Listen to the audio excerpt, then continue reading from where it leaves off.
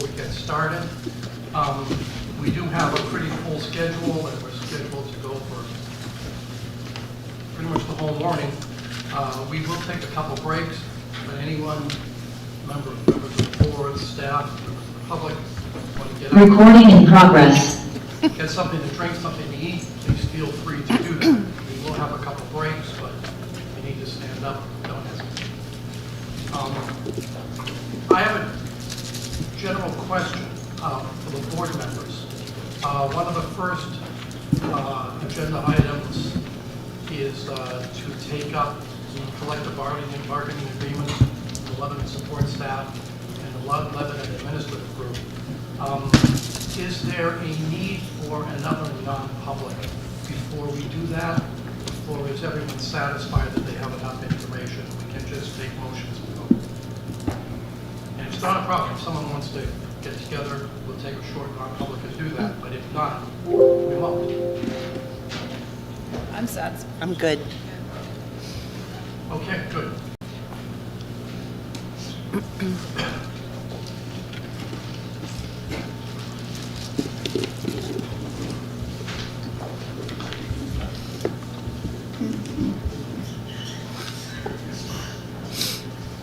All right, Joanna, are there any additions or deletions from the agenda? Okay. We will be having public comment in a few minutes, both via Zoom and in person. If you want to take advantage of either one of those opportunities. I'll talk more about that when we get to that point in just a couple minutes. Next item is, and by the way, as usual, instructions for accessing the meeting via Zoom are posted on the SAU website, as well as a number of technical support if anyone has difficulty. Correspondence. Do we have anything to report on? Sorry. Yes, we had, I think there were two full letters to the full board, one in favor of the SRO position and one against the SRO position. But I haven't checked just recently to make sure, so I'll look again and make sure that's it. Okay. Okay, we're going to have two public comment periods today. We'll have one right now, give folks the opportunity to bring up anything they want the board to be aware of or to consider during our conversations. And then towards the end of the day, when the budget has any adjustments, additions, deletions made to it, if people want to weigh in before the board takes a vote on the whole budget, there'll be an opportunity to comment then as well. And by the way, the board is not required to approve the budget today. We sometimes do, but we sometimes don't. We'll have to see how those conversations go. Okay, so public comment period is now open. I do want to just emphasize public comment is covered by our policy BEDH. And one thing I want to point out is that comments regarding any individuals, with the exception of the superintendent, are not allowed during public comment. So is there anyone here present in the room that would like to address the board? If you do, just come on up. You can sit at the table or stand in front of the microphone. Please identify yourself by name and the ward. Recording in progress.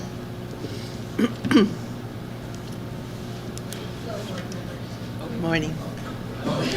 In the end, maybe? Tim, can you turn that mic on? I got it on the way.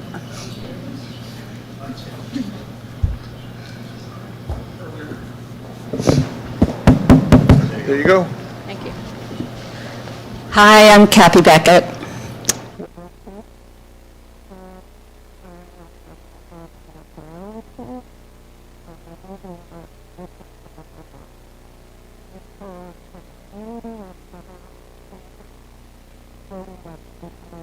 We're worried that we don't have a quorum today to make that decision. There's a quorum? Okay. So some of you have, there's a history of 2 years addressing this issue.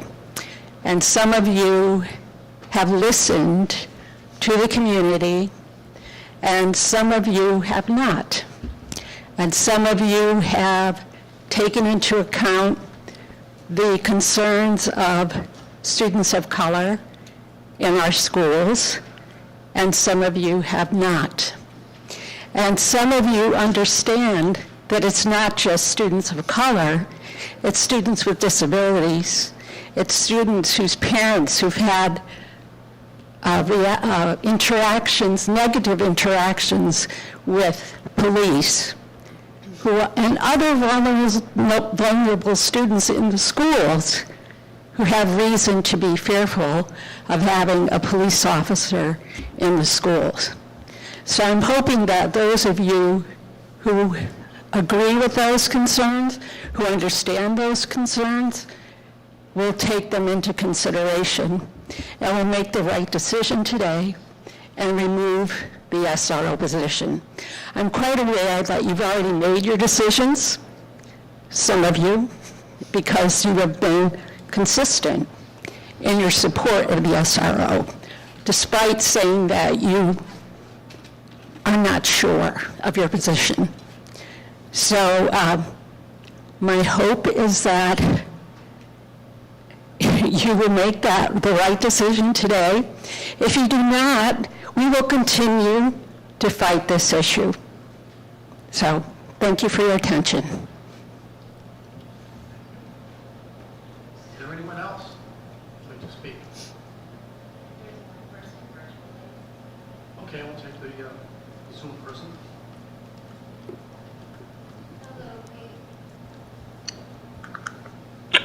Hi, this is Kate Collins. I'm in Ward 2. Thanks for allowing me the opportunity to speak. I'm also asking the board to remove funding for the SRO. It's so important that students in our schools and our community have the support they need to grow and develop and thrive in times that are pretty challenging for all of us. And the best ways we can do that for these students is to support their teachers, to support extracurricular activities, to support counselors in school. We know there's a huge unmet need for mental health support for students in our school district and really all around the country. And when we invest in law enforcement, we send this message to our children that we see them as criminals just by virtue of the stage of life that they're in. And that's a heartful message in and of itself, which, as our previous speaker noted, also falls disproportionately on students who are poor, students who are disabled, and Black, Indigenous, and other people of color who know that they can't trust the police as much as other students can. Thanks for putting the students' growth and development first and taking this funding and using it in ways that will best support them. Appreciate you. Thank you. Dick, can I just amend what I said about the correspondence? I went back and checked. It hasn't been published, that's the reason why I couldn't find it, but the full board received 2 letters in favor of keeping the SRO position and 2 letters against keeping the SRO position. And those are, I think all 3 of them, I think, are in the folder, or all 4 of them. The folder's not coming up, so I think they should all be in the folder by the end of this. Okay, thank you. Is there anyone else that wants to participate in the public comment period?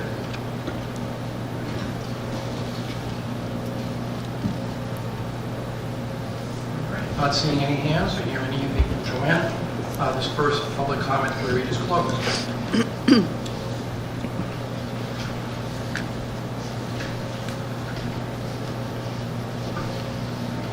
Under new business, the first item of new business is approval of the Lebanon support staff collective bargaining agreement, which proposed to run from July 2023 to June of 2026. May I have a motion, please?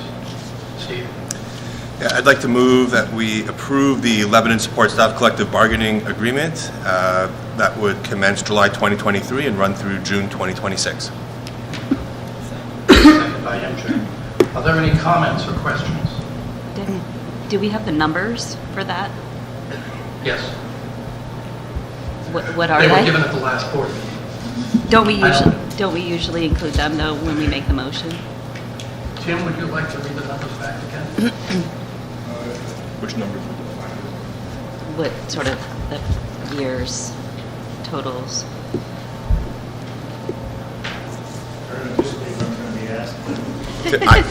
Tim, I have the 3 budget years. You want the 3 contract years? So if it's the increased spend? Yep. Yeah.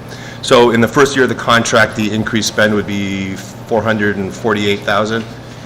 In the second year, $320,000. In the third year, $230,000, for a 3-year total of $999,060.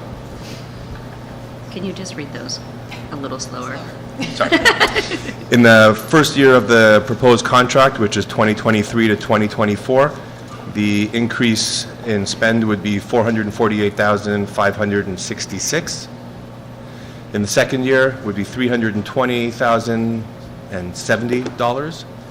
In the third year would be $230,423. Thank you.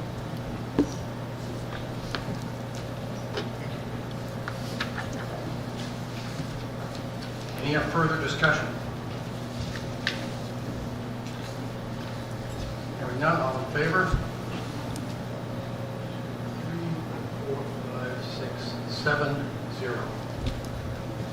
Thank you. Second item of business is discussion and action approval of the Lebanon Administrative Collective Bargaining Agreement.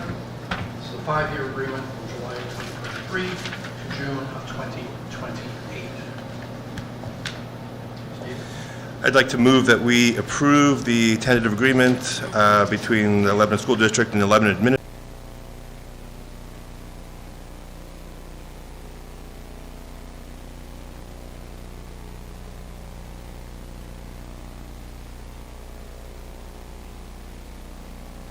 $746. The second year would be $27,281. The third year would be $34,783. The fourth year would be $32,087. The fifth year would be $29,164, for a 5-year total of $198,060. Is there any discussion? I'll second. Oh, sorry. Thank you. Is there any discussion?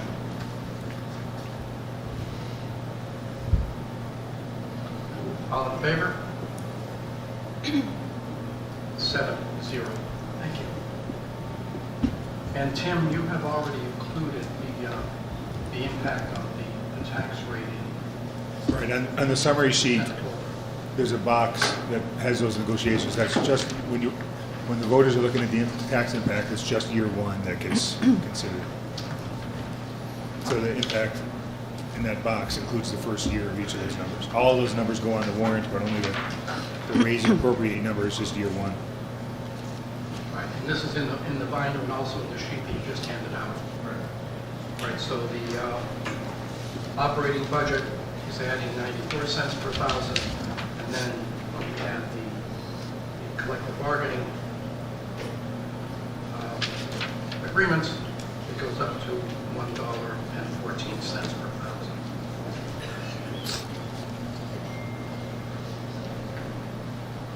All right, thank you everyone for approving those two. We'll now start in with the detailed budget discussion. And, Joanne, do you want to preface the discussion with anything, or should we jump right into the Hanover Street? I would just like to thank everyone so much for the hard work in putting the budget together this year. We do start zero-based and build it line by line. I want to mention to the board that last year Jack had come to me in regard to the technology integration specialist, and I asked, because of the bond vote being up, that he wait until this year. This position is really important to Hanover Street School. Those of you who have worked with Laurel Pollard know how amazing she is in this field, and we're very fortunate to have her as a para, and she is currently at the high school being the tech integration specialist at the high school level. So she brought all of that to Hanover Street for many years. It was a loss when she moved on to a different position, and I know that the folks at Hanover Street definitely benefited from her role. So Jack is bringing that position forward this year after putting it on hold for a year. When we talk about Mount Leb School, although it's very difficult to determine trends a year in advance, unlike the newspaper articles that talk about school districts where there's great decreases in enrollment, we're holding steady, and in some places we're increasing. So the fourth grade position at Mount Leb, you have the enrollment data. I remind the board that many years ago we had a large class at Hanover Street School, and how parents came out the next year and said, you know, the needs of our students are such that it's really important that we maintain a certain class size. The board cut that teaching position that we had put in the budget, and then the community came out, and although they can't vote for a particular position, they did put $100,000 back into the school budget, which was clearly meant to add that extra teaching position at that time, several years ago at Hanover Street. So our students need us, and I hope the board supports the proposed budget. I look forward to the conversation. Thank you. Thanks, Joanne. Can I just take a second to orient what papers I put out? So I gave everyone updated budget numbers by school and overall. The difference, I mentioned at the last board meeting, but just to refresh your memories, is that when we put the budget together, we were going with an increase of 10% for healthcare. That was the range, that top part of the range that was given by school care. The numbers came in at 8%, so I adjusted the numbers down to 8%, and then correcting a few mistypings by myself. The net for the whole budget is down $81,000. $80,994 is the number. So that's been the only change. So Richard pointed out, he asked me a good question for the overall budget. Regular ed is down. That's just healthcare. So it's broken down into functional areas. So there's regular ed healthcare, there's special ed healthcare, there's principals healthcare.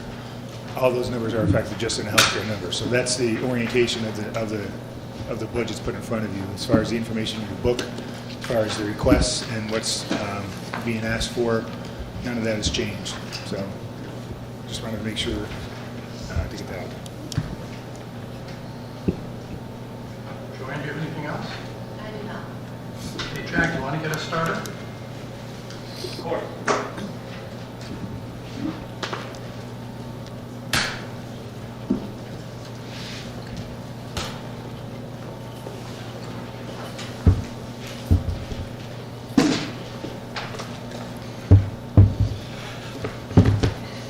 Good morning, everyone.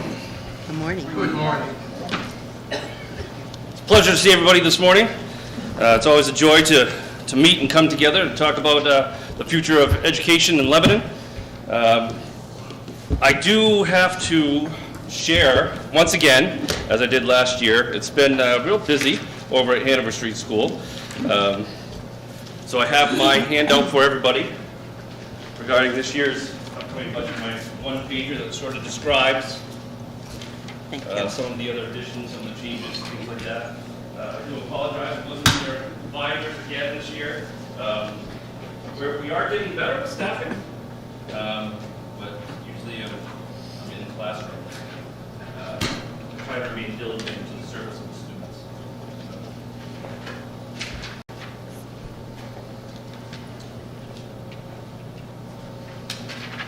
Thank you for your patience. I appreciate it.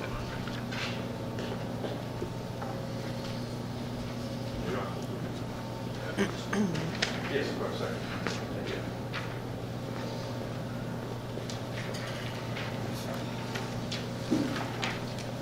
So as Dr. Roberts mentioned, I do have an additional position, which is also part of a reduction. I have a technology education para-educator that will no longer be needed if I were to get the technology integrator position. Some of the other additional costs that are larger, I described in my write-up. We have seen a large increase in goods, pencils, pens, paper, in shipping costs this year. And I know that trying to anticipate those costs when we do the ordering in July or in June is challenging. I've tried to account for that in my budget this year, but I mean, just in paper alone, we've noticed that it's gone up over 250%. I send out emails to staff reminding them to think twice before hitting print. Do we have to print in color? And hopefully that's much to Tim's chagrin that I do that. But unfortunately, costs have increased. Some of the things that we also need to do, we have a large number of new desks that we received due to COVID, but now we need the chairs as well to sort of go with them.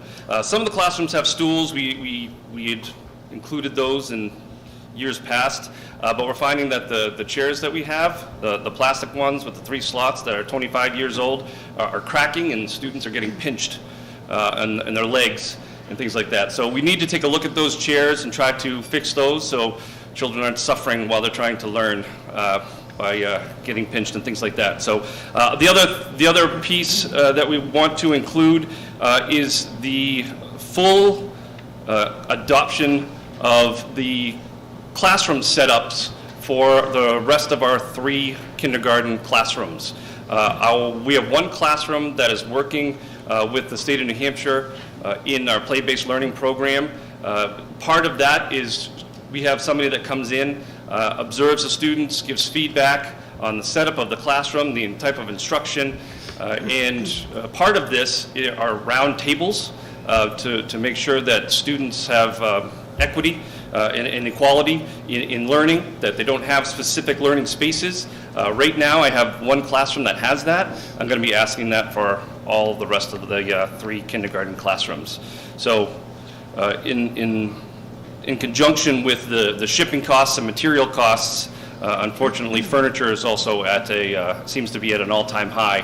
And when I tried to order a changing station for one of my intensive needs students, I found that the shipping was more than the actual item itself. So we are doing our due diligence in trying to shop around, trying to find other distributors that have something similar that will offer free shipping or reduced shipping. So it's not that we're just ordering the first thing that we see, but we are trying to make sure that we're being more cost effective in our ordering as well. We also will be shifting to a system, a procurement system in the office where we order supplies in bulk. Some supplies that teachers use in classrooms every day, instead of doing them throughout each individual teacher.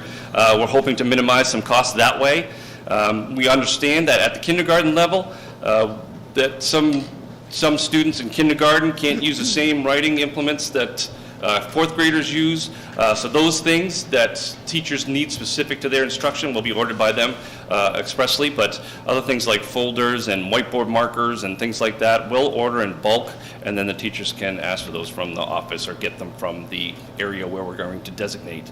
Part of that issue that we're going to face is storage of these items that we're going to purchase in bulk, but if we do it in such a fashion that we have a way to keep tabs of the stock that we have, I think that we'll be able to reduce the cost of some of those everyday materials that teachers use and the students use in the classroom, while also bringing our overall costs down and not ordering them as individuals.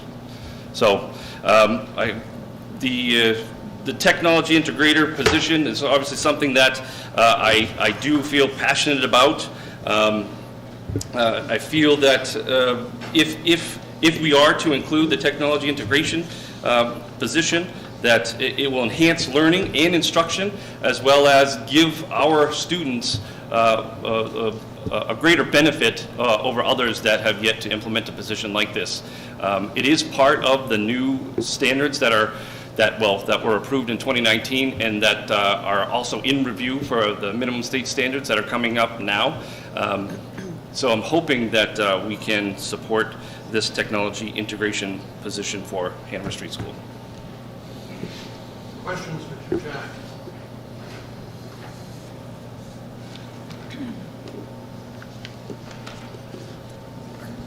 I guess I take the opportunity from the facilities sort of maintenance perspective to mention, and in your facilities tab, there's a list of the projects that are in the budget, for lack of a better word.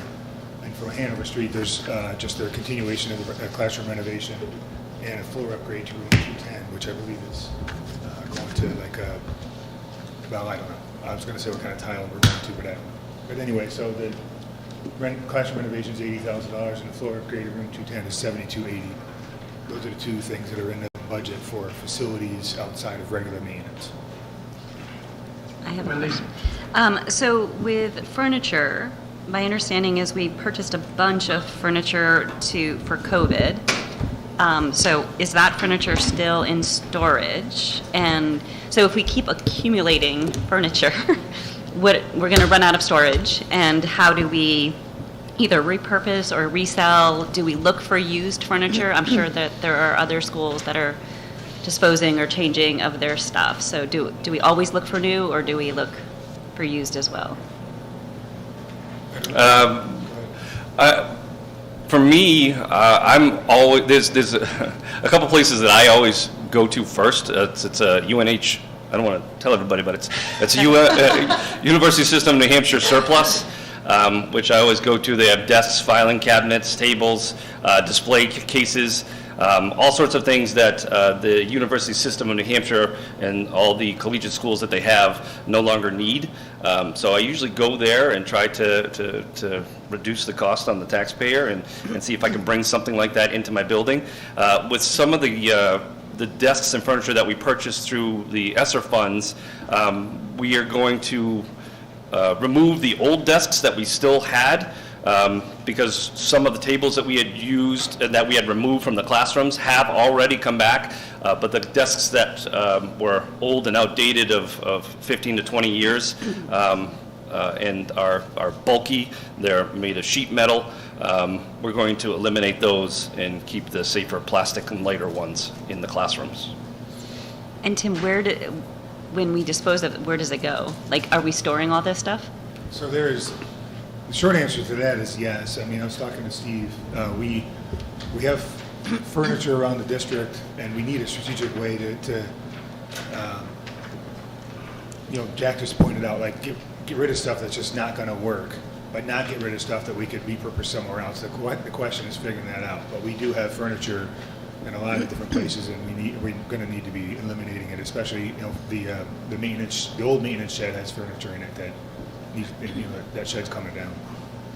It goes from the classroom to the building, then from the building to the garage in the back of our SAU. And it stays for a period of time, and Dana was very much so on top of continuing to clean that garage out so that it wouldn't, when we first came here, you couldn't even walk through the garage. And so you can only keep things for so long, and then people aren't going to use them, and then you're just wasting that space. COVID provided an opportunity to upgrade through using ESSER funds rather than using budget funds, so it kind of pushed the cycle out a bit. So it's kind of a little bit of a bump here. And yes, the materials that are over at the brick building, that brick building has to go down in order to add the 4 classrooms. So that's going to be a clean out before that building gets demolished. A lot of that is antiquated things. That's kind of good that we cleaned it out and moved it forward. We would often get fire reports saying that the rooms had too much stuff in them. So part of that is the natural forces people to kind of clean out the closet, clean out the classrooms too. But Dana was always on top of maintaining the furniture for a period of time and then moving it on when it wasn't being used. Hope that helps. So I guess I share Wendy's sentiment, and she stole one of my questions. So it is going to be my underlying theme of the day when people keep asking for furniture. I feel like before we as a board approve any furniture purchases, we really need to have a better handle of what is in inventory and what can be repurposed before we're going to junk stuff. Now, granted, some of the stuff purchased was probably for the middle school and doesn't fit the smaller bodies of the elementary kids, but I don't feel like we can just do a blanket furniture approval without knowing what we have to start with and then what we actually need to add to the fleet. Yeah, I mean, great point, and that's something Jack can start. I know Katie has already begun doing an inventory furniture recycling plan for her school, and she can talk a bit about that when she has a conversation about the Mount Webb school. Maybe people can ask Katie how she has done that. Colleen, being new to the middle school, might ask that question as well. But it's the goal of Katie's to kind of have, like we do with the device recycling, we should have something very similar with our furniture recycling. Like you say, have a plan that's school-wide and then SAU-wide. It makes a lot of sense. It's expensive. MJ, did you have a figure in mind of what you thought, what you think they, I mean, this is a budget meeting and. Well, no, I mean, at this point, I guess I would like to not approve any large furniture purchase until we actually decide what is in storage. I mean, I don't think it's necessarily, I do think the onus is on some of the building principals, but if stuff is also stored in a brick building off-site, or I thought there was a storage trailer somewhere, my understanding is there is still some stuff stored in locker rooms in the middle school, then I think that someone from the SAU office needs to take a detailed inventory, or should have a running list, kind of like Pete does with his laptops, so we can kind of see where the starting point is before we do start approving more furniture purchases. I agree. I went with Colleen through the middle school and took pictures of what was in the locker rooms. There are these tables that are kind of like a weird polygon shape that are super old, that are blocking the locker room. I asked her to speak with the custodian, this was a couple weeks ago, so I'm not quite sure where they were, to move those out, because we need to have that space, definitely. So I agree, we need to do a better job with what we're doing with furniture and look at it as a recycling opportunity. I think, Jack, that these were going in the kindergarten classroom? Yes. And so I know that we've talked about, and we actually did all the measuring for COVID. We had the different shaped tables. I think the question that they're asking is, have you exhausted what we have as current inventory before putting in for new? Yes, good question. I'm aware of what I've removed from my building, and I go over there and shop first before obviously ordering anything new, because I mean, like yourselves, I'm trying to also eliminate waste as well. But I think that would be an added benefit for me to be able to see what other schools in the district have that I may be able to benefit from. But I know that these specifically, we had to order 36-inch high, 48-inch round tables that fit this model of learning, and that's what we were explicitly looking for. We had originally ordered the wrong tables, and that was quite a product to return and reorder, but we got the tables in, they've been functioning effectively, and that's what I was asking for the rest of the kindergarten team. But I agree that that would benefit the full district if I can use octagon, or what'd you say, what kind of tables were they? Polygon. Polygon, thank you, polygon tables, then I'll use them. So, but maybe that's something that we can talk about with Steve and at the SAU. So just to try to keep track of some numbers here, that $25,575 in your facilities line, how much of that is new furniture? Well, the furniture that Jack is referring to would be under regular ed for kindergarten, for example, regular ed furniture, which is $1,157. Say that again, Tim? How much? Oh, I was saying the account number. Oh, you give it. I thought you were giving a number with a dollar sign. While he's looking, can I just ask one question? So if we take furniture that's in good condition, but we sort of know that we're not going to use it, is there a way that we can resell it? So, as I'm trying to navigate sort of the transition from one facilities director to another, yes, we could put I put RFPs out. Hey, we have stuff for sale a lot. There's a facilities sort of listserv where other facilities directors say, hey, we have stuff that's available. I know in my sort of non-scientific studies of that there's not been a lot of movement from any school to get rid of any furniture. So schools are trying to reuse and recycle from other people, but I don't know how effective that listserv, for example, is being. Meaning, hey, I got 30 tables here in Concord. Do you want them? What I'm saying is, there's not been a lot of takers on that listserv. So. And do we ever check in with like our local childcare programs and stuff like that, or that may be in need of furniture that? That's a good idea. Yeah, we could share. So on the Hanover Street notes on page 23, The account number is 1100-57370, furniture for Hanover Street. 1100 means regular ed.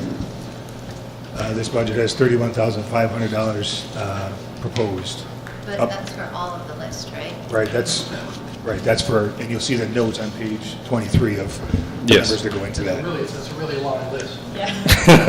It is. As far as the breakdown, I can't speak to the breakdown costs.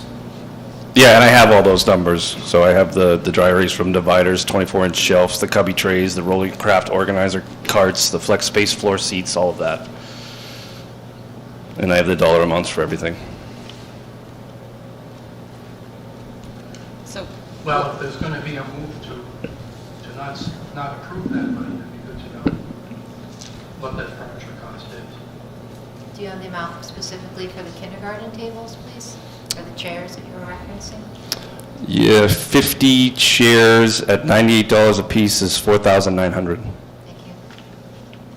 That's for kindergarten. That's just the chairs That's just the chairs. and the tables. Are there tables involved too? The tables for kindergarten, 3,200. So that's 8,100 in total. and that's all the things you need for the play-based flex spaces for them, or are there other furniture items in addition to that? They're the block cases that I need as well. Two of those, I have two classrooms that have them, and that's $1,000, two at $500. And that's for the wooden blocks, which is a big component of play-based learning. Could you give me those numbers again, somebody, please? Yeah, the chairs were, the number, I'll just give you the dollar amounts. The chairs were 4,900, the tables 3,200, and the cases 1,000. Anyone else have a question for Jack? Because I had a couple. Yeah, Jack. So I'm just confused about the tech integrator. So I thought I read somewhere that this was currently being covered by a paraprofessional. So is this a promotion for the person to become a full-time tech integrator, or are you eliminating the paraprofessional and doing the tech? I don't know how this all. Yeah, currently it is a para position, so they push into the classrooms and they support the teacher. This person would be responsible for enhancing and instructing students. So it would actually be another sort of essential art for our students. In going through the actual budget, I still don't have my .2 PE teacher. I could reduce that if I were to get this position as well. So that could be an added benefit. But this person specifically would be responsible for that part of the curriculum that includes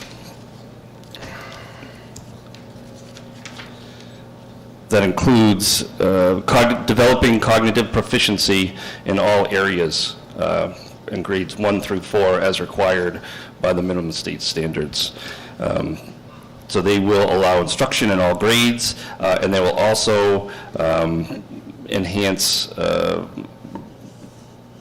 technology use of our staff, and also educate staff as well on creating the digital portfolio, among other things. Right now, as a para position, they don't do necessarily planning, but they'll help facilitate instruction that the teachers do.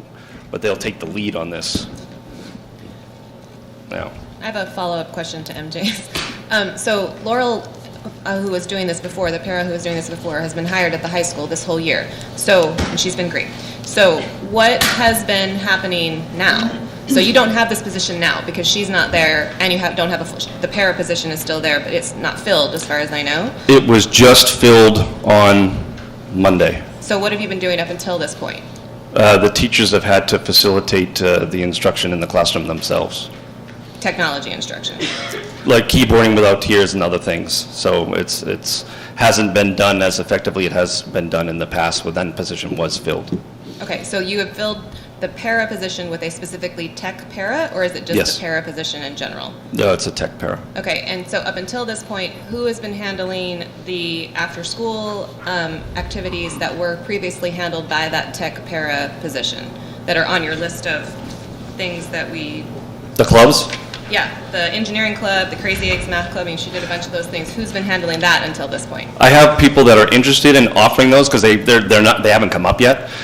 So I have somebody that's interested in doing the Crazy Eights. I did not have a Young Inventors program this year. It's not the responsibility of that person to do it because it's a stipend position that's after school. So I can still offer it if I can find somebody to provide the instruction and that opportunity for kids.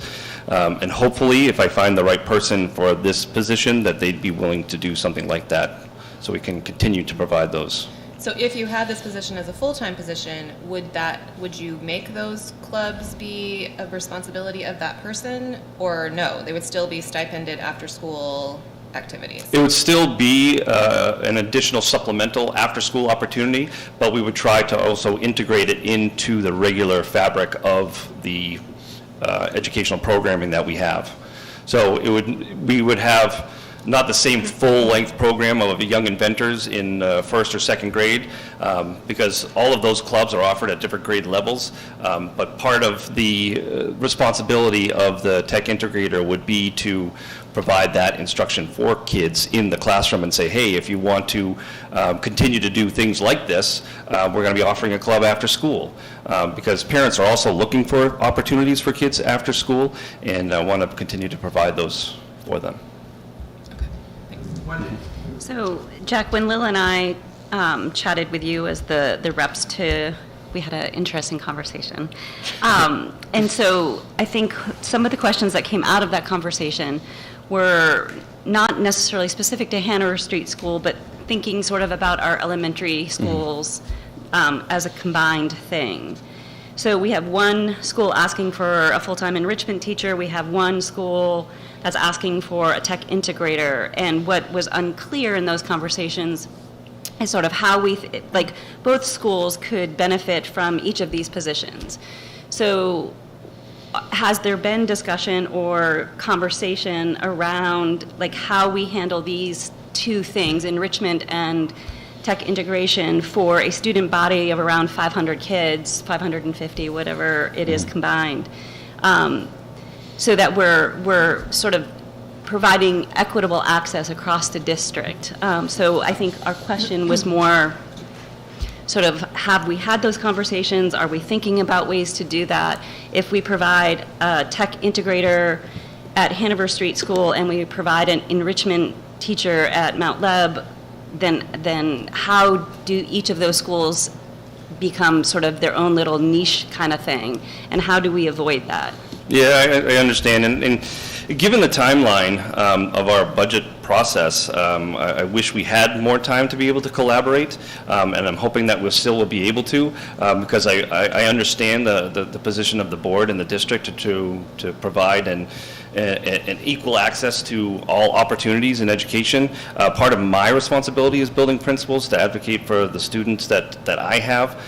So this is what I foresee as a positive addition to Hanover Street School. But I agree with you. I think that the opportunities that were provided in the past by the person that was in this position as a para was also balanced between a technology integrator and a enrichment person, because she also did other things. And part of my curriculum that I would like to offer would fall underneath this position as well, which would sort of border on enrichment opportunities like we had, stock market, things, the challenge and things like that. So that's what I envision this position to be. I can't speak for Mount Leb. I can only speak for Hanover Street. But I would like to have and continue the conversations that we've had around bridging the experience for both Mount Leb and Hanover Street School students. I can speak for the district. We have had conversations, in fact, at SALT. We are beginning to develop what are we offering, and what is the philosophy of enrichment as a district, of which acceleration might fall under that umbrella. Jack, you've had this position. The position existed before I came, so it's been a long time position in which you developed the fabric for it. You can't just take a tech integration specialist and plunk that person in, because teachers are not going to understand what their role is. There's that piece of it that's already part of Hanover Street, and you have an opportunity to build on that experience.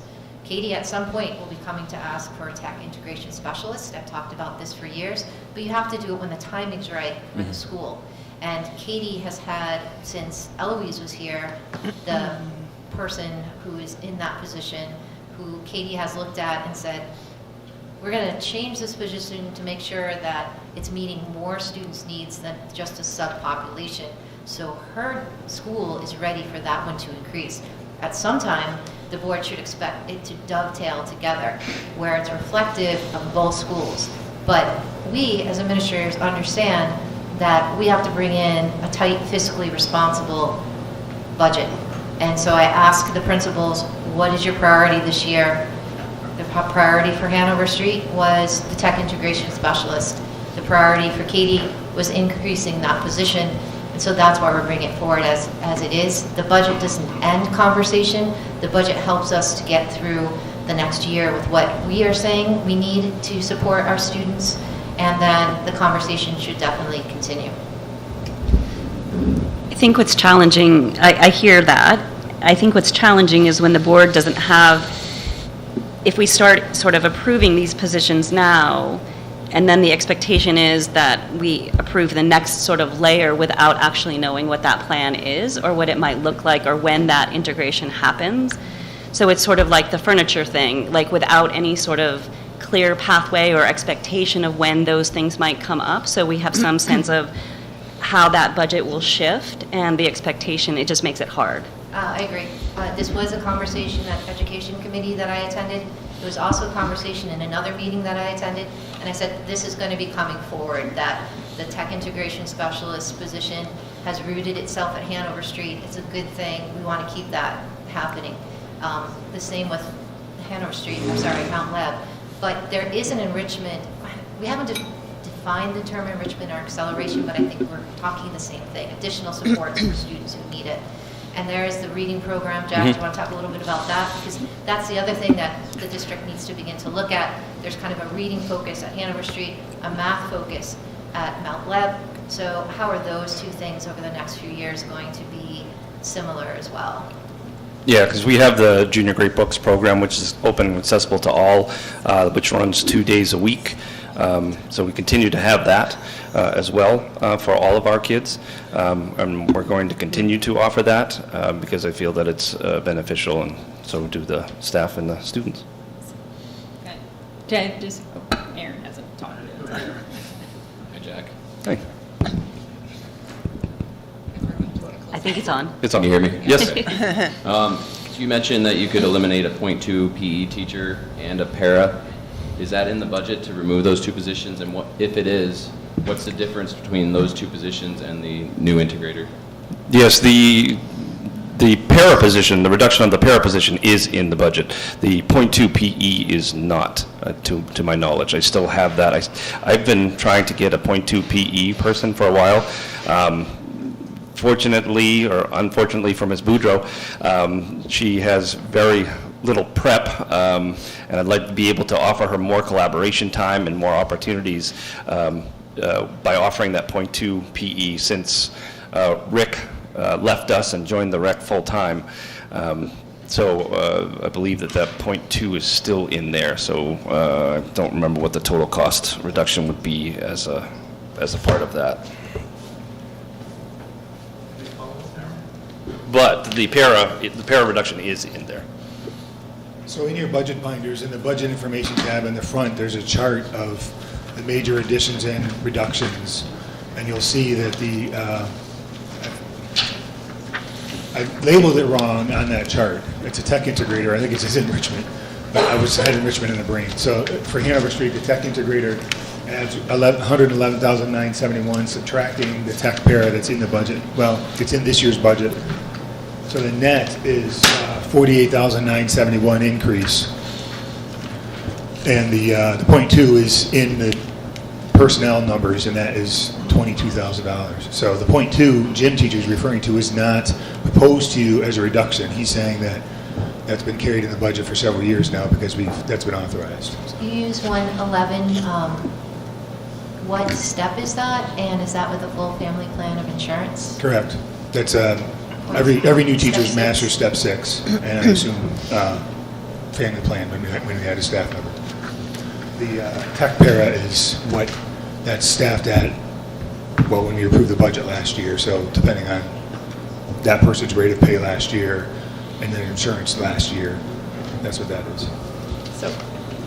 So can you just clarify that? So you said the net was between the tech integrator and the para was 48,000. So if we were to take out the 48,000, that would still be fun, like he could go back to having just the tech para, and that would be funded in the budget. Okay. Right. For me, I would actually literally take out the add and put back in the reduction, but the net is 48,000. Right. Right. Okay. So does the number turn out to be 112,000 if we round it up, minus 63,000, Correct. minus 22,000? Because of the, okay. And what does that equate to? That's not on my...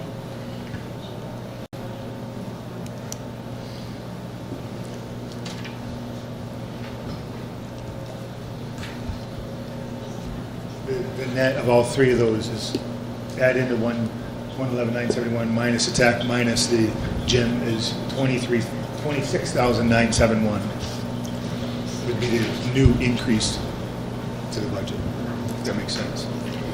Can I just ask another question? So just district-wide, where do we also have other tech integrators? So do we have one at the middle school? Do we have one at the high school? Yes. So those tech integrators are serving double the population of one elementary school. Why do we need, I guess that's my question. Like, so if we have one in each of those buildings that is serving 500 to 600 kids, then why do we need one to serve 300? I don't know the role at the high school. I'm more familiar with the role at the middle school, so I can't speak to the high school. Maybe Bonnie could talk about it, please. Sure. I believe they're teaching courses as well, but it could be. Good morning. The tech integrator at the high school is now called a digital learning specialist because the Department of Education changed the language. And Laurel Pollard is in her first year teaching, though she has 20 years experience in the field. She's teaching 2 advanced placement courses, periods 1 and 7, computer science principles, and then a more robust computer science class. During the other periods, she is managing our Power School system. She is integrating into classrooms and working with teachers, and she's providing generalized support for tech, though we also are very lucky to have Anthony Zaleski as part of our tech support for our school. He does a terrific job. Laurel continually maintains and helps students with passwords, helps them maintain their Chromebooks, etc. There's a lot for her to do every day. So one of the, you're going to be hearing a lot today about budget impact. Anyone who opened their tax bill in the last couple of days is particularly sensitive about this. So what we're looking at here is an increase of $213,694 for personnel costs at Hanover Street School. And I'm just struggling a little bit to figure out, I know there were some step increases in there. And I don't know if this is a Tim question or a Jack question. I don't mention there were step increases, but what is the total impact of the new hire? Clearly, it's more than 26,000 or 48,000, right? I mean, the budget difference is 213 plus thousand. Well, in this budget's proposed to you, the staff impact of the new tech integrator is $48,000 because I added in 111, I subtracted out the 68, whatever the number was I just gave you. In addition to that, there's, we have to go through the report page by page if you want, but like for regular ed teachers, for example, there's 5 track changes. For the paras, regular ed, there's 19 regular ed positions. There's a retirement, so there's a bonus in there. So the total personnel costs, for teachers, there's all the step changes, so everybody gets a step. But if you've notified me that you're going to go up a track, you might go up a track next year, that's in there. And I am aware of teachers that have taken advantage now of courses and workshops that have been offered, which they did not during COVID because it was such a struggle. So I have a number of teachers that are taking courses and have notified me that they will be going up a track. So I'm sure of the many conversations that I've had with them, and approving frontline requests, professional development requests have quadrupled in the past year. Will definitely have an impact on those. There's, if you go on page 24, there's 3 more, page 25, there's 3 more track changes for special ed teachers. So together that's 8 just in the regular ed and special ed teachers. So those things get, there's a notification system we have where you have to notify us according to the contract by November 1st. There's a Google form that does that. It sends it to my department, and I budget the expected track change right into the budget. Now there's no obligation in the contract to actually go through those track changes. So it would behoove a teacher, if they have any idea that they might move next year at all, to let me know, and I'll budget for it, and they may not move. Because the impact of not letting me know is that you will not move regardless of whether you finish it or not. So at the high school, for example, I think there's 17 or 18 teachers who notified us they're going to track change. That's way more, I don't have the percentage, but it's significantly more than usual, and maybe it's a result of coming out of COVID. But all those things get budgeted in there, including their step change. So that's the net. But as far as a new staff member in the budget, it's only the tech integrator minus that, minus the tech para. If I can stick with this just a little bit longer and ask the question now, I probably can avoid asking it for the other buildings. One of the things that struck me as I was going through some of these sheets is a certain lack of consistency with the benefits increases that we're seeing versus wages. For example, Hanover Street, this is probably the largest one that I'm aware of. Wage increases for Hanover Street are $58,438.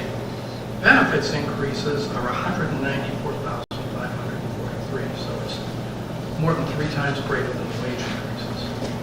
So what's going on there? So, here, this is my 20 page. You asked me in 10 words for that. Yeah. So I hope you don't think this is a flippant answer, because it's not, but it's really a function of what someone's choices are from one year to another year.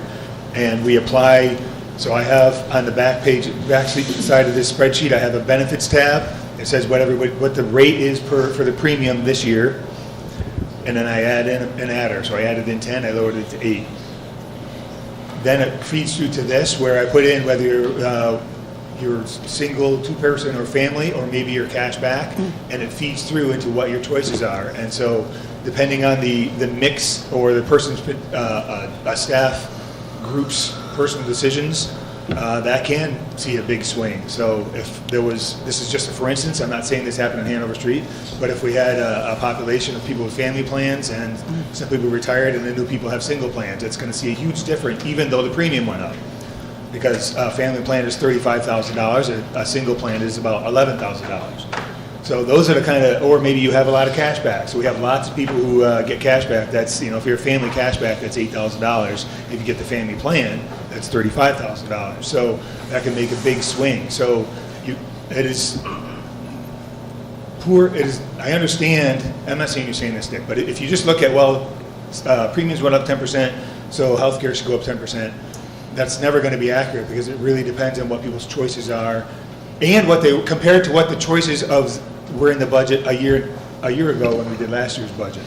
And then the other benefits, everybody's retirement for teachers went from 21% to 19%, but it's 19% of your pay. So if you were an $80,000 teacher, 19% of that. Well, last year we budgeted 21% of that, $80,000. If we hired someone new at $48,000, now it's 19% of $48,000, and that could be a big swing that way.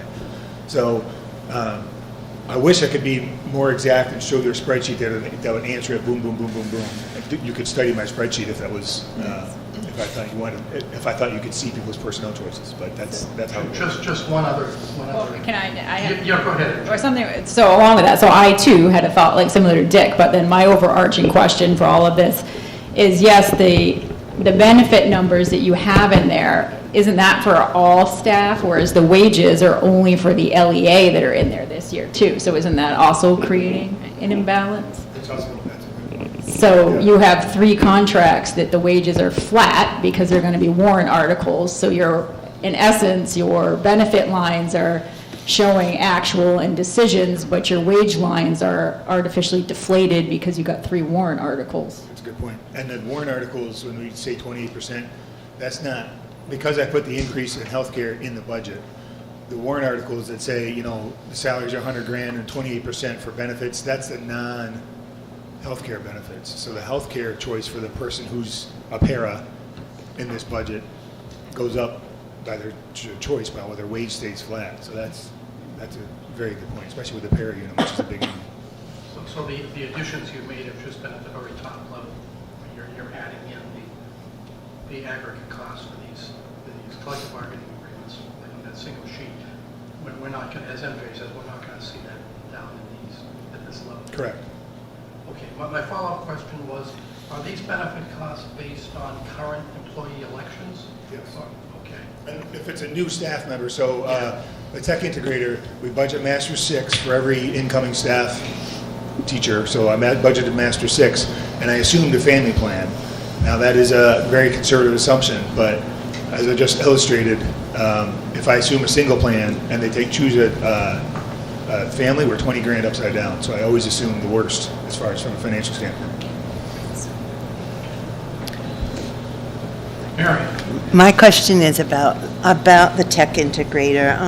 For years, we've been trying to do that in the elementary schools to improve, especially at Mount Web, because after seeing what was going on at Hanover Street, and as a teacher, my kids and kids in our school did a lot of work to put together portfolios, but those portfolios never moved with the kids.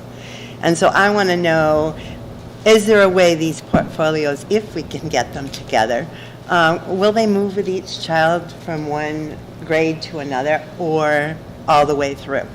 Because there was a lot of amazing work done by these children and never got passed on so that people could see what they did at various age levels. So that would be my concern.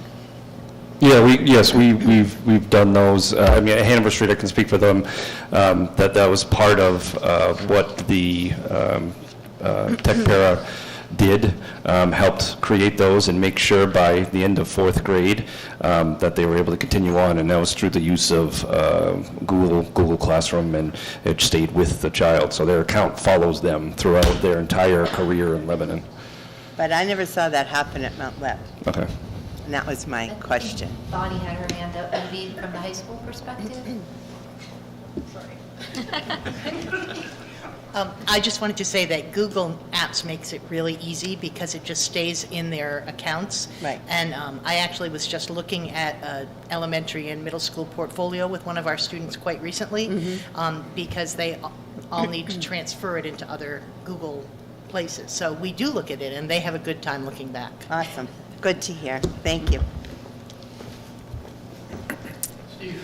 I guess the question I have is specific to Hanover Street, but it would apply to all of the other buildings that we're going to look at. When we see a proposed budget increase of 4.75% or $392,000, is there an easy enough way to know how much of that is new ask versus inflationary costs on existing line items?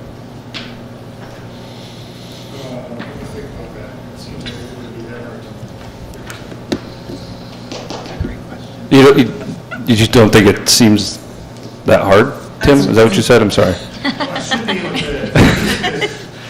I guess what I'm thinking is, between the 2 charts for facilities and the non-facilities additions, I've isolated the new asks.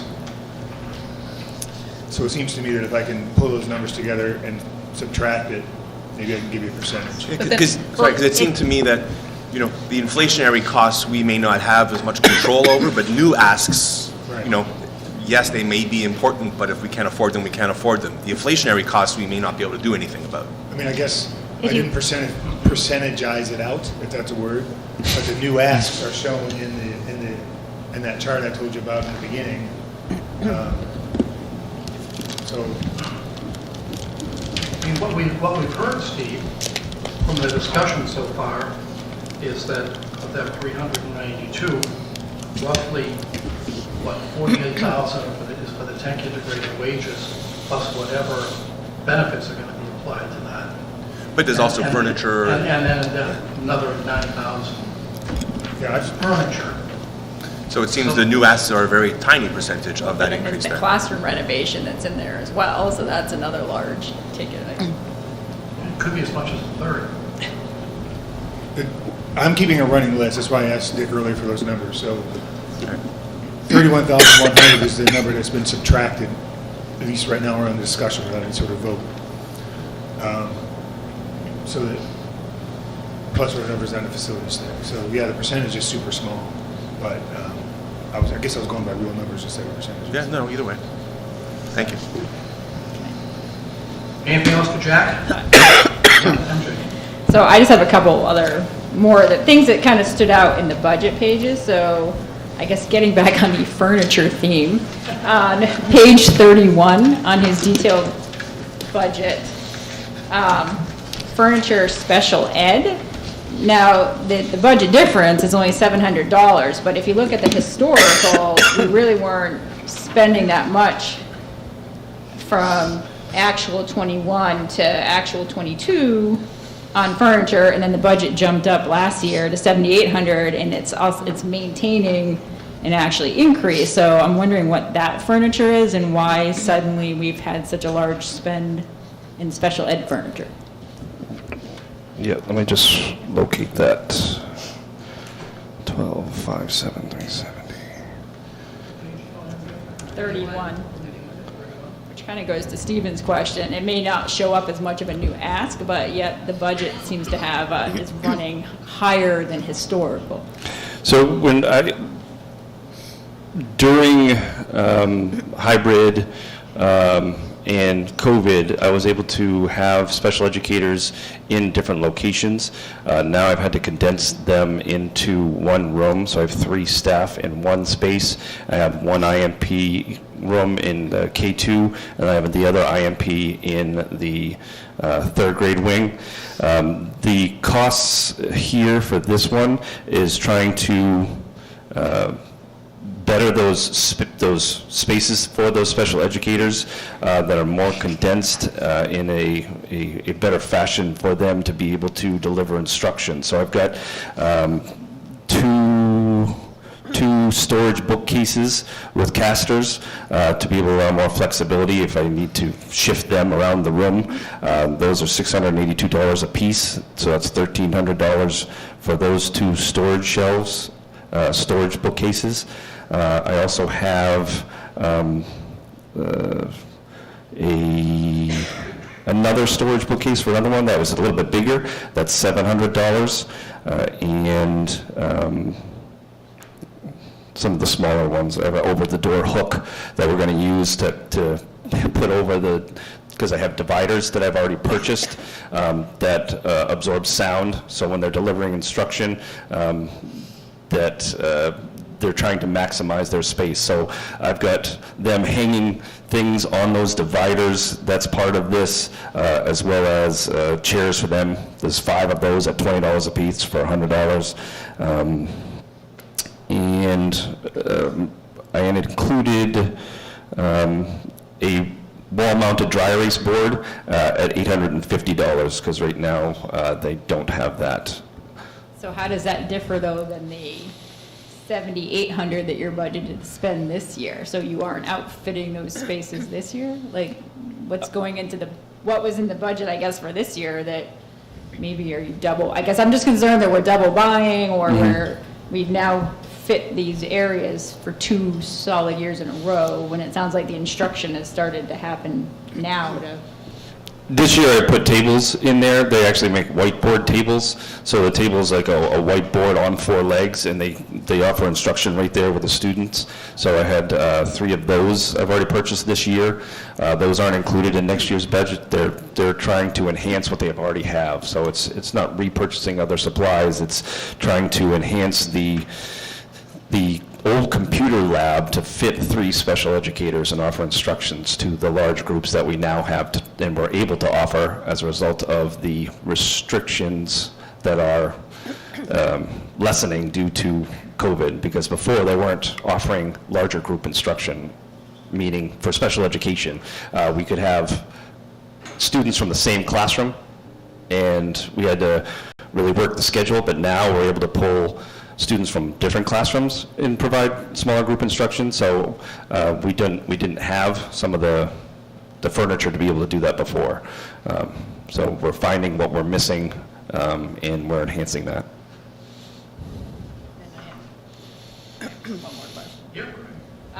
Moving to page 39. I'm just wondering, what is computer-assisted instruction service? Because looks like that's going up by 16,000. So that's a label from the state of what 2225 is.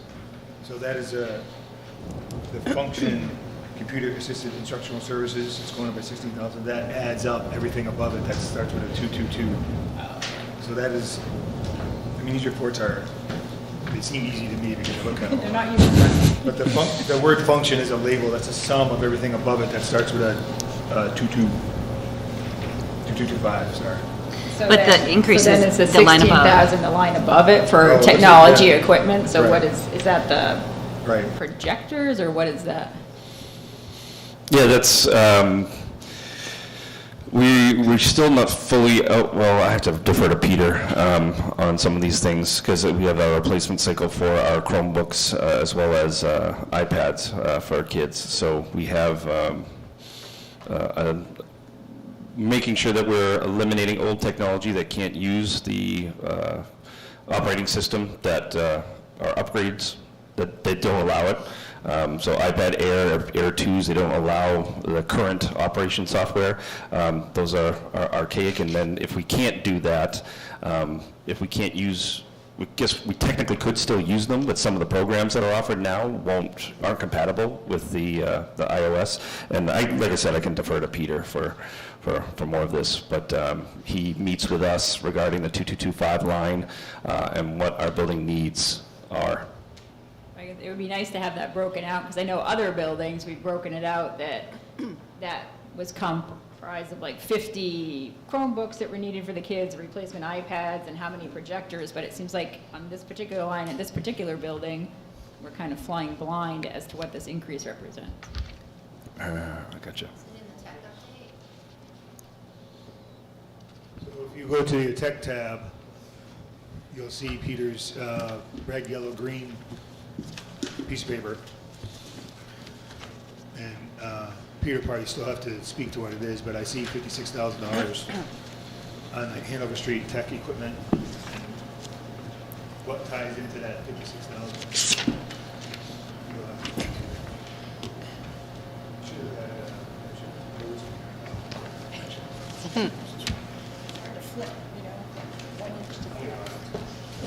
The breakdown is 100 Chromebooks, 40 iPads, and 2 projectors. Say that again. 100 Chromebooks, 40 iPads, and 2 projectors. In that line. For Hanover Street. But so I guess now I'm confused, because if you look at the 5-year tech outlook, Hanover Street wasn't slated to have anything in 2023-24. That was only the high school. So I guess I'm having trouble following here. Okay, yeah.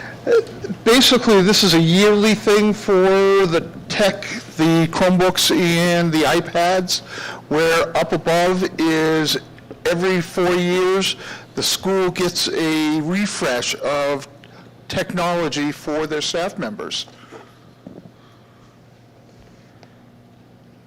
So I think, so in the middle box, you'll see a red thing that says yearly, Right. and below it says Chromebooks, Chromebook touchscreen, blah, blah, blah.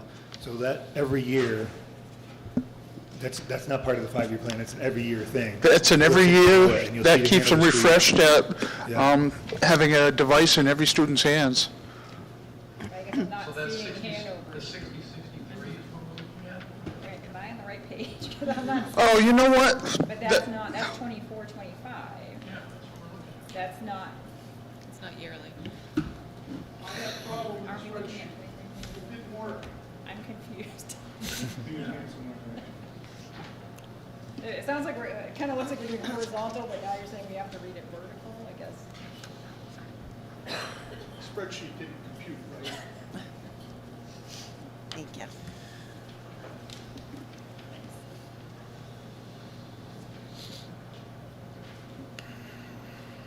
Oh, I see.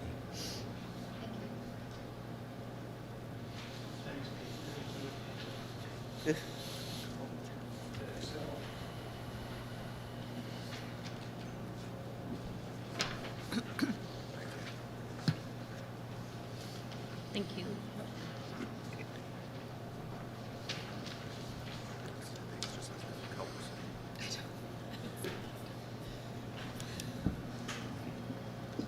So I guess, can you orient us to the spreadsheet? So what I think that you're saying is that if you look at this, the top boxes that say goal area, we should read that vertical.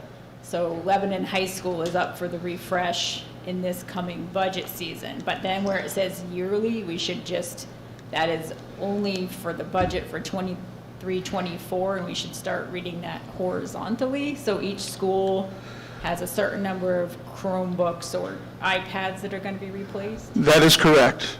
And this is only an estimate.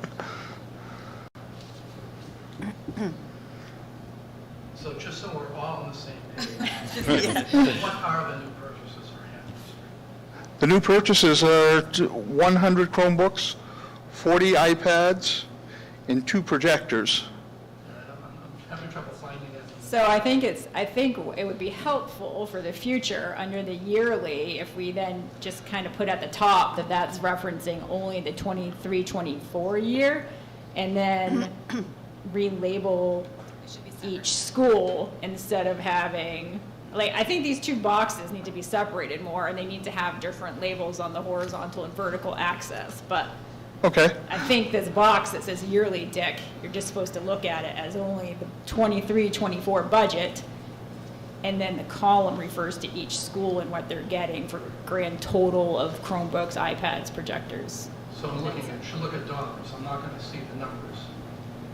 I see 27,000 and 27,000. Right, so that 27, so if you look at this chart, it looks like the 27,000 was budgeted for 24, 25, but what I'm hearing is that's actually what's in the 23, 24 budget. So the top box doesn't pertain to the bottom So it's the box. same amount as budgeted for iPads and Chromebooks, Right. Yes. Mm-hmm. 27,000. Yes. Waiting for him to say Yes. Yes. Okay. But that's why, to go along with MJ's point, that's why there's no iPads listed for the high school or the middle school, because we don't use iPads at the high school and the middle school, Right. Correct. They're Yep. only coming from Hanover Street School and Mount Leb, Correct. and that's for the whole year. We need 0 there because we don't use them in those schools. And that's K to second grade? Right, K2. For iPads? K1 for K1. iPads, K1, yep. Right, so I think we need to separate out the yearly group and put it in its own little box, and then put the year and the number of computers up in the 5-year point. Like cutting to the chase, do you have any objection to the amount budgeted? Well, if it's, Now that we understand. I don't think, I mean, if they need the laptops for, or then the Chromebooks for the people coming in, or they're part of a replacement, then no, I don't have an objection. Anything else for Jack? Or Pete? Thank you.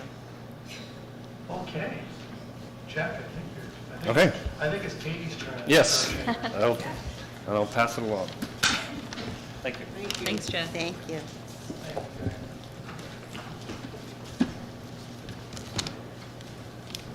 Does everyone need a stretch break?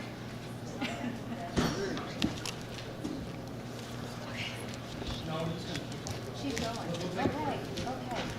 I just meant like a stand break. Good morning, everyone. Good morning. I need a stand break.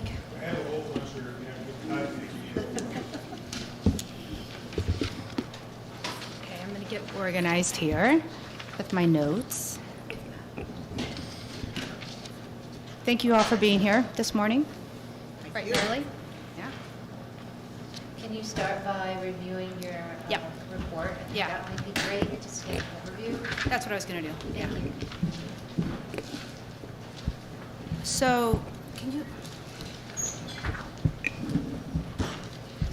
I put in the packet for you guys to review kind of what we were looking at adding, and then what was basically staying the same. I am asking for an increase of personnel to add a fourth grade teacher. I'm also asking to increase our enrichment teacher to a 0.8. I put down on the first page of my budget, or, an overview, what our class sizes are projected to be next year. We did have that one cohort that was small, that is now in our fourth grade, that is moving on to the middle school, but otherwise we've been pretty consistent every year. So the staffing, I'm asking for an increase, like I said, of a full-time fourth grade teacher and increasing my enrichment to a 0.8. The supply line is a little bit higher, mainly like Jack was saying, the supply, it's just everything's a little bit more expensive. Otherwise, my tech, everything's pretty even, other than those two items, my staffing items. And there was a little bit of a review. So just if you guys have questions for me, I put it in there. Will. Sorry, you say in your notes, I just want to clarify, under regular education, there is a significant increase, again, in the furniture line. Oh, I can explain the furniture. Okay. Yeah, but I have notes on a different book for that. Okay.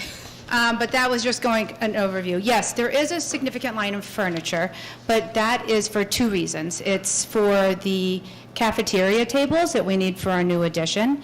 So we budgeted out kind of what those would look, what they would be, and how many we would need. Furniture tables for cafeterias are quite expensive. I was really kind of a little shocked by that price. They're about $3,400 a table, and then I needed about 8. It's really ridiculous. I would like to get some similar to these behind you. We like those because we can use the chairs then for performances in the multi-purpose room, so it's a dual function chairs, if we can. So not polygonal. And like in the kindergarten room, no. They have to be a little bit larger, but we do have those in our kindergarten room, And does that, and they're sorry, great. before you go on, does that number include the chairs, or is it just the tables? It's the chairs and the tables. Yes? And maybe this is a question for Tim. The renovation costs for buildings is strictly the building, it's not including equipping the building, is that right? That's right. I mean, that's generally true. There's, the renovation cost, for example, includes outfitting the kitchen. Right, but furniture that you're looking Correct. for wouldn't have been included in the Correct. renovation? No. Okay, Yeah. good. Which is what I was, when we were meeting with the renovation, I was like, ooh, I need to make sure I budget for furniture for our new cafeteria, that it's going to look lovely. I got a question on the tables. Are you replacing the existing tables you have or just adding 2? So I was hoping to replace them if the budget got approved. The ones we currently have are these folding long ones that have the benches attached to them. So really, all we can use them for are meals, lunches, and some performances. And I was trying to look at a more of a social emotional kind of connection during our lunch. Right now, when we have lunches in the classroom, the kids do sit at tables and they're able to talk to their peers, like in a smaller circle. And I'm not a proponent of really long cafeteria tables where you have a whole row of kids and then the teachers are walking behind. I would like more of the community sitting with the staff, having a conversation to try to integrate that into our new cafeteria space. Are they reusable for another facility? Or are they? I'm hoping to, right now they're being stored at the SAU because we don't have anywhere to store them. And I'm hopeful that we can put them on that listserv. I'm willing to drive them somewhere if some school district needs them. This seems like a theme. It is a theme, and it's actually something we talked about after COVID ended, because Tim and I and Dana at the time were even going through our furniture, and we were able to purchase new furniture during COVID with some of the ESSER funds and what we needed to, and more individualized instruction. And so then we have this older, sometimes it was desks or tables, and we were trying to figure out where do we put this new furniture. I asked him, I was like, can we get a storage container and like ship it somewhere? But then that costs a whole lot of money too.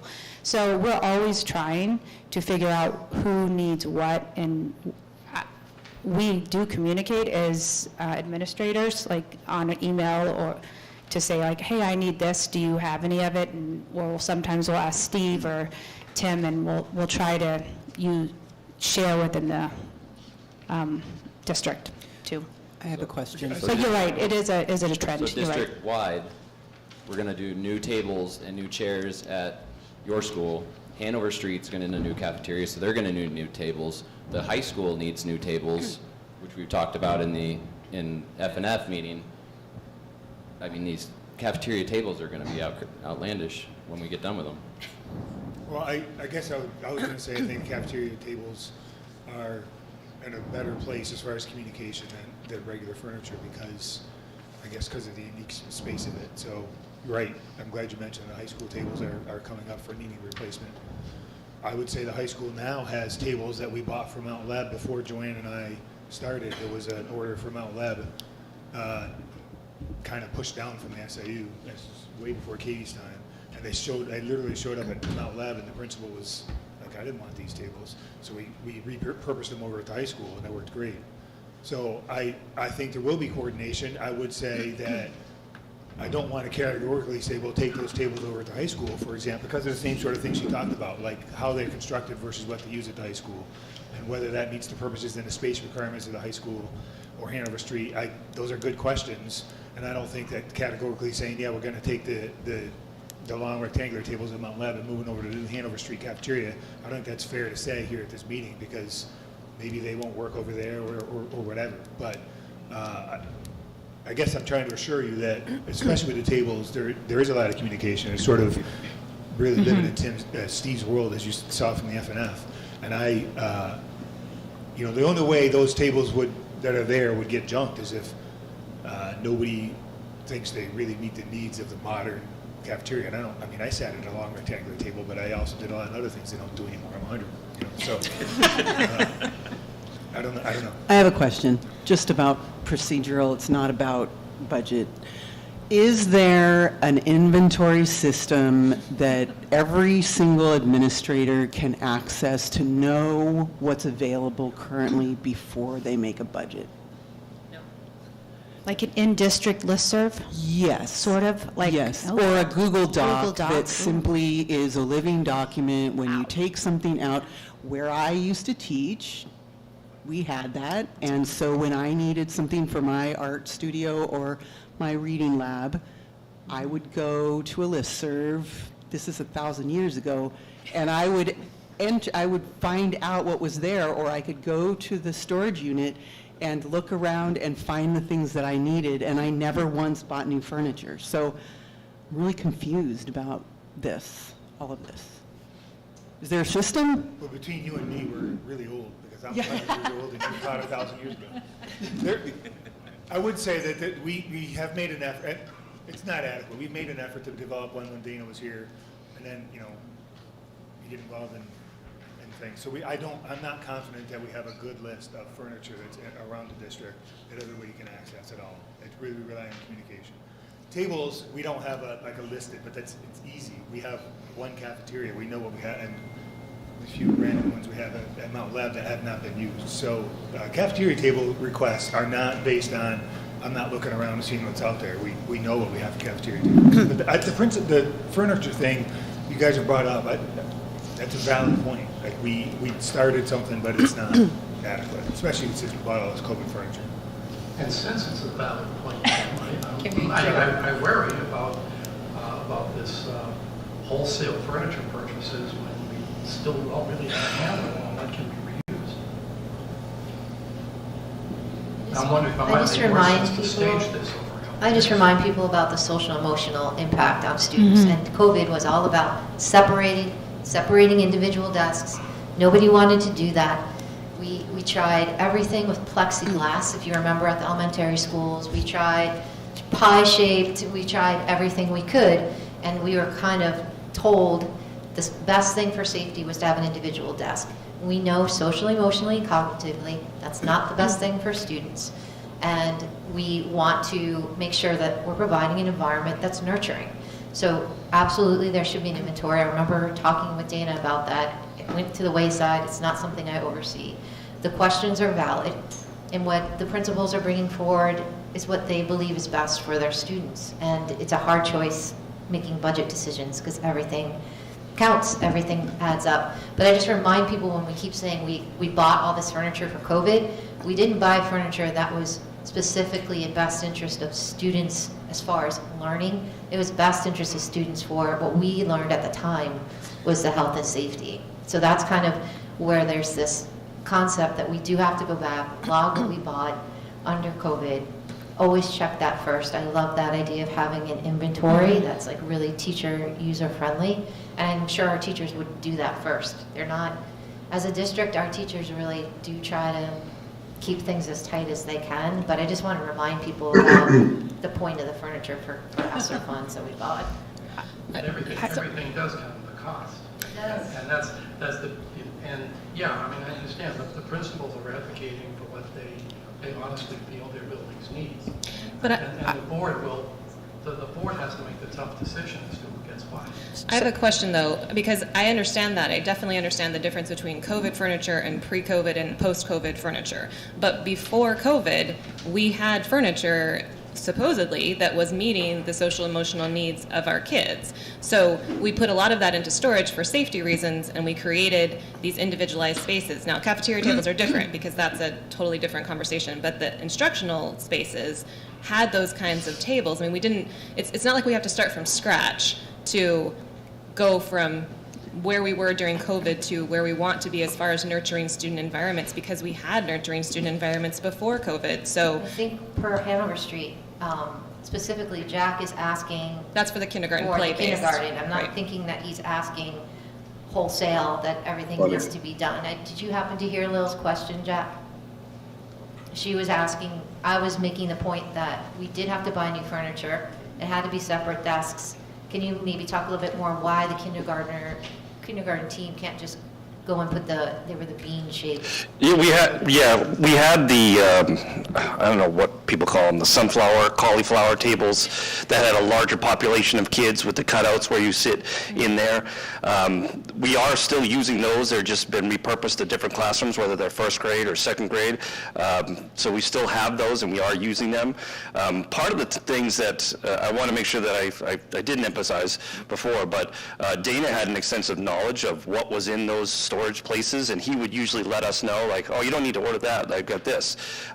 So having a list that we can use as a resource is going to be beneficial, since we lost that institutional knowledge with that staff member. So it isn't, we are always fiscally responsible whenever we're trying to make a purchase as principals. And if we do put something in the budget, we don't just push the button once it gets approved.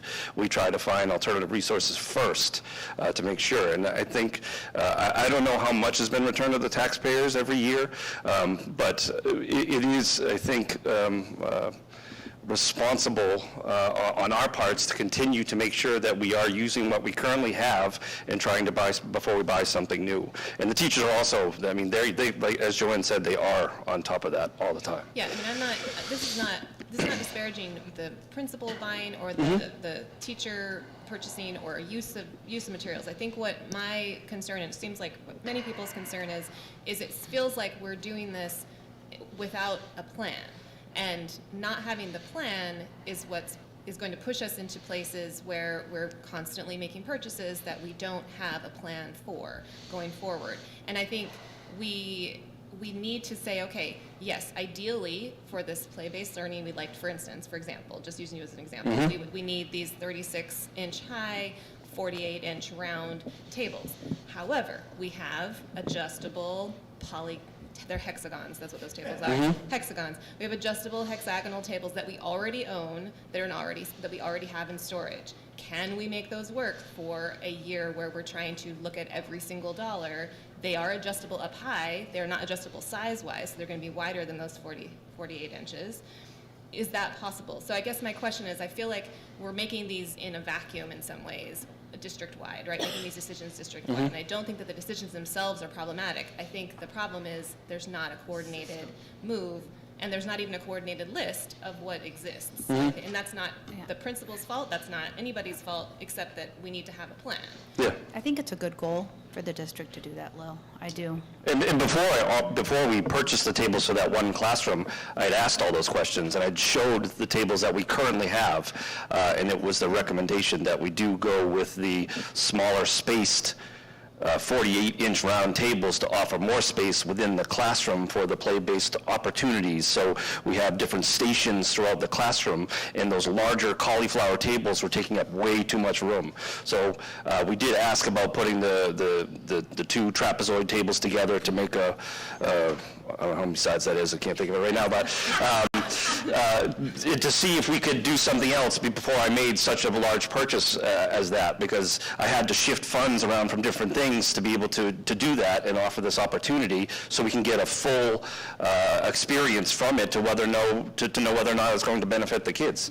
So I did ask those questions before we piloted this program to see, hey, will this work? Because this is what we have. And the answer I received was, we really need to do this to do it with fidelity. Thanks. Yeah. I was going to continue about furniture. I'm going to continue about furniture. The only other furniture request, we have been doing a furniture inventory at Mount Leb. When the teachers put in this last year, we went through all the different classrooms to see who needed new furniture, even with new staff. The only furniture that was purchased was for our new third grade teacher this last year, because she had a brand new classroom. So all of our brand new classrooms are the ones that have completely updated furniture. Otherwise, we've moved and reused and repurposed. The other furniture that I am requesting is furniture for the new classroom that's getting updated. No other, the teachers, it was a really big note on for their budget request. It says, do not request furniture unless you speak to me first. It might have even been in red. So the teachers are very mindful, and we've been trying really hard to keep the furniture new and updated, but not be wasteful of furniture. Wendy? Can we move on to enrichment and fourth grade teacher? Yes. Okay. So my questions are a little bit specific to the enrichment program, as well as just the conversation about classroom size. Yeah. So when I look at the numbers sort of per classroom, it looks like at Mount Leb, the range in the projected sort of student population is 13 to 16 students per classroom throughout your school. If I compare that with Hanover Street School for the same year's projections, I might be missing. It looks like their range is more like the 16 to 19 students per classroom. And then if we think about LMS, because in fifth grade is very much an elementary classroom sort of structure. And so currently they have 6 teachers, and so about 15 kids per classroom. So I know that we have had conversation in the past about like, what is our ideal classroom size? And I know that our policy is way higher than what we like as a community. But I think the question is there, when you're looking at your third grade classroom where there's a population of 13, like students per classroom, like, are we starting to tip into a little too small? I've thought of that too, Wendy, and I really looked at the numbers, but then I look at the opposite. If I start the year with 19 and 20 in a class, I'm definitely starting those too large. So that, and with the diverse needs of our learners, I mean, I'm in the classrooms every day and I see the really, I don't know how else to say it, but very diverse needs, and the teacher trying to meet everyone. When we had those larger class sizes last year in fourth grade, and then more kids moved in, because they do move in. Yeah. Very few kids move out, but a lot more kids move in.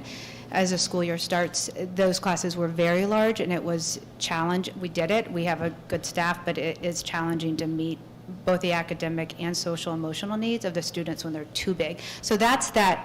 We're in this tricky area. I actually do think if you have a class size that's like 10 to 12, that's a very small class size, very small. One year we had kindergarten and we had 10 in each.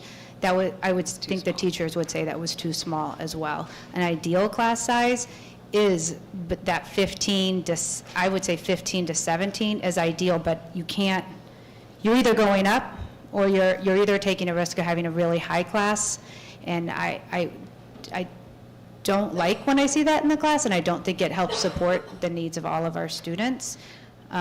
So that's right. So the question becomes again about equity across the district. Yeah. And so, we don't hear Jack asking for an additional fourth grade classroom teacher when he's looking at 19 kids plus in his classroom. So that concerns me. Okay. And then the other question is, can we pull, do we have an extra teacher potentially in that fifth grade? So do we already have a teacher somewhere in the district serving that elementary level that we could slide into versus making a new hire? That's the question. That is not a conversation I've had with Colleen yet about switching someone over, looking at the different class sizes at different grades. So anyway, that's my comment about that. So moving on to the enrichment teacher. So I was reading a little bit about your philosophy around the enrichment teacher and what you like, or what And the purpose. okay. And so the question is if we start sort of, I think it's positive to provide enrichment. My question is, how aligned is your curriculum if you have kids that are sort of moving through at a greater speed? Where does that fit into fifth grade when they land at the middle school? So like they're being well supported in your school. Do we have the capacity to continue to support them at that sort of increased level academically in the middle school when they arrive? Well, is that are you done? I have a few. Okay, yeah. So that's one question. Do you ever feel like your enrichment program will lead to tracking students too early? And how does this align, your enrichment program, how does it align with our district goals and philosophy in general about enrichment? And how many students have access or participate in this program? And what is the general demographic of the student that might be supported by this program? Okay, I'm going to try to remember all of those. It's okay, I can ask them again. Okay. So I think the first part of the question was around kind of our district philosophy and how we're doing it. We are currently working on that, and if the kids' needs will be met when they get to the fifth grade, we're having conversations. This has been happening the last few years since his 2000. I just don't want to misspeak the year. 2018-19, when the position was created, we've had a few different students that have needed the more advanced math, continued advanced math when they get to the middle school, and it has worked, but it is a conversation that we're having as a district to build that philosophy, as Joanne spoke to earlier. When the second question was, repeat please. So, do you feel like this is going to lead to tracking students in elementary school? I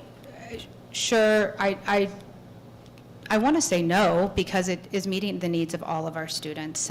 So there's the enrichment so enrichment this year, enrichment this year is everyone's receiving enrichment. It's enrichment for all. And what we really like about it is that it does kind of level the playing field, and that equity and sense of belonging, and kind of like everyone is working together. So we have that, and then we have an intervention block and during the day, and so kids go receive a variety of different services during that block. And the targeted enrichment is for those kids that might just need a little bit more in-depth learning. I don't want to call it tracking. I want to call it meeting kids where all their different needs are. Sometimes they need more expanded opportunities, and I don't want to not provide those for them, because if we can provide them, I think it's beneficial, and they grow and they continue to love learning. But the enrichment for all does do a lot of the same activities. Like we did finished a STEAM Thanksgiving. How did she name it? This guy's quite clever in her wording of things. STEAM giving, and so she was doing STEM projects for all the grades. So it doesn't seem like it right now, but I do monitor that closely. And so when you're talking about the targeted students, how many students are there? There's this year, we don't have the targeted enrichment at all, because she's only a 0.4. Next year, the goal is to have enough space that on a rotating basis, she can work with 5 different kids, depending on in each different grade, depending on the projects that they're working on. And what would you say the demographic is of those students? Generally? I would say the demographic, that's a tough question. That's a... so the question is if we're sort of serving a population of kids in that targeted program that is going to get that enrichment at home because the families naturally provide that, is that what we're choosing to do as a district? So that is why we... Can I ask a question? Wendy, is this going to be relevant to your decision whether or not to support a 0.8 enrichment teacher? Well, I mean... I'm getting kind of lost in the weeds here. I'm sorry. It's me. It's not you. I mean, I think it's speaking to, we seem to be focused on increasing personnel as one of our concerns. Yeah. And so if we continue to support these things, which it's not a judgment about the program, but like where does this lead to, and what population of kids are we serving, and is this what we're choosing to do as a district? Okay. But so the question, I think, is that's the reason we're needing to increase the position. Right now, every single person in our school gets enrichment. For 40 minutes a day, every grade level, every classroom.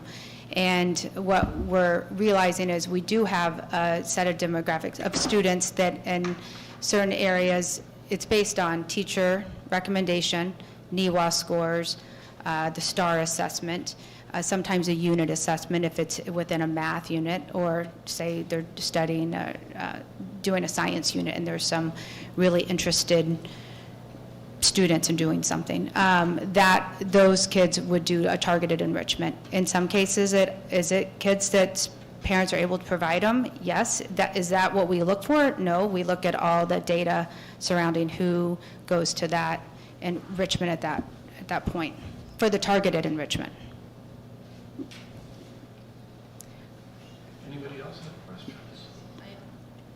Go ahead, MJ. So I guess going back to Wendy's original enrollment question for class sizes, can you talk a little bit about, and then maybe Jack will have to speak a little bit about, when you get into the 3rd or 4th grade, those classrooms, don't you have different models? So it's just a teacher and then they may share a pair, so larger class sizes become more of a detriment because the teacher doesn't have the additional help from the pair? That's absolutely true. Our third and fourth grade classes have a shared regular ed para, and then per policy, K1, 2 have a dedicated classroom para. So the position is not also requesting a para. I'd rather have a smaller teaching staff or a class with a teacher than a larger class with just another para in the classroom with them.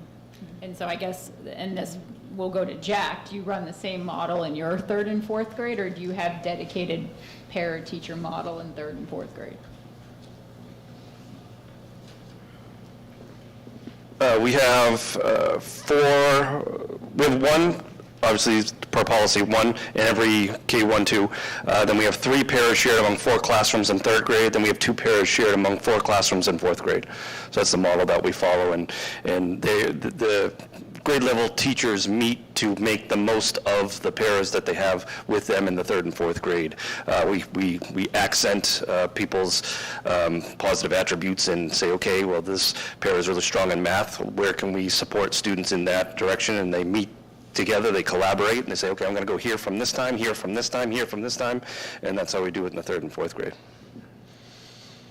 We do have, that's regular ed paras. There are some classes that have an extra support due to special education needs.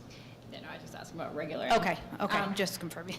And then going back to my favorite subject of Chromebooks and technology, Yes. can you just refresh everyone's memory? So is it K and 1 that use the iPads at your school, or is it pre-K through 1 that use the iPads? It's pre-K we do not have a one-to-one device for pre-K students. We do have some students that have communication programs on there to help them with their communication, and we do have some for games, but it's more like 4 or 5. And then kindergarten through first grade, they do have a one-to-one model for the iPads, and then second, third, and fourth have Chromebooks. Second grade has touchscreen Chromebooks, and this next year, all third grade teachers will have all third grade classes will have the touchscreen Chromebooks.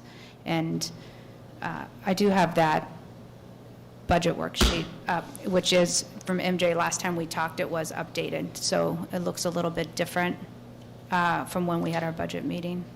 Right, so I guess, can we walk through that? Yeah. It looks like you have budgeted, I believe, through, that we can figure out the math here on these other ones. It looks like it's 40 Chromebooks, touchscreen, and 40 iPads. Now, you could argue that you need 15 net new Chromebooks because your class size is jumping up from that one of those low years, but then is the 40 iPads just part of that? That looks like you have 84 iPads probably total now. So that was updated, and Peter, that's updated from when we met. You want to come, Peter? There should be updated Yeah. inventory list. So the updated inventory list that I have that we're purchasing, that I'm looking at right now for my Mount Leb, would be we're actually buying 25 new Chromebooks to complete the third grade updated touchscreens. The fourth grades were not due for new ones. So So the one that Peter just handed out said 40 that was the old Chromebooks, and that was the one he just handed out, dated 11/9. Those are just estimated numbers. Once we get into the current year, we kind of figure it out a little more. And because she increased another class, we added additional Chromebooks. But once we did the inventory, we saw we had enough already. Yep. We did an inventory, and we realized we only needed 25 on my So I guess then this sheet needs to be updated, because it looks like, I guess this is where I get confused again, and I'm sorry, it's me, but it looks like Jack had 60 and 60, which was on this sheet that you just handed out and seemed to mesh with his budget, but now this sheet that I thought was supposed to supplement has still the 40 and 40 for MLS. Well, so. what we're trying to do is get average class sizes on those sheets. And that's what I'm trying to do. But then we adjust as the year progresses, and we figure out exactly what we need. Eventually, it'll even out, so probably we will need those numbers. But those are just estimates. Okay, so I guess I mistakenly thought that this sheet was what was actually put in the budget and was the more visual, detailed, comprehensive overview of the district, but what you're telling me is it's not? It's not. So, yeah, because MJ, we did go back and do an inventory based on our conversation, and we are originally, I think it had been 45 Chromebooks, and we went back and looked, and we only needed 25. The fourth grade students have enough Chromebooks and to fill their 3 carts. So then my question is, if we have less, Pete, have you talked with Tim, so it's deducted from the budget? We don't want an overinflated budget. If Pete is saying, this is what we need, this is why we met at SALT, to like finalize, we went around with each It school. was deducted in the budget. Okay, I just want to make sure the budget reflects what Katie's saying, because the sheet doesn't, and I can understand why that would be confusing, because the board is, you know, counting hundreds of dollars and wants to make sure that they're, have accurate information. So I guess I looked at Tim, what line item number in our packet can we expect to verify this on? I mean, the number in the budget is $27,750. That's tech equipment for Mount Lebanon That's School. exactly what I have, 27,750. And how many Chromebooks is listed under that? 25 Chromebook, touchscreen Chromebooks. The notes say 50 Chromebooks, but I guess I didn't change the notes. That was not, yeah. That wasn't. So is it right on this sheet here? Is that, Yes. If that says 27,500, or it's 27,750. What line item do I need to be looking at on this sheet so you and I can look at it together? Just help me orient where I should be looking at the sheet. the sheet that was printed on 11/8/2022, you have 11/8/2022 on page 3, about, I don't know, 7, 8 lines down from the top. 10 lines. Improving technology, not lab, 27,750. Yep.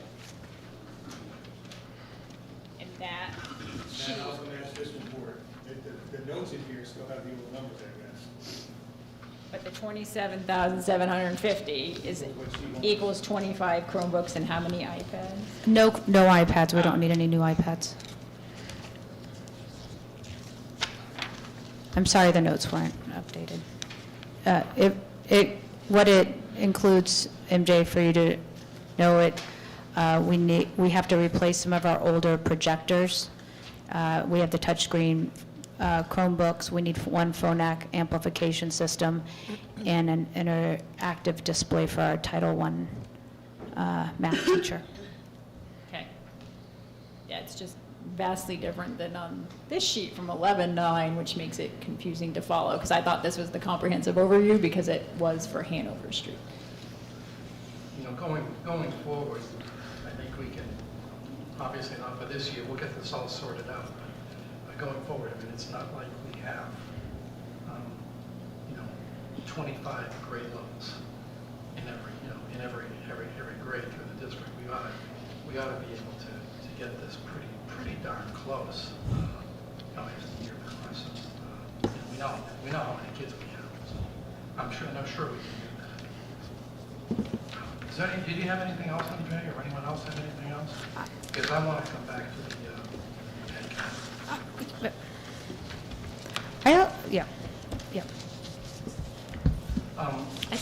Yeah. Sorry, I think if we think of this as the plan and then just get some other sort of sheet that identifies the thing per building, what's actually in there, that's, because that's what, I think this is no different than the FIP. I'm struggling, Katie, with the new hire, as was brought up before. I know. I know. I knew this would come up this year because you asked this last year. You said, next year you're going to come and ask for a fourth grade, and I said, I know. My concern is we hire a new teacher for the salary and benefits, say $110,000, something that whatever it works out to be. And that person is on our staff forever. I mean, I can't remember ever having done a RIF, except sometimes by attrition, someone retires and we don't replace them. That's what we did, yeah. I'm looking back, and I'm looking at the other grade levels though, and I guess I'm not sure that it's not a risk that I wouldn't be willing to take, to have for 1 year, a couple large classes. And I don't know what your thoughts are about that. I don't think that's, I think if you don't add another classroom now, I'm going to come back and ask for it next year, because I think it's a risk you should, I do think it's a risk you should take, because it's better to have smaller class sizes than like last year when a teacher hadn't been budgeted from the year before. We ended up with 24 kids and 2 in each 4th grade classroom, and that's really tricky. And if you wait to hire someone at the end of the year, because you all of a sudden see your classes increase, or in the summer, that's a really late hire. I mean, honestly, if we come to this next, I don't see our numbers going lower. I think we had that one cohort in which I wrote about, and then it's just consistently stayed consistent. Yeah, it was very small. Yeah. But you're looking back, next year you could be as low as 39, right? That would be the lowest, yeah. So you would have 20 in one and 19 in the other, starting the year with. With a pretty diverse group of learners. I was thinking about this morning when I was thinking about getting up, and then when I was getting my coffee, because it was cold, and I was thinking about how I would best explain our demographic to everyone. And I, again, invite you all to come into Mount Leb and spend a day in our classrooms and watch how hard our teachers work, and to support all the different needs. And being part of the school community for the last 8 years, and really honestly trying to be part of the Lebanon community as much as possible, and the different groups I work with. I met with the Lebanon Housing Authority last week. I've gone to cello concerts. So you see our diverse learners and our diverse families in our community, and putting in the beauty of our school is it's beautiful when all the kids come in, they're all in one classroom, but the teachers do have to meet the needs of every different student. And we have parents that do pull out their reading folder and read with them every single night and do that homework. And we have other parents that aren't able to for multiple reasons, and then they all come in the next day, and we're trying to meet all their needs. So I think it's important for us to take the risk on having smaller class sizes and continuing to support our diverse learners, and so we meet all of their needs, not just academically. It's really the social emotional needs too that we really play a large focus on, as well as academics. It's the whole child. Do you have enough space for another classroom? So what was the computer lab at one time, which is a room getting renovated, it would be getting renovated anyways, would be where we would put the 4th grade classroom. I can't 100% guarantee you, unless some new housing development gets put up over the summer, but we won't have more space for another classroom after next year, and I think we would have balanced classes, and I wouldn't anticipate asking for another classroom teacher. We'd have 3 per grade, and that's what we would have. That's it. That's all we have space for. So yeah, we do have a room, and it is getting renovated as part of the renovation, not our renovation project, but of Steve's renovations. There are a number of housing projects slated to come on board. And that's when, that's when I look at our class sizes. I think we would definitely have room to grow in them. I would, if we do start exceeding classes of 20, I will probably be asking for, honestly, an addition on Mount Leb somewhere. But I think we have a little bit of room for that in a few years, looking at our projected enrollment.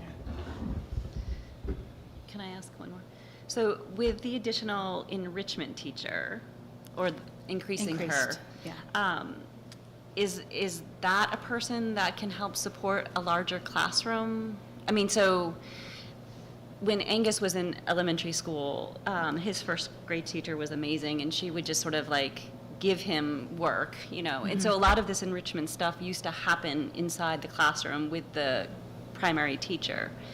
So if we've got an additional enrichment person sort of floating around for 1 year, could that person sort of support a larger classroom in a way that...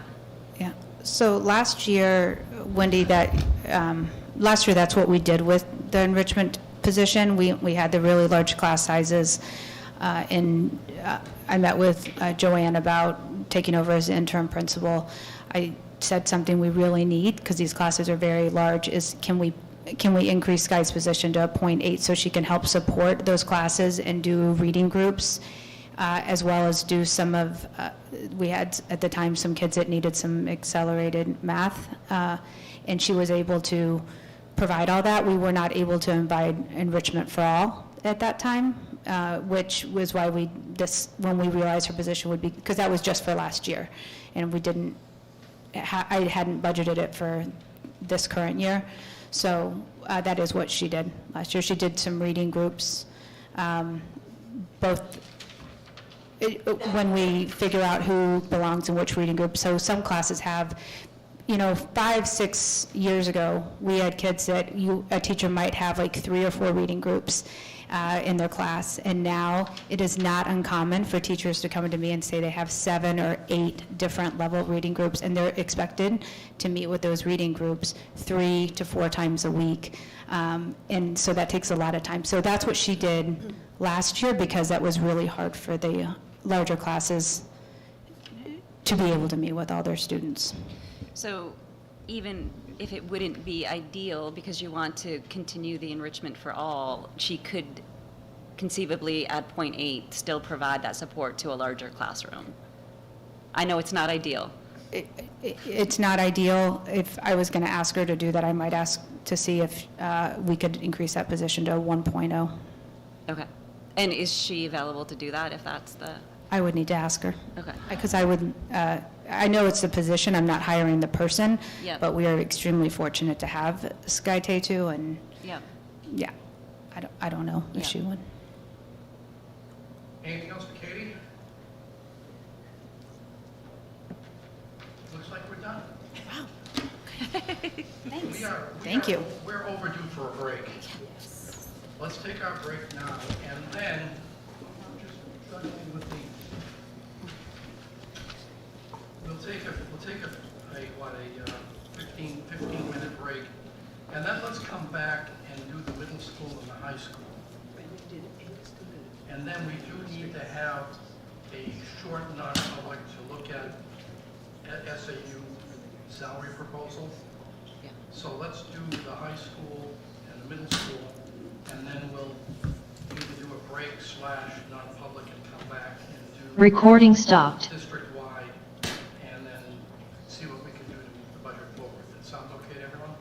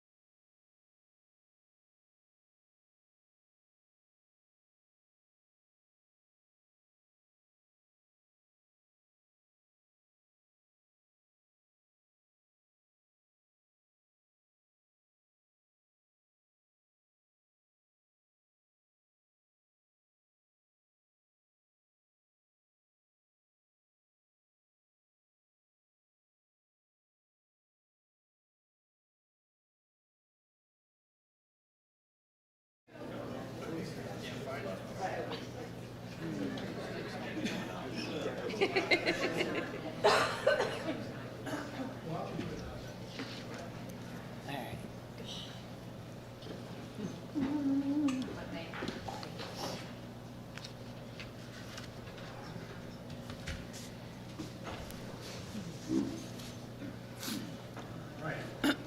Lil has to excuse herself. She's going to be joining us via Zoom. And I think it's taking a while, but I think we're making good progress. Thanks to everyone. Moving on to Lebanon. Recording in progress.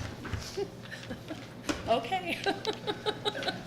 Colleen, would you like to walk us through your proposal? All right, can everybody hear me okay? Not so much. All right. Hold on a second.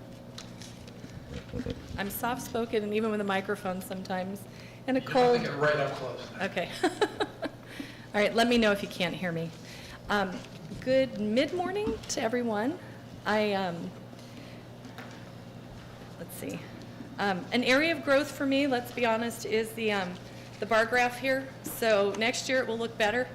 But if you have the current and projected enrollments, those are the correct numbers. Okay, so the bar graph is not the best representation of what we have. So I apologize for that, because that I'll get better.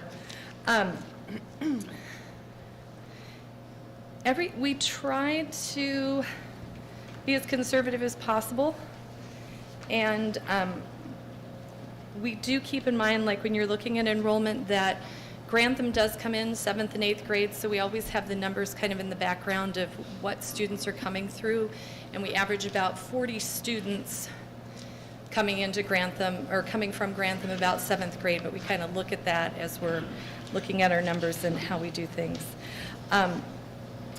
We are not requesting any new staffing this year, and the different things that we've looked at for, and I'm like for regular education in our budget, there are just a few things that we're asking for increases. When you look at like our textbook line, what my staff did was, and I have, like I can pull up the specifics, but the science, for example, textbooks are 22 years outdated, so it's time to update. And a lot of textbooks now are, you purchase them like through digital subscription. They don't necessarily send out paper anymore, or the hard copies. And so the teachers were looking at classroom sets as opposed to, like buying one for everybody, but making sure that everybody has access. So you will see an increase in that. For the wood shop, and I think everyone knows, given that we have construction projects going on, that construction costs are up. So for wood shop, he waited to buy lumber hoping that the price would go down, but it has not. And so you'll see a little bit of money there, right? But not a large one. And then trying to think. Where else? When you look at like software and consumables and things like that, there were slight increases. We're talking like $648 here, $929 there. And then I know that we've talked about furniture, and my teachers have requested, their furniture requests are for, they had area rugs that were ruined. There was some water damage, I think, a couple years back, so they're trying to replace those. And the other thing, too, is the flexible seating. Teachers have requested a standing desk in their rooms for students so they can move about. And the other thing is, many of them have, and you probably see them, the wiggle stools, and some of those are broken, and so they're replacing those. So those are mostly what my furniture requests are, the rugs and the flexible seating. And then I think special education, we're doing some updates there with some of the testing and the software, so you'll see slight increases, and I do have the numbers there. Athletics and co-curriculars, looking at, instead of having an ambulance, having an athletic trainer, so trying to defray that cost a little bit. And after-school tutoring, we're no increases there. Guidance, about $210 and $150 just for different programs like SEL, things like that, group work. And then nursing supplies, just $250, just an increase there. Library, again, software, a little bit of an increase of $295. And then for our Chromebook, we bought some charging stations that are easier for students to use, and they don't take up as much room in the classroom as the carts. We bought half of them this year, and we'd like to purchase the other half next year. And then I think everything else is either leveled or slightly decreased. And that was the SparkNotes version.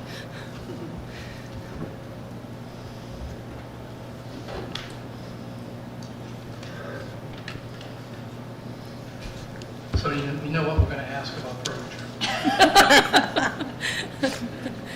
Yes. What kind of shopping have you done? The stools that I have currently stored are not wiggle stools. And I can ask the other schools and see if they have them. I have not asked around for wiggle stools, but I can do that. I can look. Let me pull up the justifications from my group. Can I just ask what a wiggle stool? A wiggle stool? Is that what it is? You heard it. What is? Am I hearing you say a wiggle stool? A wiggle stool. Yep. And So it's a. Do you want me to get one and demonstrate? no, or? it's just, is that just where the top rotates? Okay, so you sit on it and you can wiggle around. Okay. Okay, but I have one in the front office. Maybe when we take our next break. Okay, all right, I'll bring some in and you guys We can. all try it out. Yeah. Okay. And then, let me see where the.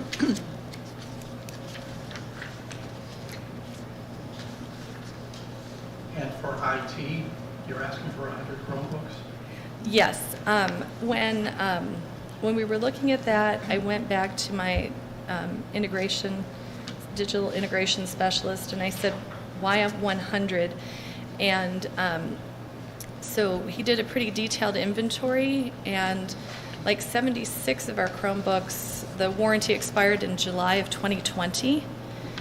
And then we have 74, and the warranty expired in 2021. So some of those, like, they won't be able to be upgraded, right? So we're going to have to look at recycling those, and we have 91 students coming into the district, and so we requested 100 to offset the 140 that are out of warranty.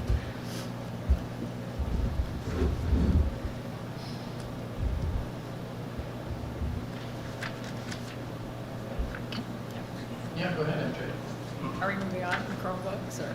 Sure. Okay, is it free for all, anything now?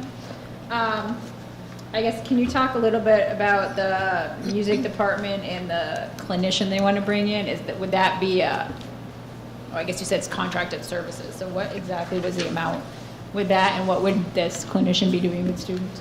Okay, the clinician would be $800, and what they want this clinician to come in and work with the music students to elevate their playing to the next level. So clinicians bring a different perspective culturally, musically, and philosophically.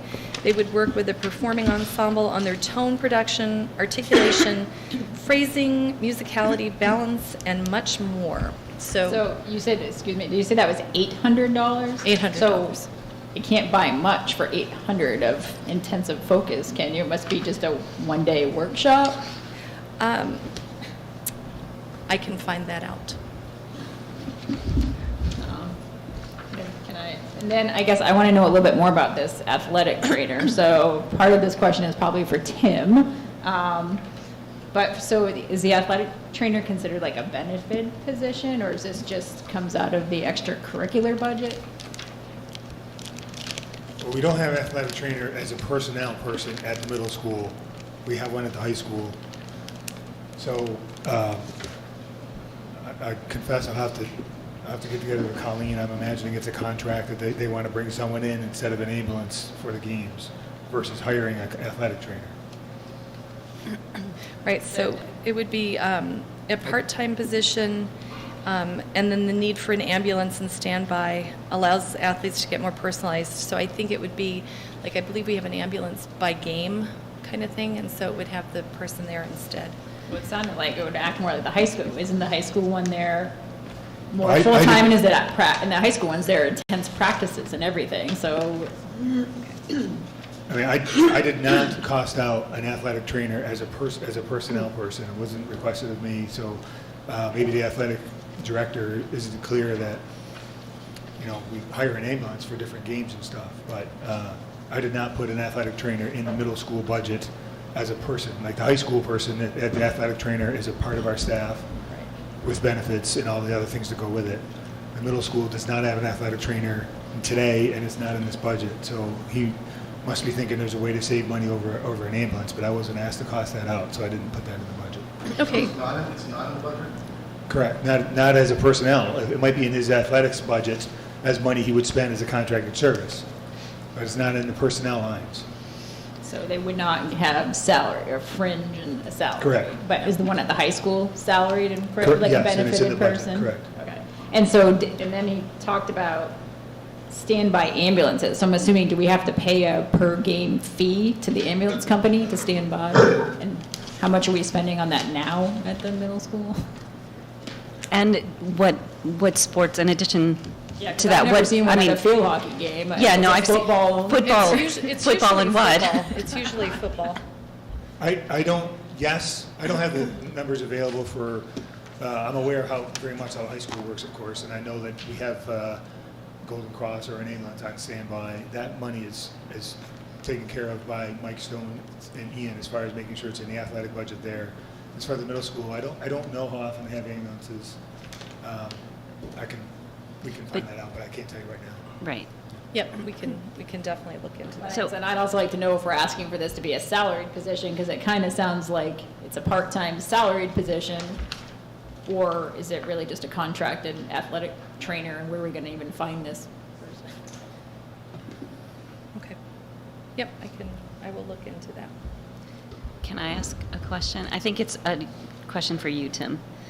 When I compare LMS sheets that you gave us this morning, if we're looking by object, it looks like wages have increased significantly from one printing to the next, and it also seems to show up in the special education line if you look at it by function.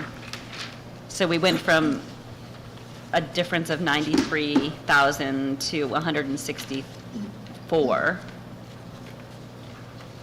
Do you know why?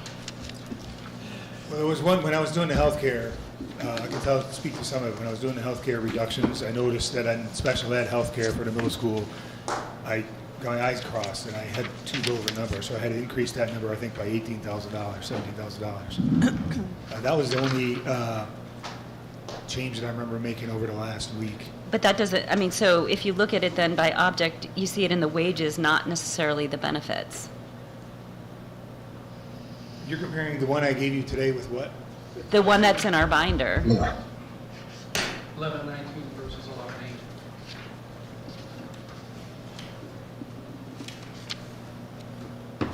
Mine says 11:18.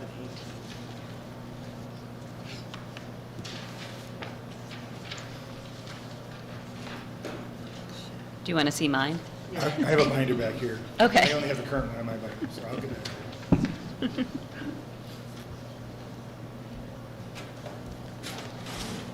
Yeah, that's worth sorting out if there's a significant difference. Yeah. Both positively and negatively.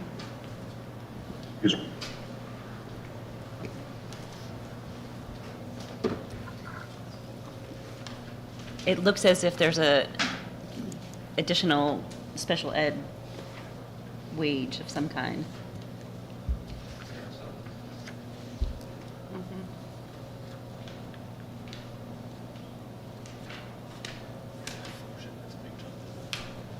Special ed.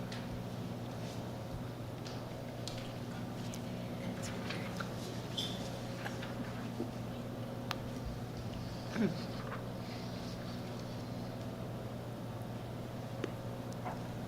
up like $2,000.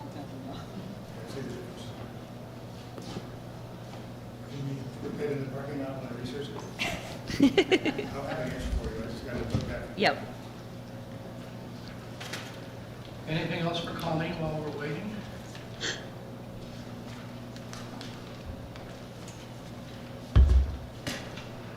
Yeah, those are going to be the big things.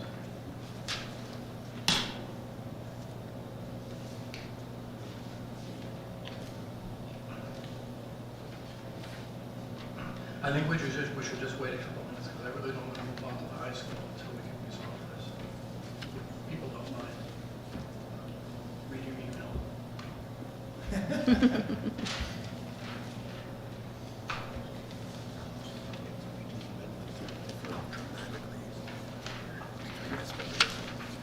So it's special education by function, which is here.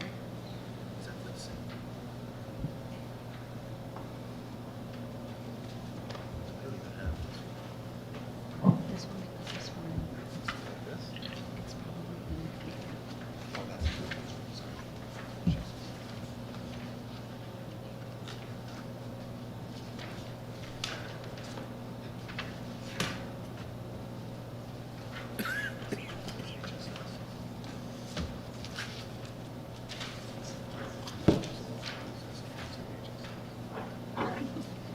Did you grab the whole packet?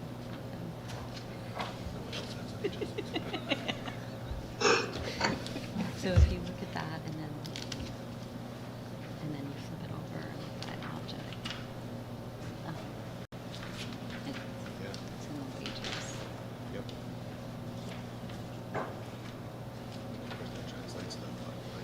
Right, right.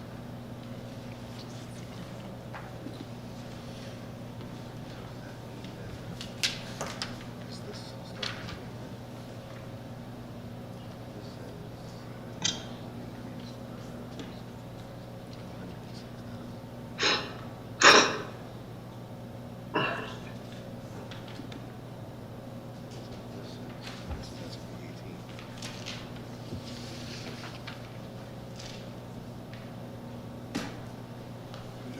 Haven't noticed the difference yet.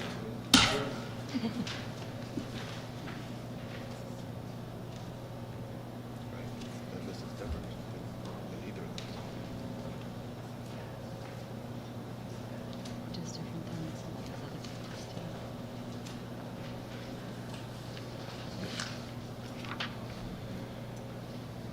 Because here's the wages.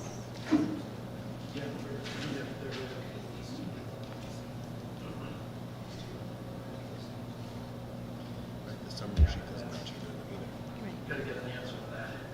And then I think the summary sheet also doesn't seem to match the breakouts. That means the total budget looks the same. Here. No, it doesn't. Yeah. But it doesn't.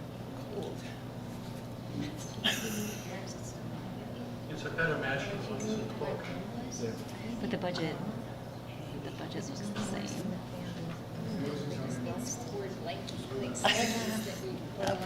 These numbers look okay. Are suspect. Cherry. I think Right, those are but fans. how can these numbers, when these numbers Yeah. change, how could these numbers be okay and then the difference between them? What are they looking for? It's just a mathematical formula. At least it should be. I know. What are we waiting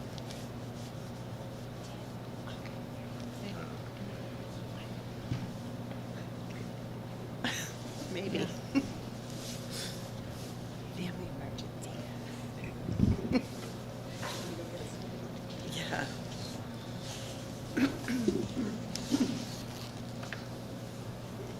Huh. Ugh.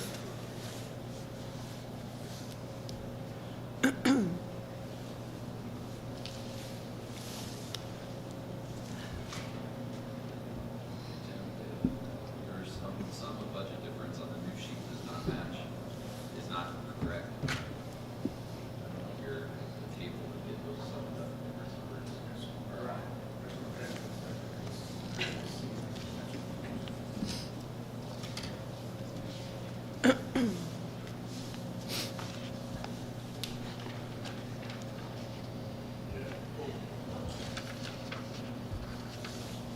I didn't look at the other schools this way, so I don't know.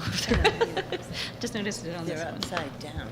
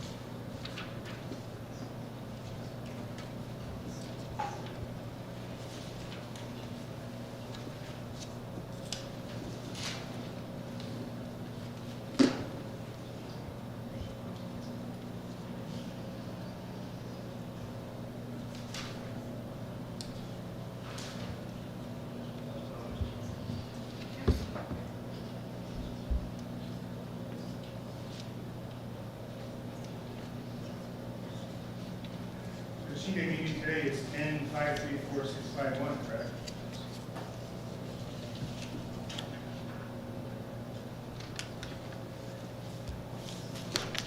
Yes. Yes.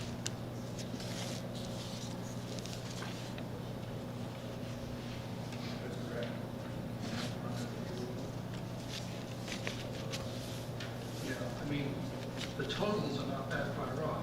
10,521 versus 10,534, but then you have the right hand column. Yeah. It is disintegrates. I will, the numbers are right. I'll print these out in the next few minutes. We're going to do the math out of the far right column. Didn't double check. Well, let's get that resolved. I mean, there's no new hires being requested. I will do that in just a minute. Okay. I don't know if I'm going to break it when I'm going to. No, I think we can go on. Hearing no objection, let's move on to the high school, unless people have another question. I just have one more question. Yeah, sure, go ahead. Which is probably more overall also district-wide, but I noticed in particular at the middle school, the line for special or out of, I think it was out of district or special ed tuition went up by a lot, which I know we can't necessarily control those costs, but I think one line it was up by, I think it was like 182,000. And so I just wondered, is that the result of more kids needing private special ed tuition, or are we getting basically a huge tuition increase from the schools that we use to send the kids to? I can't speak to whether the tuition's going up a huge amount or if there's more kids. That's a good question. I know that. Those big changes are usually due to, one or two kids. It is, yeah. It's certainly a tuition line that's going up a lot. Moving up from a lower grade or. Right, and I mean, I can see that like the high school tapered off because their kids must have graduated. However, I thought in one of the overviews in the budget book, it didn't look like there was a lot of net new special ed kids coming into the district. So I'm just wondering if we're getting charged a lot more, as with everything else, for them. Was there anything else? Okay, Colleen, I guess we're done. Okay. We may call you back if Tim comes up with something Okay. noteworthy, but I think it's just a matter of him getting that, those cells straightened out. Thanks so much. All right, thank you. Okay, let's move on then to the high school. Morning, all. Can you hear me? Yes. We can. Okay. So I certainly don't want to go backwards, but I do want to ask Tim about his understanding of our cafeteria tables. I tried to raise my hand earlier about anticipated needs for cafeteria tables at the high school. Did I misunderstand that? So my understanding is in talking facilities, is that cafeteria tables at the high school, the springs are wearing out on a lot of them. So we're trying to replace the worst of them, a few of them this year, and then have a plan to replace them over time over the next few years, because some of them won't stay up or won't stay down, or I'm not sure which, but the springs aren't spring activating the way they're supposed to be, and then we can't get parts. Is that right, Stephen, with the tables? Sorry. Cafeteria tables at the high school. That's correct. Okay. Okay, I didn't know that, because on the surface, they look more than functional and brand new, so that's too bad, but anyway. I think you should be able to put them up with one person and take them, with 3 people to take them? Oh. Yeah, they're I just know paying they're struggling to put it up and to down. do that, I know. Okay, I'm going to give a quick introduction. Many of you have heard some of this information before, and of course, it's provided in the narrative for the public good. More students, a higher percentage anyway, chose college last year than we've had in the last several years. We continue to be pleased with the choices that our kids have when they graduate from the high school. Our council is active. We had a great homecoming dance, which I know was reported to you. The kids were, it was, and I don't say this lightly, it was actually a pleasure to be there and to witness them having fun, and they all helped clean up, and it couldn't have gone better. So I guess we'll have another one. The bonfire came together this year nicely. The torches remained lit, and I think kids genuinely enjoyed the process. It's a great community event, so the continued support of that effort is a good thing. SAT performance is not a primary focus of ours, but our kids do well, so we feel kind of obligated to report out that they do so well on this test. In the spring of 21, so the SAT scores of students who graduated last year put us 10th in the state out of approximately 78 high schools reporting in. This year's graduating class, who took this test in the spring of 22, did even better, and we project that they'll be in the 5 to 8 range, between 5 and 8 in the state. And again, we don't take a whole lot of credit for that. We think it's really a community effort of the K-12 process, Grantham and Plainfield schools, of course, elementary and the Lebanon Middle School, and of course, families at home. But our kids do well, and it's something worth recognizing. The section of the budget prepared by us is up $26,000 over last year. The bulk of that increase, as reported to you in the white paper, kind of this summary paper on technology, the $23,700 is due to the district-wide Chromebook and laptop replacement cycle that's been intact. So, again, the bulk of that cost is 150 new laptops for next year's 9th graders. My understanding is that the Chromebooks typically have a 3-year life cycle. We squeeze 4 out of them and then look to recycle. Our overall budget is up 3.5% over last year, or $462,000.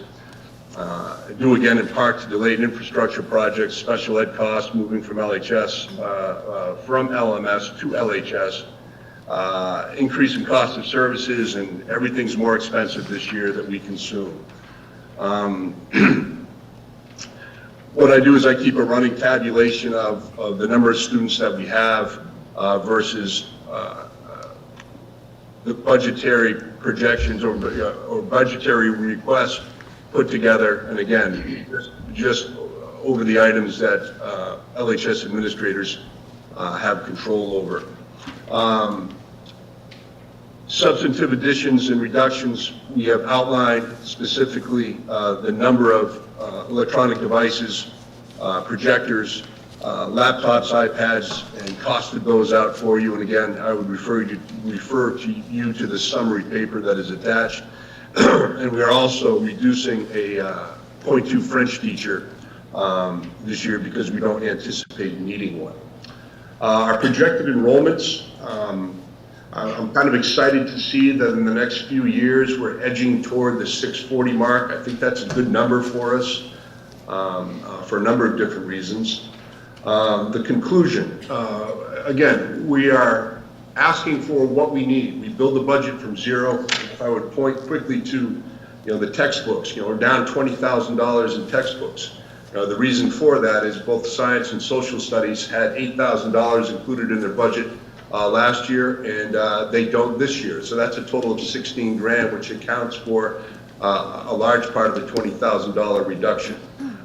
Supplies is down, equipment is up. We have transferred some, for instance, $8,900 in PE that we used to be in supplies was moved out of there because we thought it fit better in equipment. That's a significant increase. We're also asking for $4,000 in electric balances for science, and so that's part of the kind of significant 32% increase in equipment. Furniture is a funny thing. We cut that every year. So what you see as a $13,000 request obviously is considerably lower than when we were scrambling to purchase furniture that would accommodate a COVID-like setting in the classroom.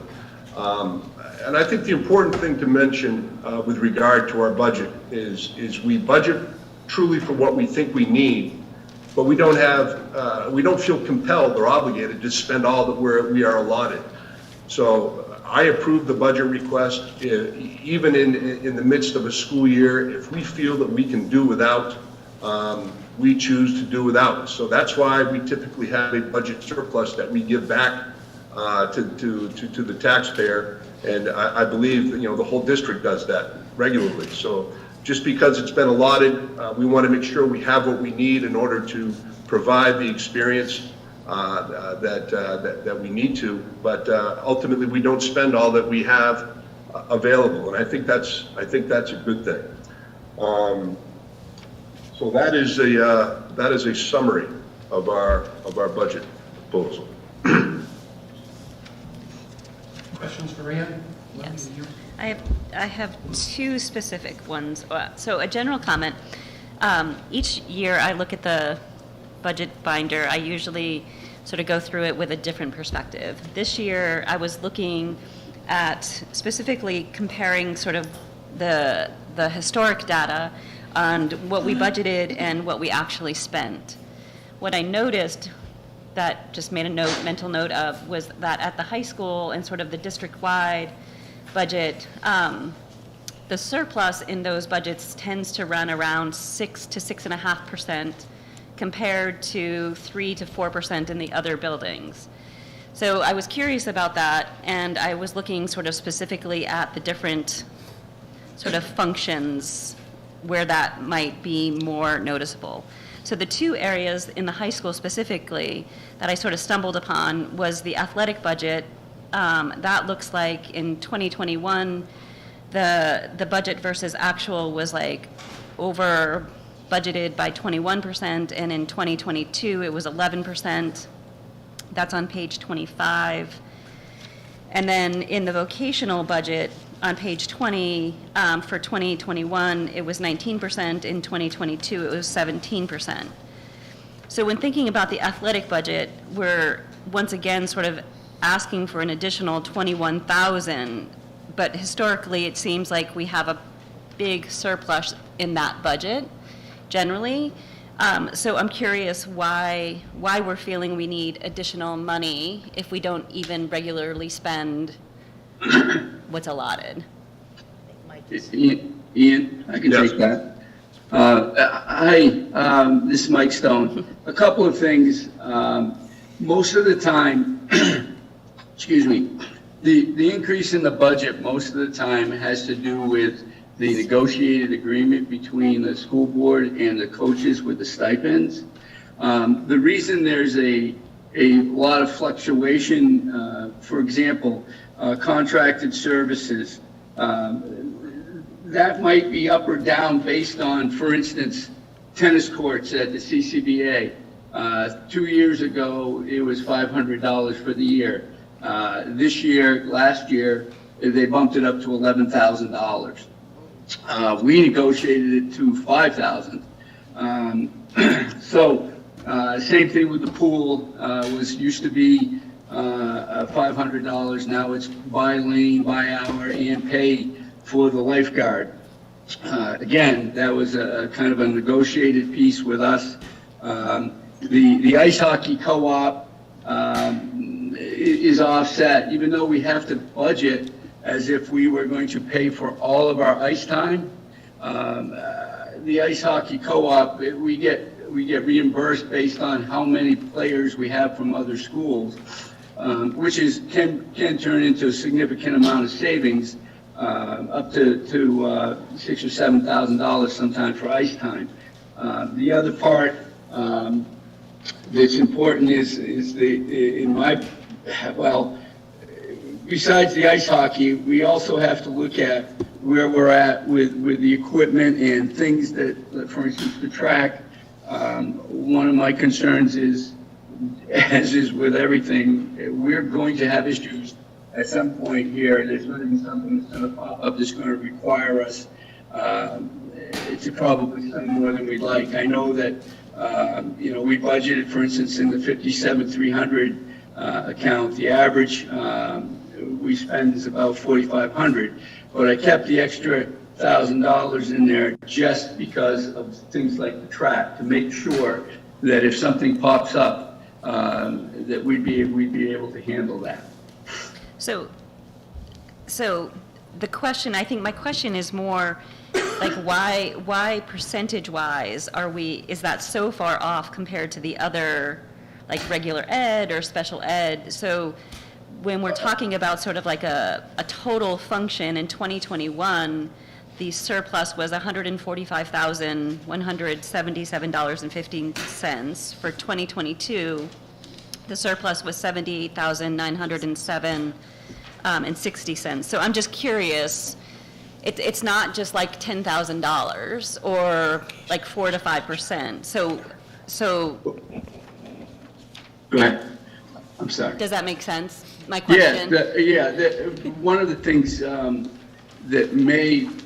COVID might have something to do with this, in that we may not have had certain programs. We have to budget for as if we had programs at all the levels that we currently have. For instance, like a soccer program, we may not have a reserve soccer team or a reserve basketball team, even though we have to budget for those things. And when you talk about, it's the equipment, it's also, we need to talk about the officials and all the whole thing for that particular team. It adds up if we have 3 or 4 teams that just aren't there. And I know that's when I go to set this up, I go through and say, okay, what are the programs that we have? How many officials do we need? How many games do we have? So on and so forth. What's the equipment need? And we go through it as if we're budgeting for everything, for all the programs, regardless of getting any help in terms of reimbursements. And so, yes, I understand what you're saying, but it does turn out to be, in this case, for instance, the tennis court piece, that was a difference of $6,000 just in the tennis court use last year. Ice hockey, I believe it was $6,000 or $7,000 there. I know what you're saying, though. There's more there, but when you look at the cost of officiating, 9 basketball games and all that, the people that have to take care of games in terms of clocks and that kind of thing, all that can add up. I know that I would rather have budgeted for programs as if they were going to be there for the entire time, and I knew that they were going to, we were going to have it if we need it. Obviously, we want to have as many kids playing and participating as possible. And if it doesn't happen, then obviously we return, as Ian said, we return the money to you folks. Thank you. So the other line, Tim, the vocational line, so on page 20, again, it looks sort of like when we're looking at historical data, those budgets are running like 19% surplus from what we budget to what we actually spend. What is it about that particular line item that makes it hard to predict? I mean, it seems like there would be, if we were in the 3 to 5% range surplus-wise, that probably is a reasonable amount, but it's interesting to look at the detail sometimes and compare to see where some of the bigger gaps are. I mean, I guess the danger is, so we budget, I can't remember how many kids went into that, but we budget for a maximum, so basically a maximum amount of kids to choose to go to tech. And if they don't, then we don't spend the money, it returns to the taxpayers. But if you, again, if you under budget or a lot, usually we don't get there.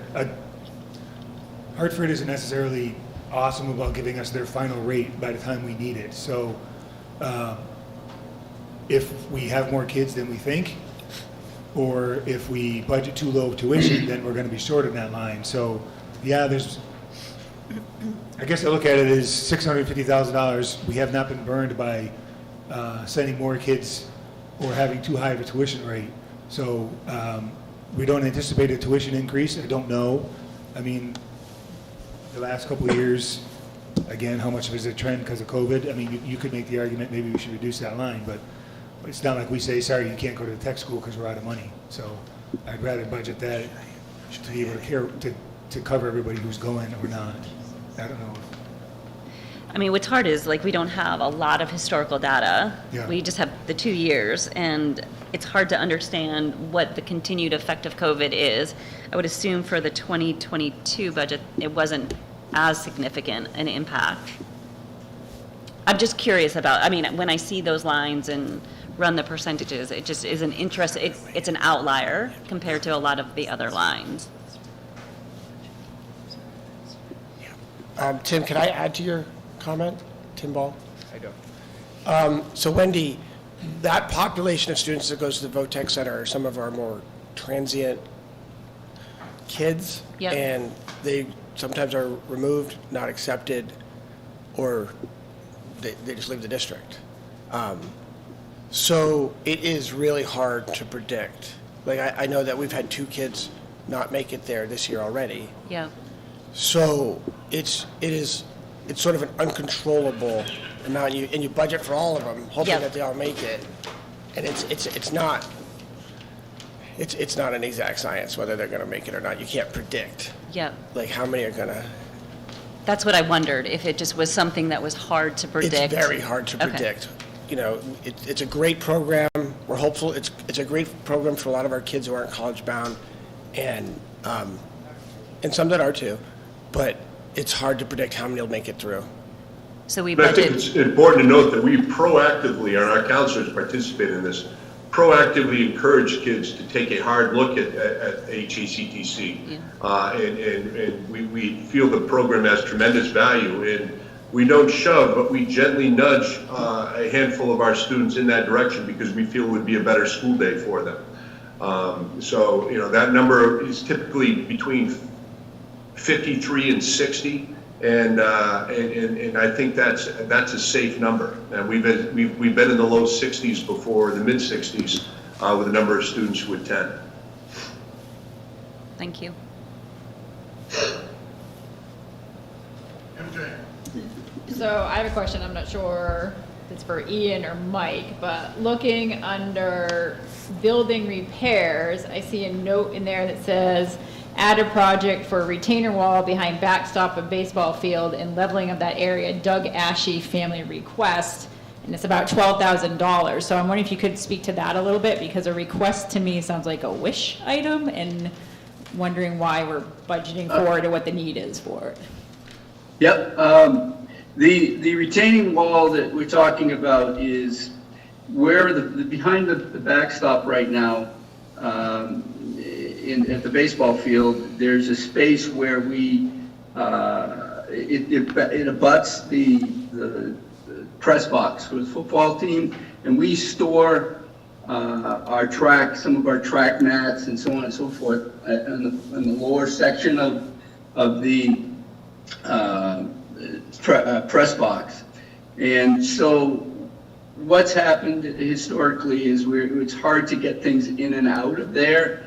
And what we were looking at doing, and this is Dana and I visiting, about trying to have a wall put up where we could actually use the space, to access the space where the track mats are, to get them in and out, and also be able to provide the back part of the baseball field to clean that up and dress it up so that it's level, it's usable. Right now, it is, if you've been there, you drive in and you could literally park your car right behind the backstop. It's not a nice space.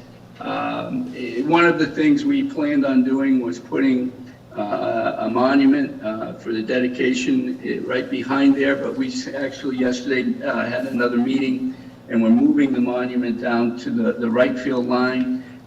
So in terms of that space needing to be done, the only thing I would say is my experience this fall going over there, when it is raining, it is there's divots pretty much, there's 2 or 3 inches deep or deeper, where the rain comes off of the pavement and is heading down towards the drain, and that piece right there, it looks like it's going to be washed away. So that would be a fix for that problem. So that's what that's there for. And what we're looking for is some demarcation lines that distinguish the park from the parking area, and that's been on a short list of ours to aesthetically improve that park, that facility for a number of years, and we think we can do it for a relatively low cost.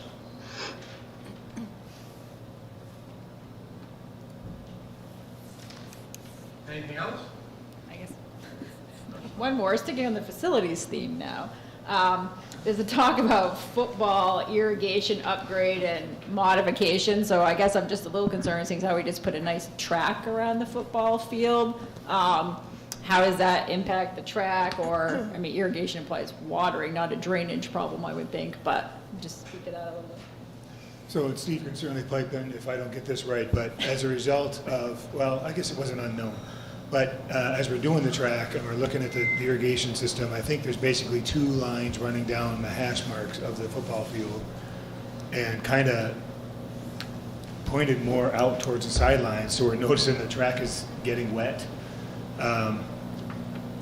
The modification would be run a line down the center of the football field and re-aim those heads, so it's just a better system for the football field instead of sort of, there's kind of a big swath of the area of the football field in the middle that doesn't really get much water, and a lot of the other ones are sort of not pointed directly right. So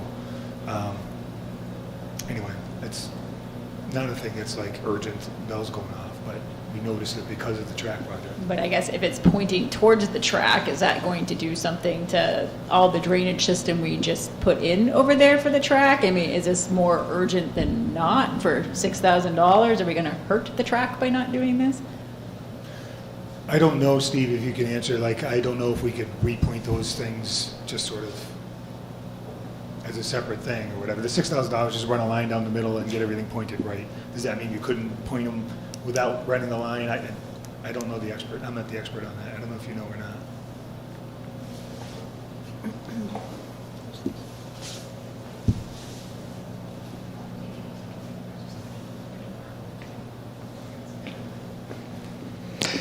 The idea of adding the center line would be we'd bring more water into the center of the field. Currently, we're watering from the 2 sidelines into it, and the center of the field really doesn't get adequate water. Could we add adjustable heads to the sidelines? Absolutely. No question about it. They're currently 360-degree rotation heads.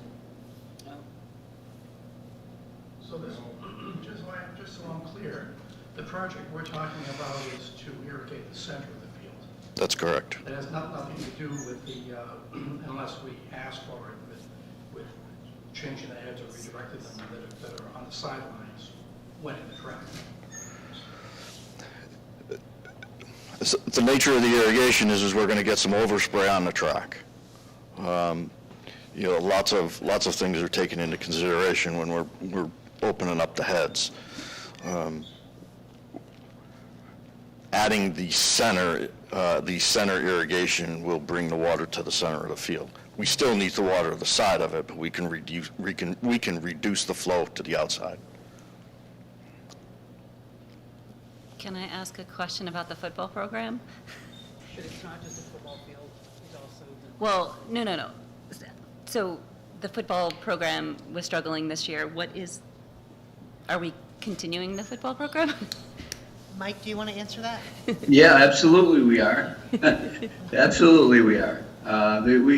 We are looking at, obviously, options, different ways of making sure we do this safely and keep the program heading get it heading in the right direction again. So yes, we certainly, there's no plans not to have football. Lil, I saw your mic come on. Did you want to ask a question? I do have a question, but it's not about the football field, so Wendy, do you have another question about that? I just have one last sort of comment. I know I've asked this before. In our binders, we sort of get technology, facilities. Why do we never see the athletic budget as a separate sort of item? I would say that the athletic budget at high school has their own functional areas under 1400. So if you look at the high school binder, you start at 1400 and go to 1430. That's all athletics. And there's notes and stuff as usual. And then there's similar at the middle school, which is much less. I don't have it on tab, but it's part of the high school budget. And it's broken. It's not part of the regular ed. It's broken down in the 1400s. So that's athletics and activity, like co-curriculars. 1400 is only for that. Correct. In both middle school and Correct. high school. Well, 1430 is summer school, so 141400 is athletics and co-curricular only. But you'll see 1430 at middle school, for example, and that's summer school. I think it is. 1400 only is just athletics and co-curricular. At the high school. Well, in each building, there is none at the two elementary schools.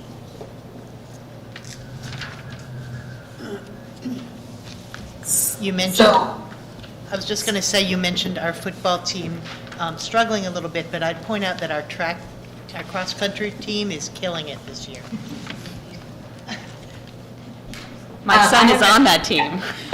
And Bill McPhee, who's a teacher at Mount Leb, was named the JV Coach of the Year. For soccer. You might all know this because you read the weekly. Let's bring this back to budget, shall we? So I have a question, a budget question. Good.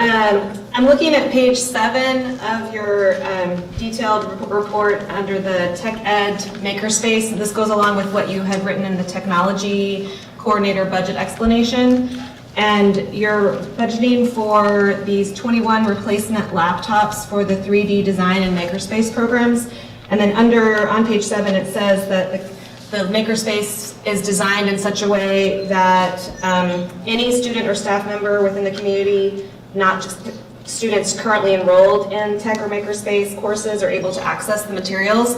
So would that mean then that these 21 replacement laptops would be accessible for, like other technology, would be accessible for all students and not just those enrolled in those classes? Yes, that would be correct.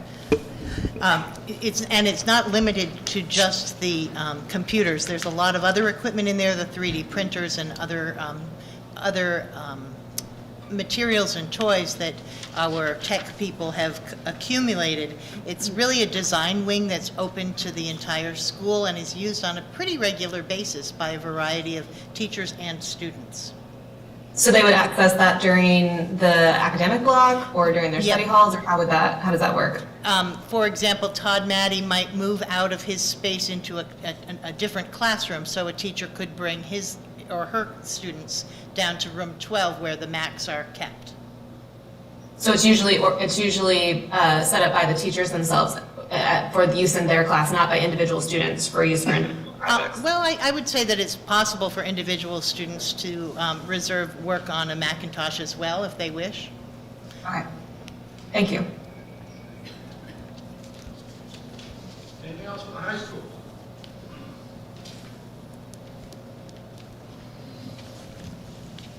Yes, we're done. Thank you. Okay. like to say that I have new printouts for middle school, high school, and district-wide. If you care what the issue was, these printouts are pivot tables, just pulling data, and so I updated the new spending amount, so the spending amount is right, but the column next to it, which says the math, was just a dumb data, and I neglected to update that. So the problem isn't the dollar amount to be spent, it's the difference between last year and this year, and I have updated one, so I'll spread it around in a minute. Before we move on to district-wide, we have need of I think a fairly brief non-public. So let's plan on a non-public for us and 15-minute break or so for everyone else. Let's see. I guess this is.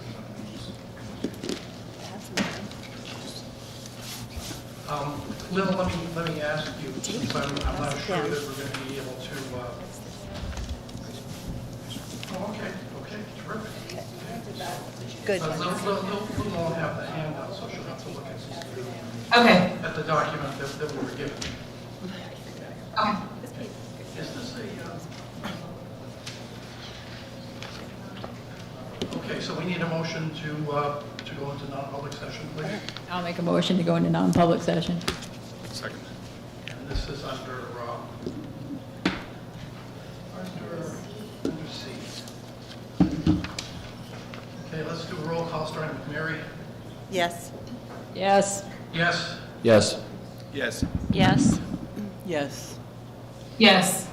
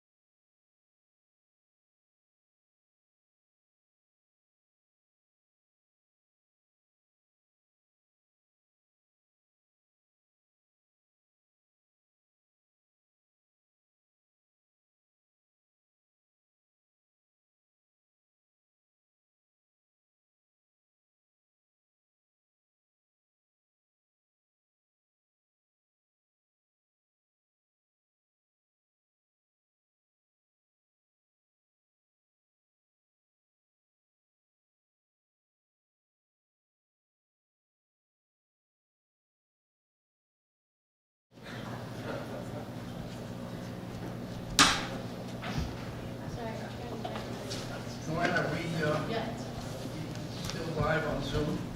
We will be in 1 second. Joanne, I received a message from Lil to just remind you to add her back as a panelist, please.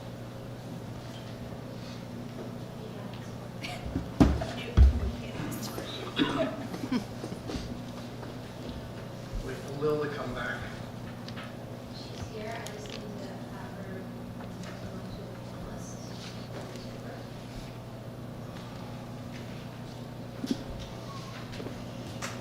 I'm back. All right, very good.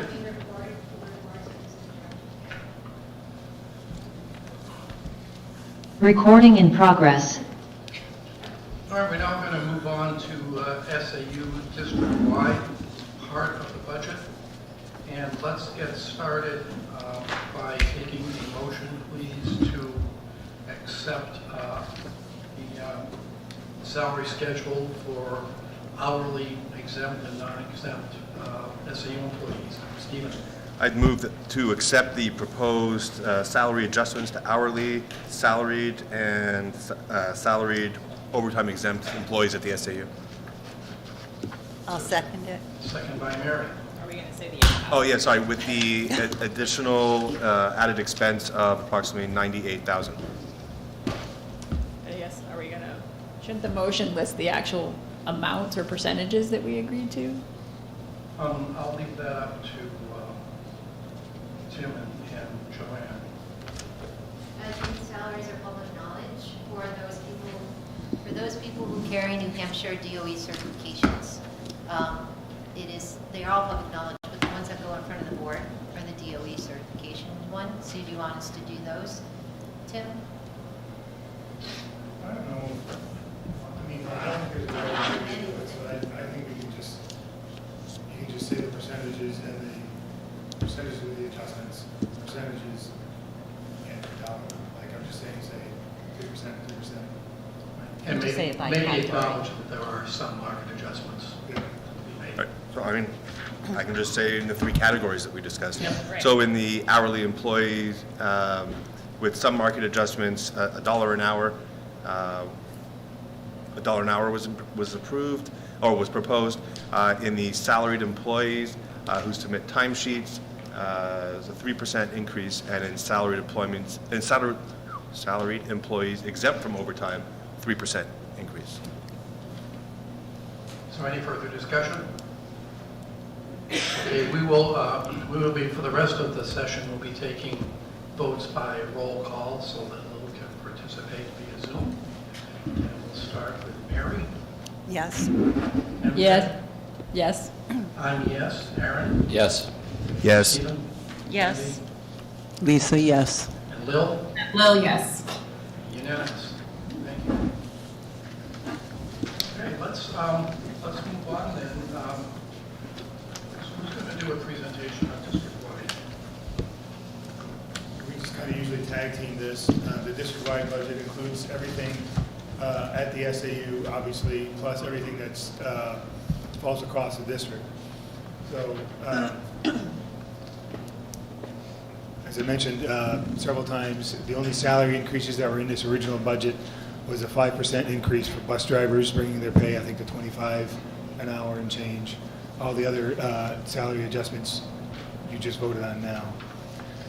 As far as additional ads, there is a part-time, half-time, 0.5 FTE student information. I'm not exactly sure what the title is, but it's someone that's going to help with the software needs for student information systems and some other things. So that's the proposed. That's the only additional salary increase, salary person. I can speak to that, tag team today. So all of our staff and administrators are incredibly hardworking. One group, the administrative assistants, asked to meet with me this fall. And they shared with me the challenges that they have in doing their day-to-day tasks and all the reporting that's now being expected from the state. And there's a strong potential that Power School is no longer going to be the system we use. New Hampshire DOE went ahead with a contract with, I think it's called ALMA, which is a whole new platform.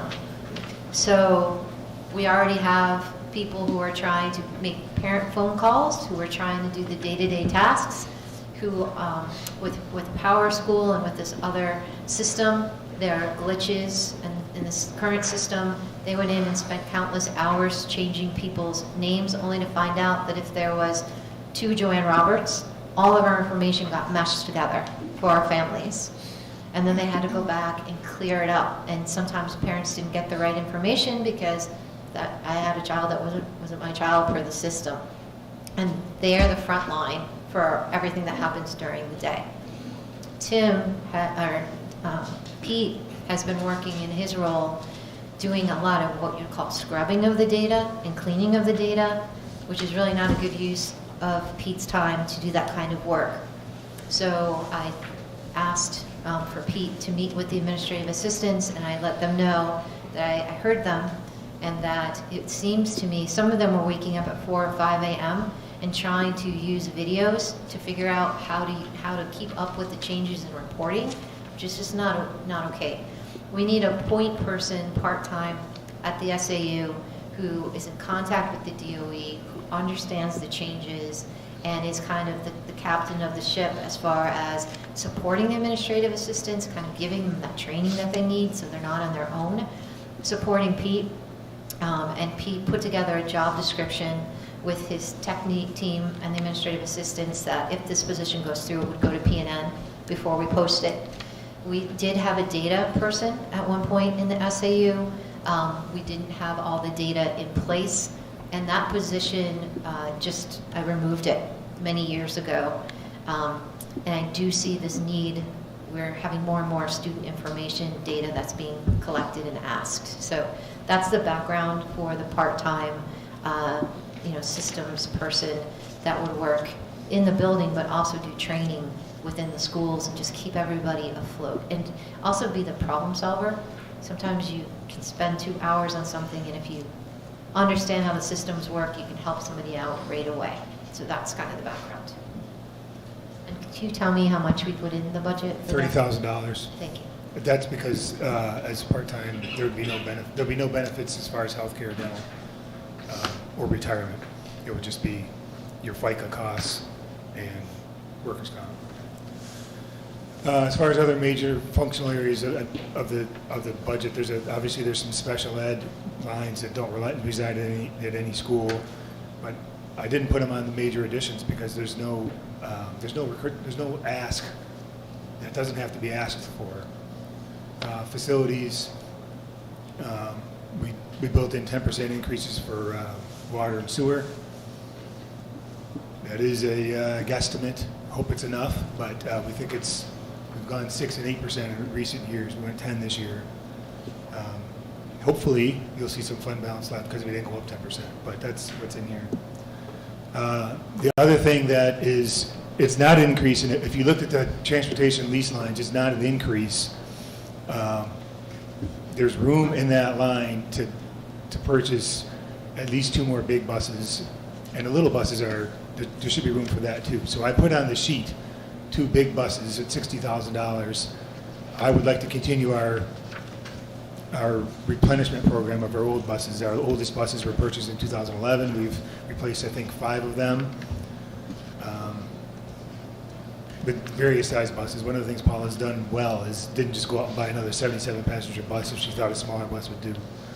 So I think 5 of them through the ones that get lost because we ordered buses in July off of the budget you just approved, and we're not even going to see until May. So when I look at how much money we've spent, it looks like hardly anything this year because I haven't gotten those buses yet. But this budget allows for 2 more bus purchases. If you wanted to not do that this year, we would survive. I mean, they're 2011s, so you can see that they're already 11 years old.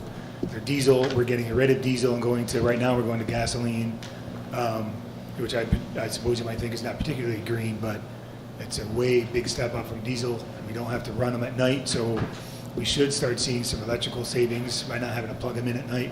I said run and plug them in. Gasoline is $2.70, $2.80 a gallon instead of $5.50 a gallon. So there's a lot of benefits by switching to gasoline, if you're looking at the fuel costs, someone asked during one of their previous meetings, are you sure we have enough money for fuel? I do, considering we're running 5 gasoline buses instead of diesel, because we don't have to, we still have increases in fuel, but not nearly the same. So, but I did outline that as, you know, something that you could consider. As you know, I think the whole budget goes up 1.4 million. 1.2 million of that is the new bond that was passed last year. So you can see that's 90% of the increase. That this year we're paying just the interest payment. The budget we're planning on, we're talking about today, is the first year of the full bond payment, which is interest and principal, and it's 1.2 million. Other than that, you know, if you look through the thing, there's athletic field supplies aren't budgeted at the district, at the school level, they're budgeted at the district level.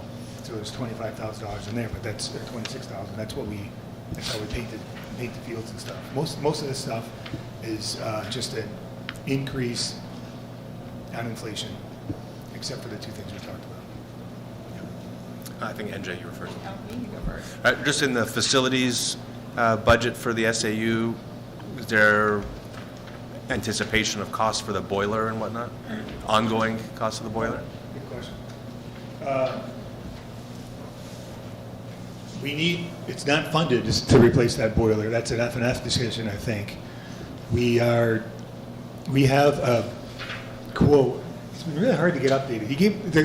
The consultant gave us a quote 18 months ago for the design of a new system. It was $38,000. We think that that's way too low. We think it needs more like 50. It's not budgeted here because we're hoping to figure out how to do that this year, but I don't have an updated number to even talk to you about yet, because the 38 grand, I don't see why that would still be valid 18 months later. I don't know if you've heard anything more, Steve, since you reached. I reached out before Steve was hired, and I know Steve reached out at least once since he's been hired. And I guess he's got a lot on his plate. But we'd rather go with the guy who did their initial study than start over with someone new, but we might have to.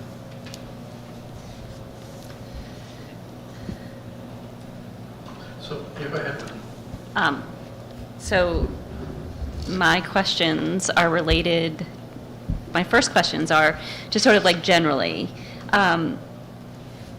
Again, sort of my lens that I was looking at the budget was sort of actual versus budget.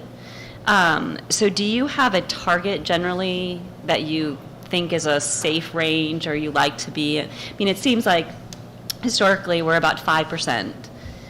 If you look sort of budget-wide.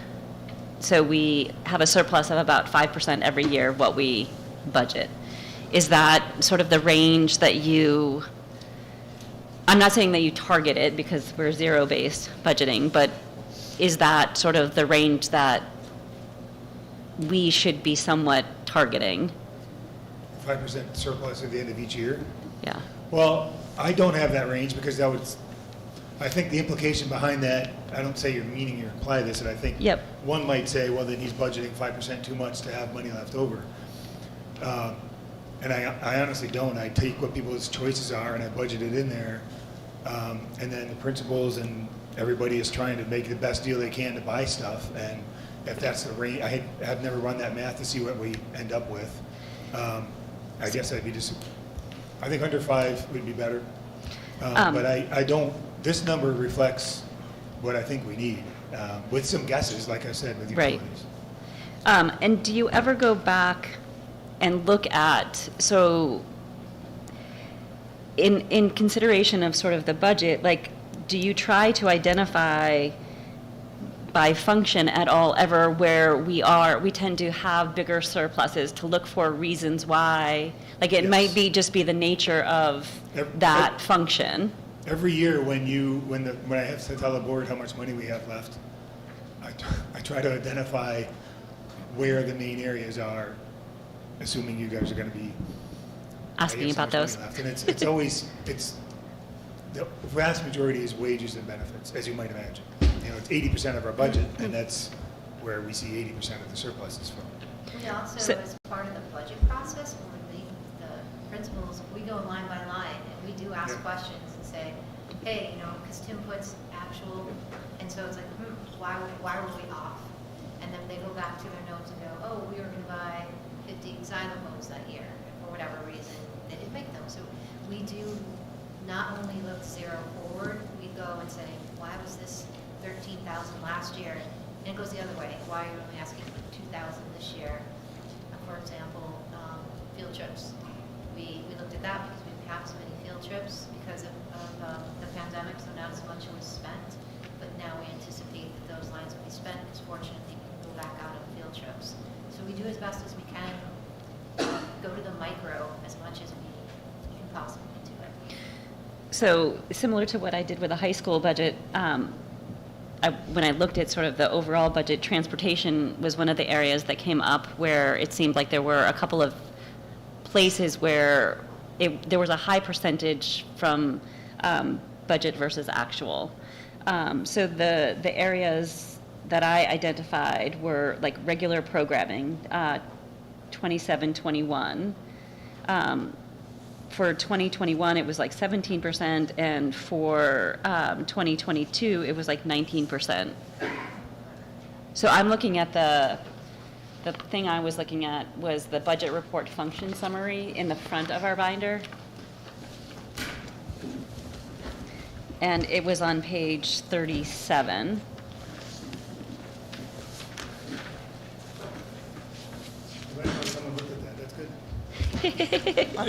That was the only document I really looked at. Someone was saying how much expensive paper was, and I'm thinking they just opened up this big binder.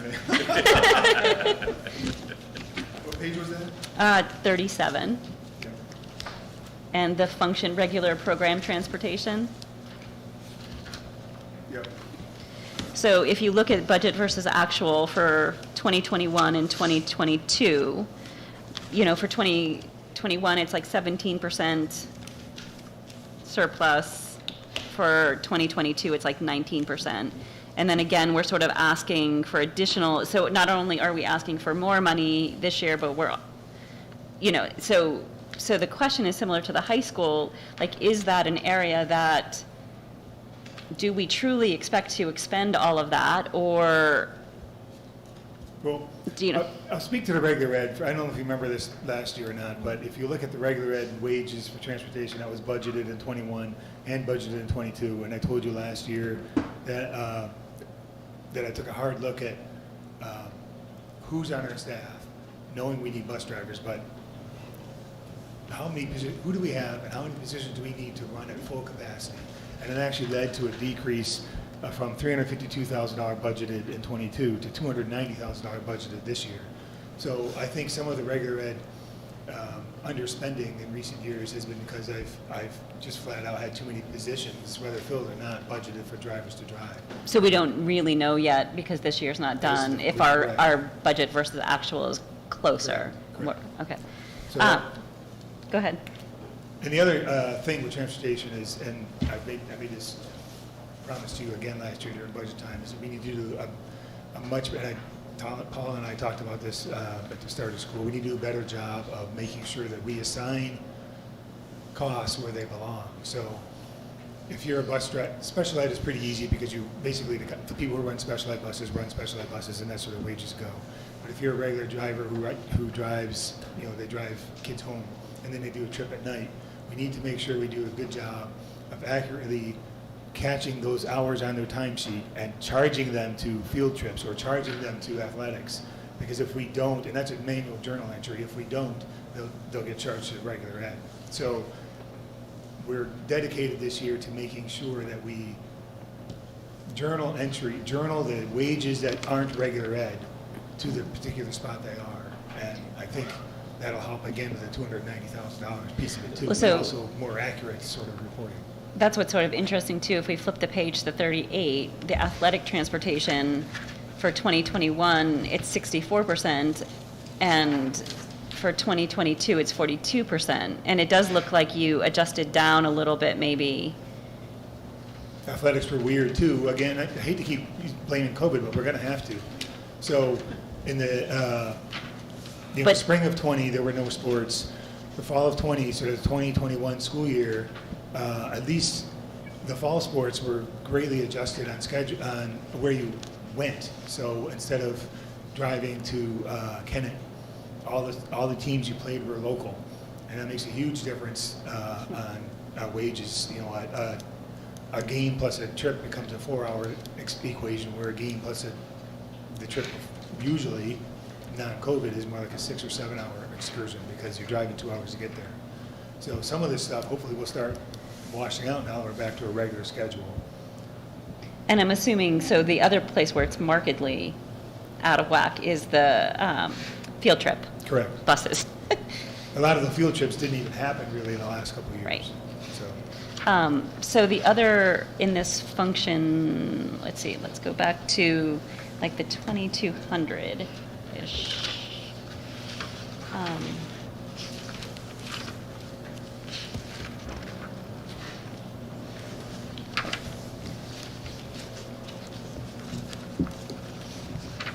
Also, this function summary, by the way, is all places, not just the SAU.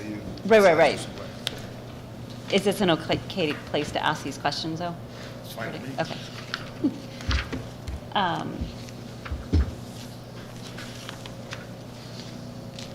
So the other lines that, and again, this may be COVID-related kind of thing, but like on page 19, staff development, it's 35% for 2021 and 21% for 2022.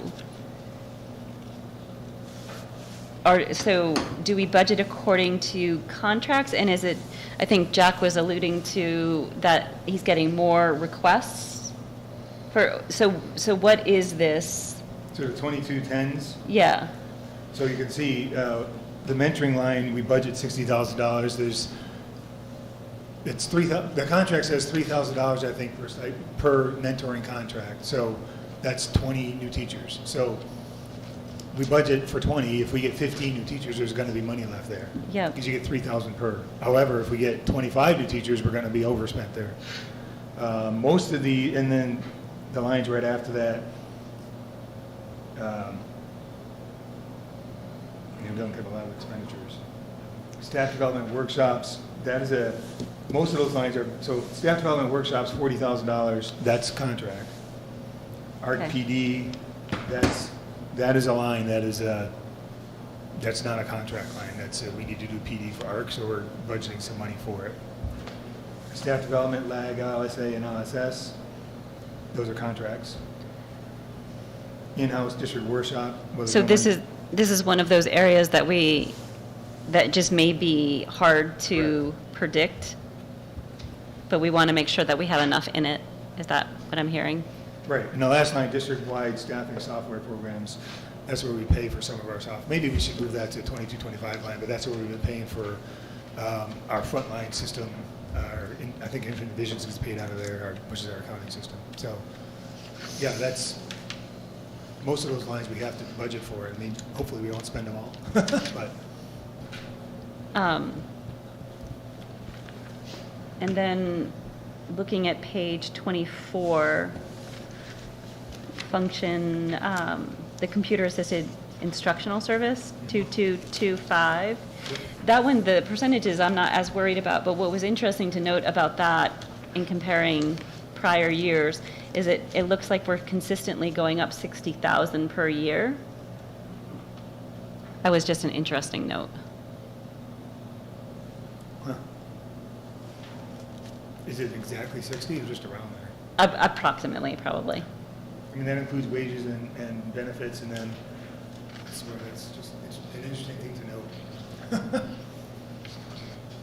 I mean, if we're doing things zero-based, we're really, Joanne's right, and sometimes the budget process before it gets to you can be kind of brutal because Joanne does look forward and look backwards. Theoretically, you're not supposed to look at what happened last year, just what you need this year, you know? Right. So.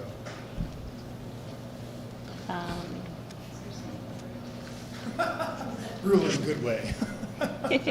And then I think the last place I was going to ask about was, sorry.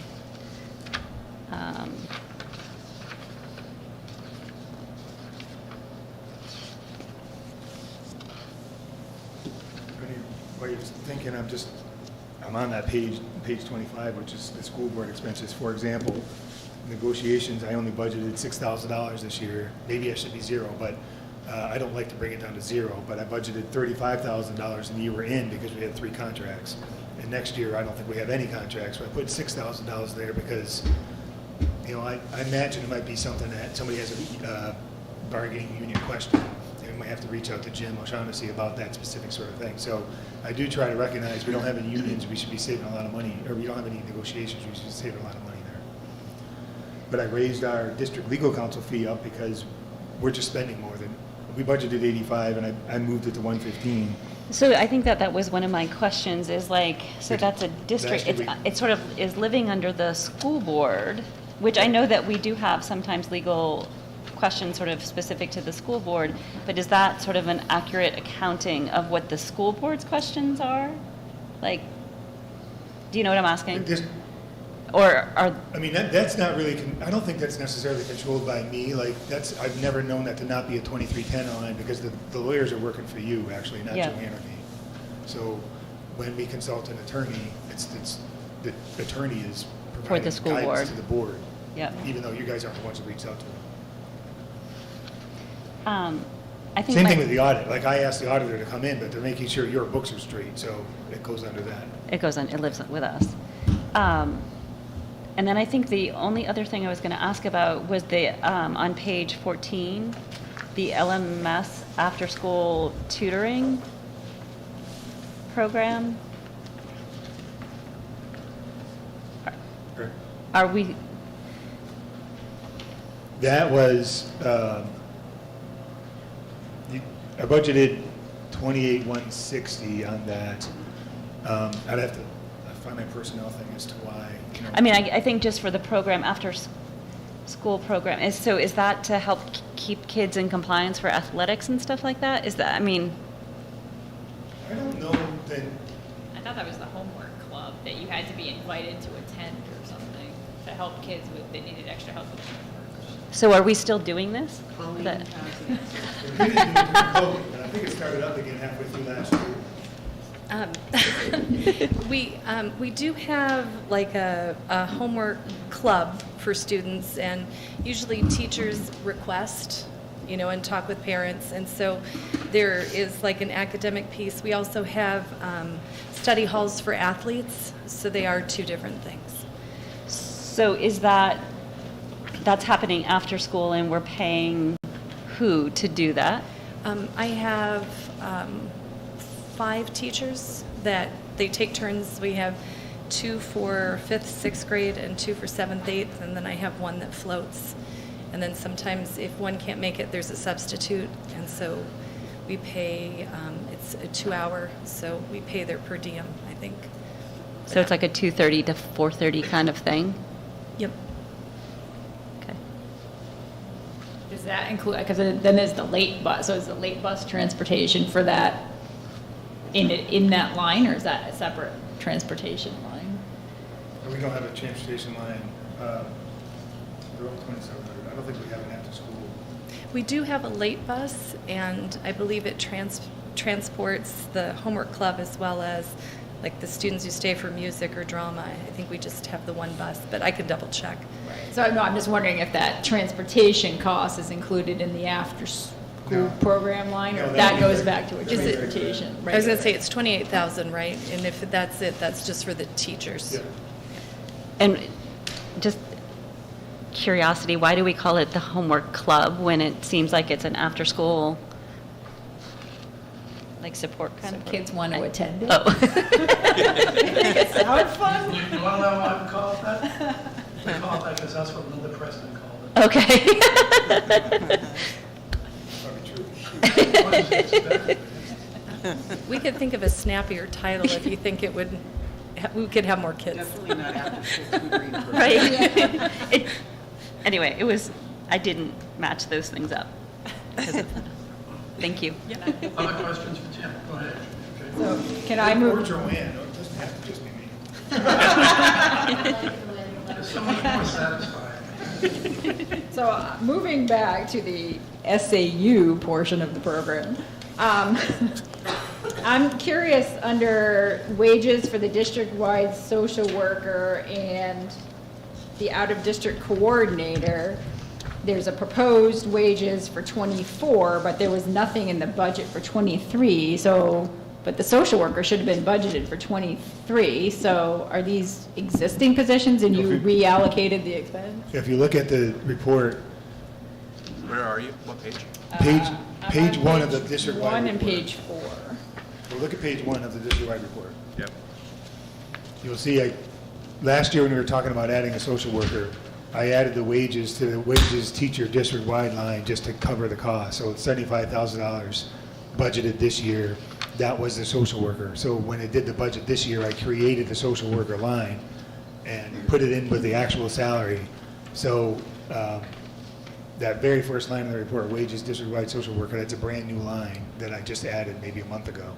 And that 75 grand that's below it, that's what we budgeted.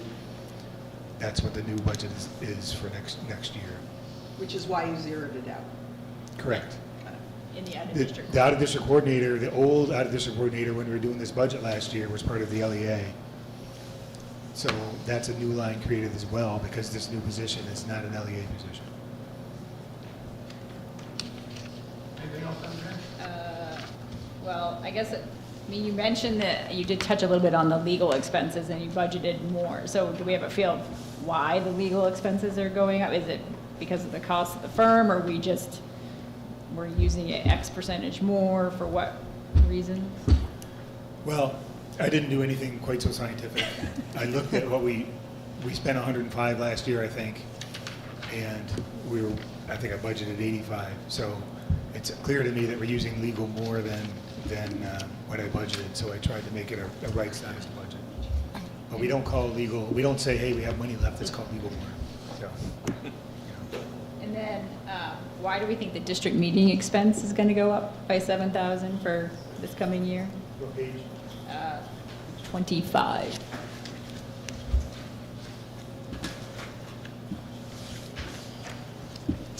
Well, Back to your actual, okay, I answered my own question. Yeah, we've gone back and forth on. I'm going back and forth on whether we print the annual reports in full. So I budgeted the cost of doing that.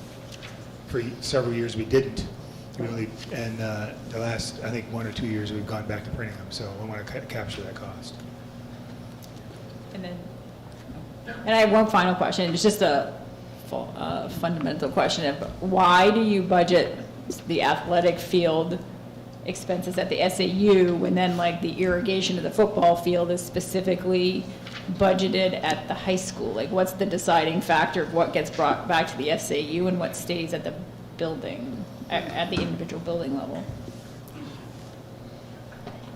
I think the short answer is tradition. This is how we've purchased. So, obviously the football field at the high school is clearly a high school asset.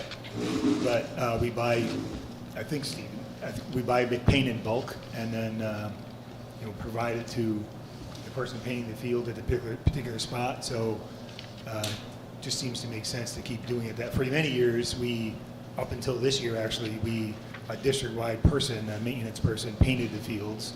So he's not specifically associated with any one school. This year we started paying a contractor to paint the fields, but we're providing the paint. So he paints, whether he paints here or he paints in the middle school, it just seems to be an easier purchase just to buy it and maintain it as a district-wide asset. But, there's many different ways to skin a cat, I guess, as they say.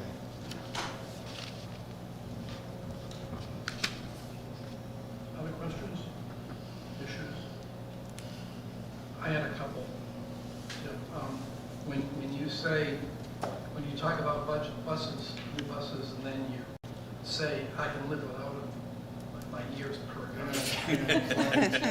How much money do we save if we cut those new buses out of the budget? I have $60,000, and it's on that sheet of, if we don't buy 2 buses, it's $60,000 less. Each or total? Total. It's a lease. Remember, our budget is a lease, so it's $30,000 per year for lease. Each bus now used to be $90,000, now it's $120,000. But correct me if I'm wrong, the new buses that you would lease make the change from diesel to gas. Correct. So even though you're paying, there's an expense for the lease, you're saving money on fuel. So the line item increase on one, but a decrease on another line, right? And repairs, I was talking in the break with Aaron about this. You guys know, some of you know the hard work we've done to sort of clean up our maintenance contract, even though it never really got to the point it needed to get to where we got clear records for every bus completely. One good thing is this year, we are using a totally different company for maintenance, and we get slips on everything. So, for example, L6 is notoriously broken a lot. I wish I could say we spend $30,000 a year on repairing that bus. I can't provide you that detail. I'm not going to make it up. But I will be able to provide you now that we're getting good records, which I was promised a couple years ago. Someone says, well, you told me that a couple years ago. Well, now we've started a new relationship.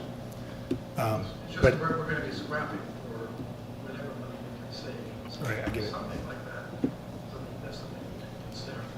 The other question I had, just for clarification purposes, are some of the utility costs that weren't clear to me. And I'm going to the functional report, because they're all there in the same place. We get on the right page here.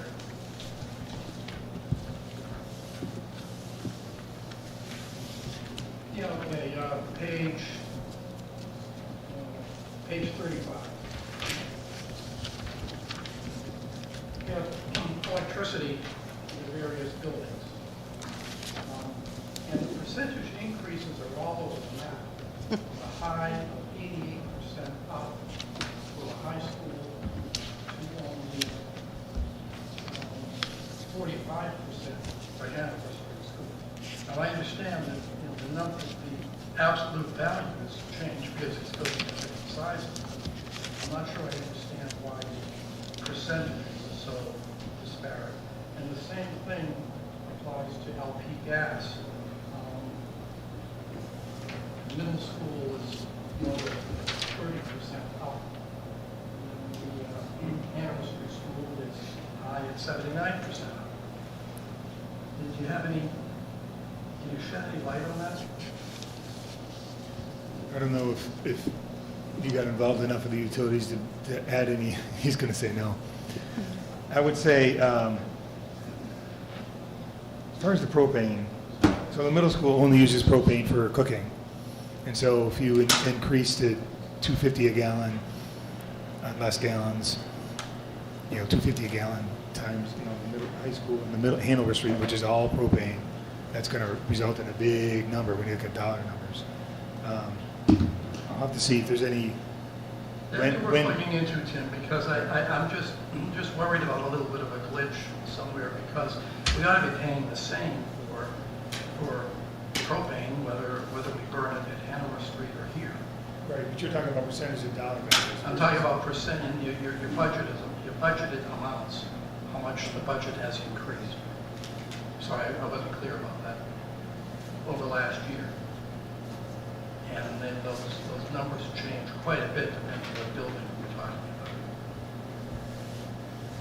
Let's see if there's any notes on that.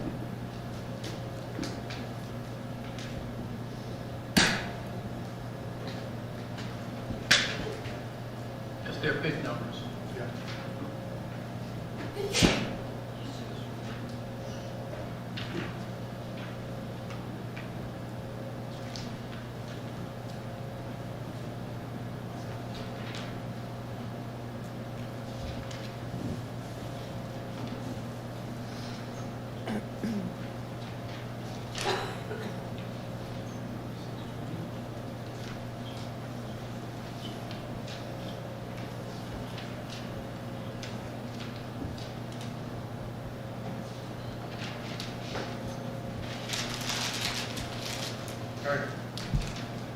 The facilities tab, the facilities printout.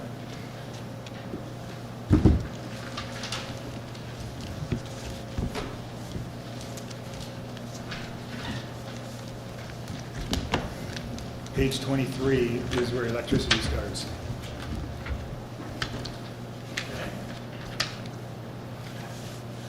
So for Mount Lev, for example, 180,000, the math should work out, 180,000 what's the unit of measure, kilowatt hours? 180,000 kilowatt hours at 22 cents. We fixed our supply at 12.5 cents for the next 2 years, so that's accounting for about 10 cents of delivery. For Hanover Street, 500,000 kilowatt hours at 22 cents. So it should be a math equation versus looking at the past. That's what I'm trying to say. Middle school, 420 kilowatt hours at 22 cents. In the high school, 500,000 at, that says at 30 cents. We got to check the math on that. I think they went through and made sure everything was 22 cents, but maybe they. Yeah, could you check into that, because we don't have to. Yeah. So the idea is with these utilities is that we looked at because if you go on our website to the facilities tab right now, there's a huge spreadsheet that goes back many years where we record all of our utilities costs, and you can go on there and you can see what our usage is. So what we try to do with utilities is look at what we use on an average year and budget at what we know the rate to be, or as much as we can guess the rate to be. And it should be as simple as that.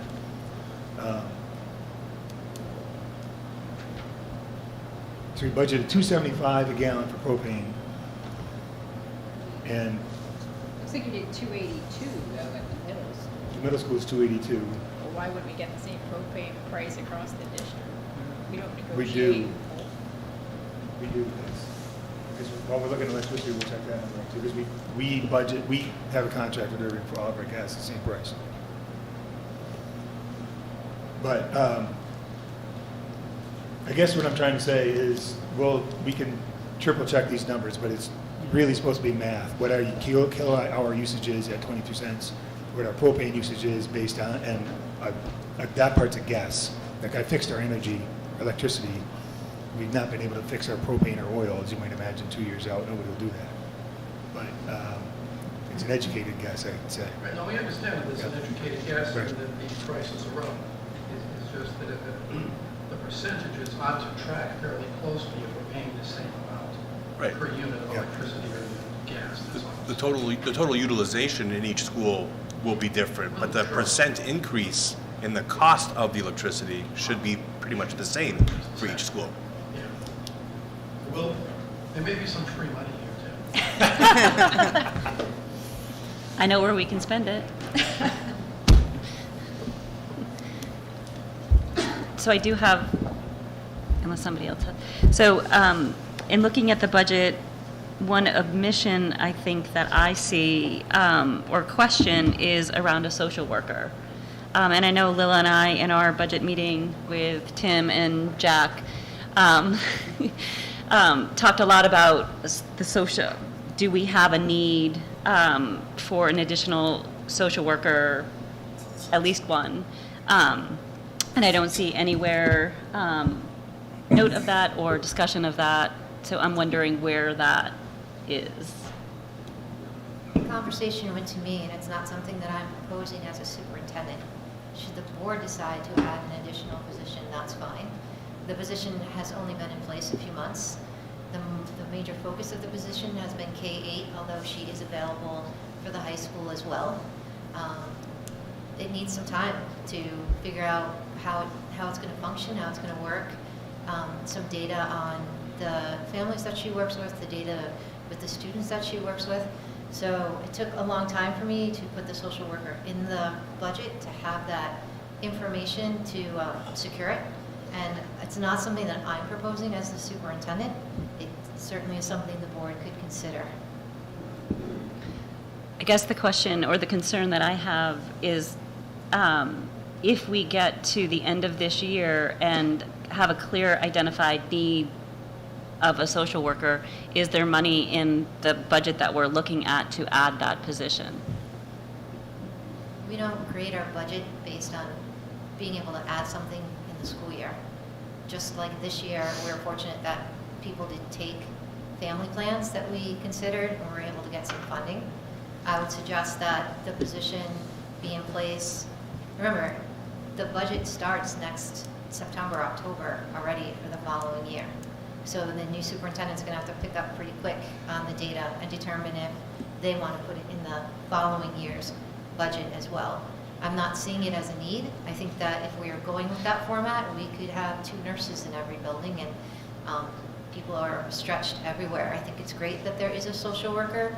I remind the board that the board didn't put the social worker in last year's budget. I was asked to cut 150 plus another 100,000, and I said I'm keeping the social worker in this budget, and I will find that money elsewhere.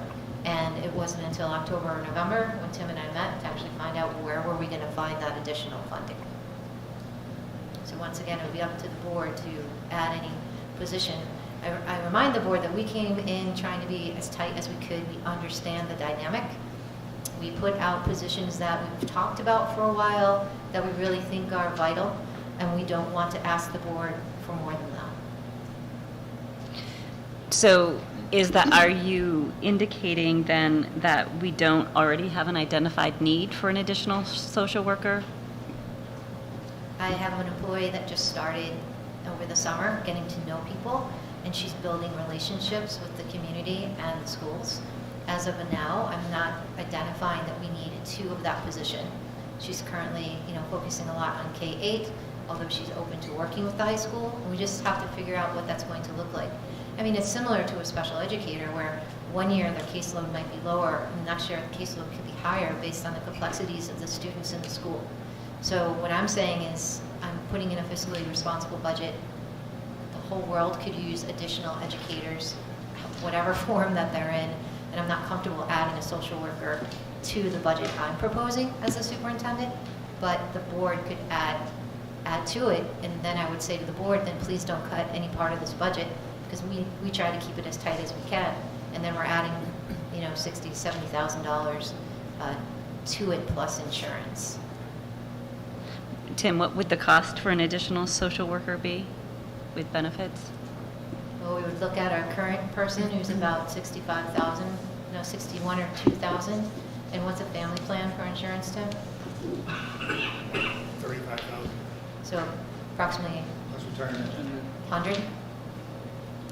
The one we, currently, it's 121,000, 121. but that's based on this person's experience and stuff, so.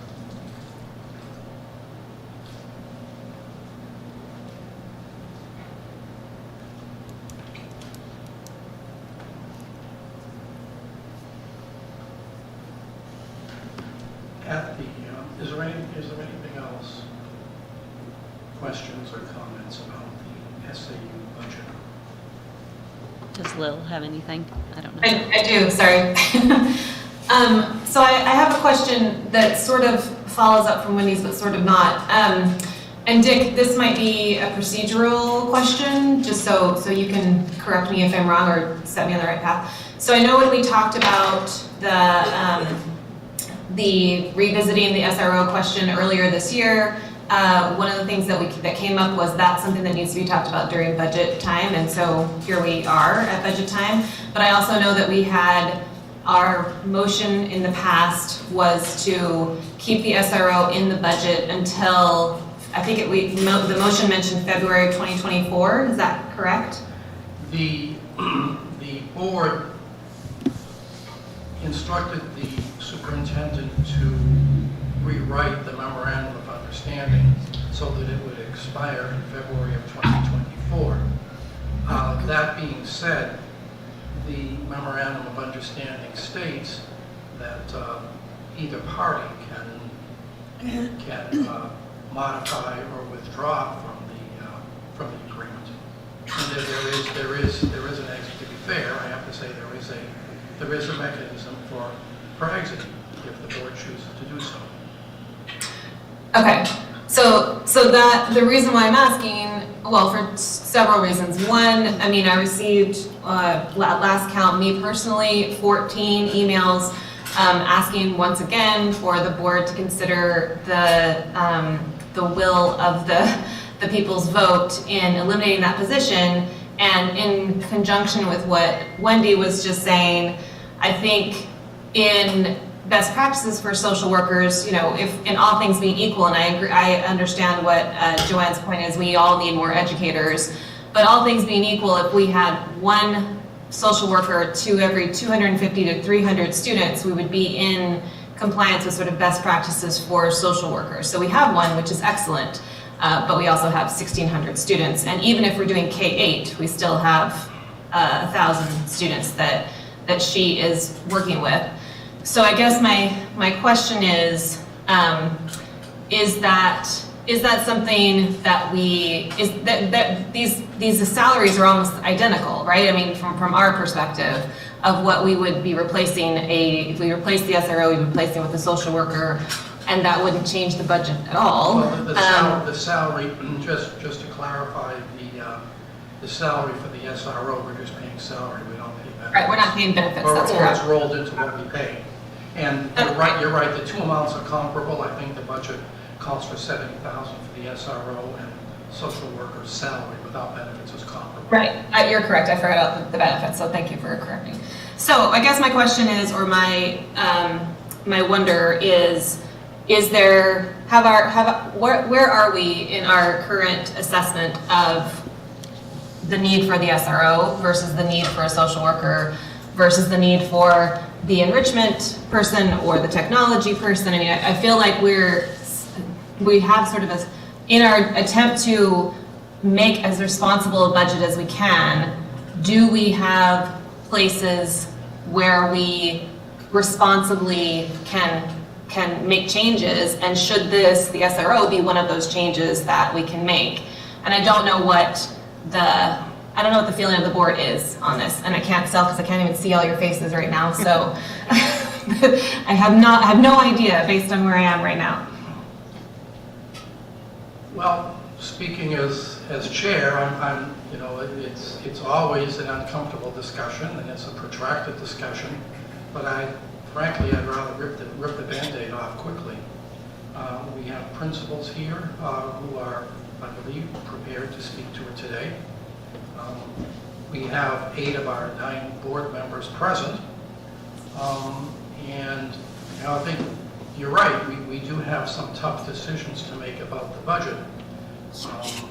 I think it seems to me that this is a high enough profile issue that I wouldn't want to see it sort of lost in, well, we have to save some money, so we'll cut out the buses, some furniture, and oh yeah, the SRO. Right, agreed. So, Dick, just as a question though, do you intend that we're going to move into the discussion about the budget where we're as a board, we're talking about which line items we might make adjustments to? We are at that point now, I think. And do you foresee that we're going to make a decision about the budget as a whole? So what I'm wondering is if we don't think we're going to approve a budget today, is it better to wait for this kind of line item by line item kind of discussion to happen when maybe our full board is here? Well, first of all, we have sometimes been able to approve a budget today. Right. Not always. And as you remember, we sometimes simply lump all these things together and say, with A, B, C, and D, cut $250,000 out of the budget. I'm not sure. I don't know. I mean, I will accede to the will of the board here today. I mean, if we want to try to just press on through and complete the budget, we can go through that exercise. Although, as I said before, I think that if the board wants to deal with the school resource officer at this point, I don't think it would be inappropriate to do that. And I don't know if that's how, no, that answers your question or not. I mean, we're going to have a lot of back and forth, I think, over what we want this budget to look like and what positions are going to be in, what positions are going to be out. And they're going to have to be discussed. I think hiring decisions like that have to be discussed individually. I would propose that the SRO falls under district-wide, and that's kind of where we are. And so why not talk about the role? And then the board could decide if they want to keep that position in the budget or not. Then you automatically know if that's a factor when you're looking at the total amount of the budget. So to me, it kind of the flow would be talking about the role, deciding if the role would be kept. If it is, then that amount would stay in the budget. If it's not, then that amount gets removed from the budget. At least you already have the beginning of an itemization of what you might then decide is a hierarchy for next budget decisions. We are prepared to have that conversation today because we know it's important and it's linked to the budget. So that's just a suggestion. Dick, I just wonder if we're going to have, I agree with what Joanne's saying. I just wonder if we're going to have, like, so if we start with this one position, then are we going to continue to roll into the tech integrator and the fourth grade teacher? And like, so are we going to take sort of like personnel, are we going to, do you know, I mean, because I think that would be a reasonable approach, to tell the truth, because these are big ticket items. Right. And there are significant decisions. The other things, I think there wouldn't be any problem rolling into some sort of omnibus thing. That's a bad word. Omnibus just brings up bad. I'm sorry. It just came out, Steve. I don't know where it came from.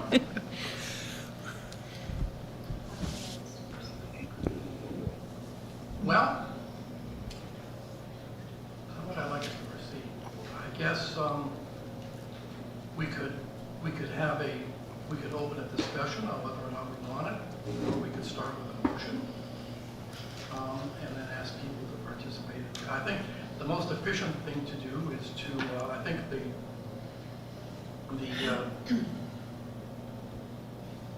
preparatory work has all been done. I think it'd be okay to start with a motion, and then we'll have a discussion. Well, we had public comment at the beginning of the meeting. Yeah, I know we have second, and the reason I put that in there was not so much for the SRO as to give people the opportunity to say, don't cut that fourth grade teacher. We want to have a tech integrator. do we still have people online? So should we open that up Yeah, then? well, we can do it if there's people who want to speak. Is Raymond still around?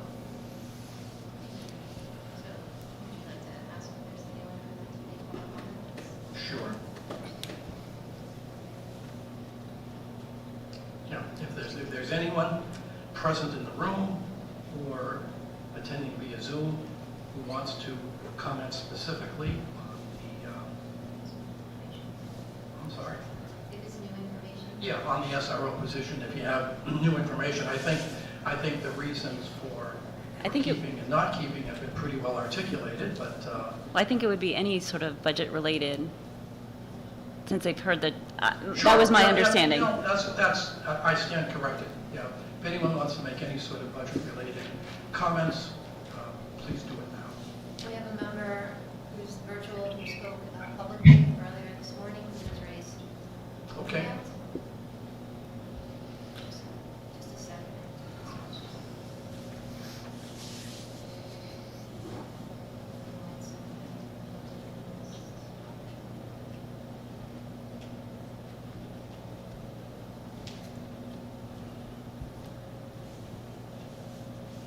Kathy, I'm asking you to. Thank you. Is it okay if I speak? This is Kathy Beckett. Yeah, no, go right ahead. Yeah, so, I mean, I'm very much, I understand Lil's point that we should have according to best practice, we should have one social worker for each 250 students. So, as far as I'm concerned, that should be a priority. Having just one social worker for 1,600 students does not make sense to me. I mean, I worked in a school system where I was a special ed teacher at the high school level, and it was a social worker who was able to resolve some of the concerns with students without involving an SRO, working with families. And this is something that, and other people outside of the school system, and as well as with teachers and staff, it's not something that a counselor would do, so to say that a counselor fulfills that role is not correct. So I'm just hoping that we would look more toward more social workers and, focus on that. And I do believe that the other positions that have been proposed are also important, but I think at this time, there's such a need for mental health services, and so I think that should be the focus. Thank you. Thank you. Is there anyone else, Joanne?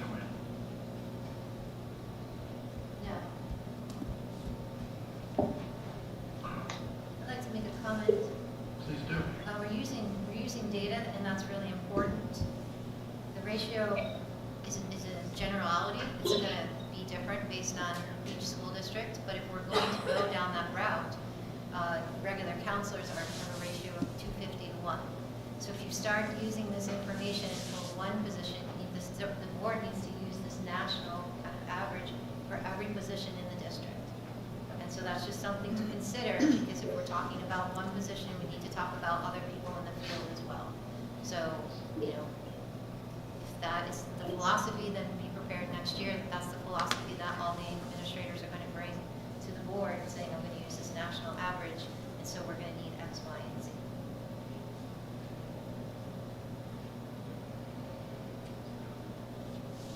Do we have any personnel-related motions? Yes, MJ. Oh, no, I was just going to ask. No, go ahead, go ahead. So I guess I would like a little point of clarification, because the last caller seemed to indicate that we are deficient in mental health services, and we seem to be saying that a social worker is synonymous with mental health services. I think that we do provide through contracted services and through district employees quite a bit of mental health services we can't, be the end all, but we definitely have a supportive network there. But my understanding is that the social worker, the intent of them is not to provide mental health services, it's to get our students connected with services within the community that can help them and their family thrive socially and academically, but it's not to provide or is synonymous with mental health support. Is that correct? That is correct. The person is connecting the dots and hearing the needs of the families and the students and the school district. In our district, some of the things that have changed since I've been here is that we've added full-time assistant principals, we've added student assistance providers, we've added full-time school psychologists. They all used to be part-time. And then we do contract out for services, because we realized that it's very hard for families to get counseling with transportation, and it's much more fluid if we can have the providers here for some of our families, and our students get counseling right here, besides counseling with our counselors and besides counseling with our school psychologists. Joanne, I agree. I think that you're right to point out that that the ratio is the same in many cases for other student service personnel, like school counselors and social workers, et cetera, 1 to 250. I think if we look at as you just point out, if we look at the people that we have hired, the kinds of full-time psychologists and full-time behavior support specialists that we have now, as well as full-time counselors and guidance counselors, we're actually doing quite well with regard to those ratios for those services as well. I think the situation with the social work is that it's providing unique services and in a way that it's something that is above and beyond what those people are able to do because of their connections, as MJ pointed out, because of their connections to the community and to community resources that are beyond school resources. And I think one thing that the pandemic has shown us is that making those connections between school-based behavioral concerns or academic concerns or social concerns or whatever the concerns are, trying to make those connections with community resources that are available is really, really, really necessary. Because to this point, we have spent a lot of time hoping that schools are going to provide all of those services for kids, and they can't.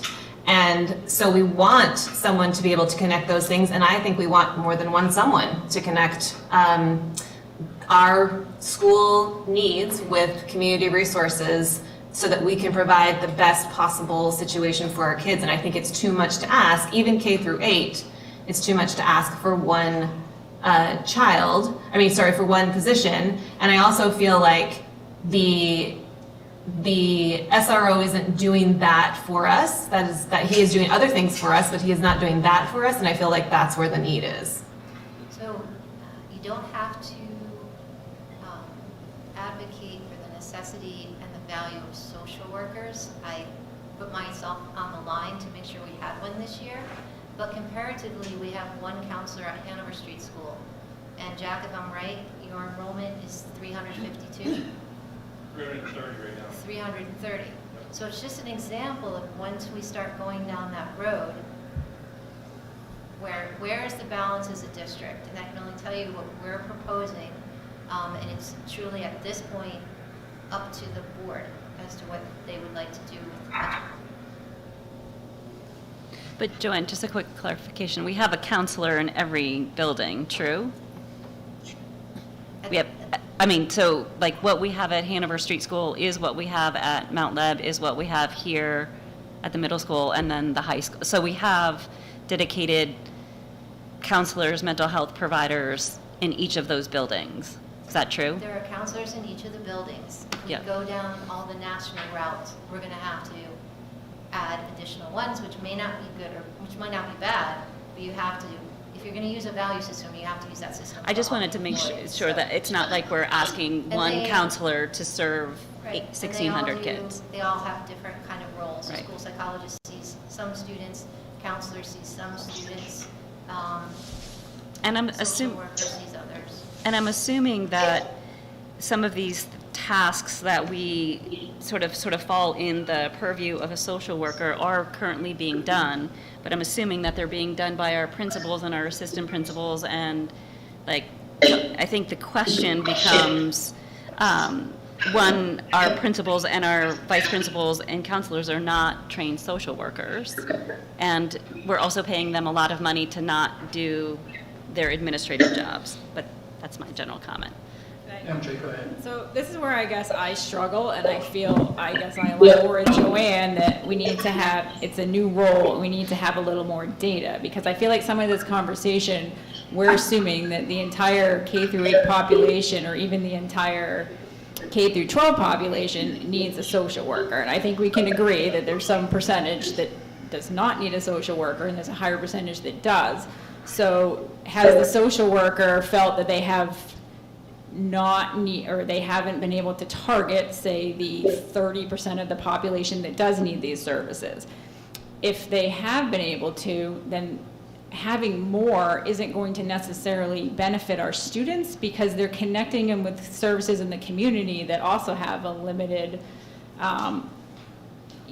scope of what they can do in funding. So I think there's a delicate balance between reaching people and also, but they're not automatically going to be getting the resources. So if we're reaching the 30% most critical and getting them resources. If we add another 20% that are on the margin, we may be connecting them with the resources, but then the resources are no longer available. So then what value is an added social worker really bringing? These are just hypothetical numbers, but I also think that our program right now is in its infancy, and until we get some of that data, it's kind of hard to make a decision, because just connecting with services doesn't mean then the services are going to be available on the other end due to their funding constraints. My concern is that by the time, so we have one individual that will have to serve for 2 years as a single provider before if we don't put it in this budget, this person is going to go for 2 years without any additional support. And that seems too long, given what we currently know is happening in our schools. So. But I guess I'm not sure I currently know it's happening, because we haven't seen hard data coming back. I think we're all working on hypotheticals at this point and assumptions. You can have a conversation with any one of the principals, and they'll be able to tell us. From a budgetary perspective, as far as I'm concerned, it ought to be a very, very high bar to making any new hires in this district.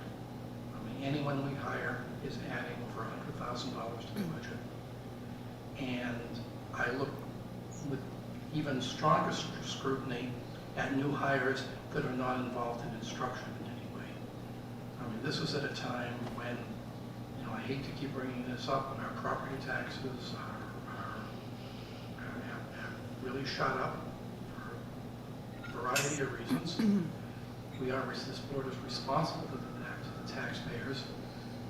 I mean, the public have always, at least in recent memory, gone along with and endorsed our budgets.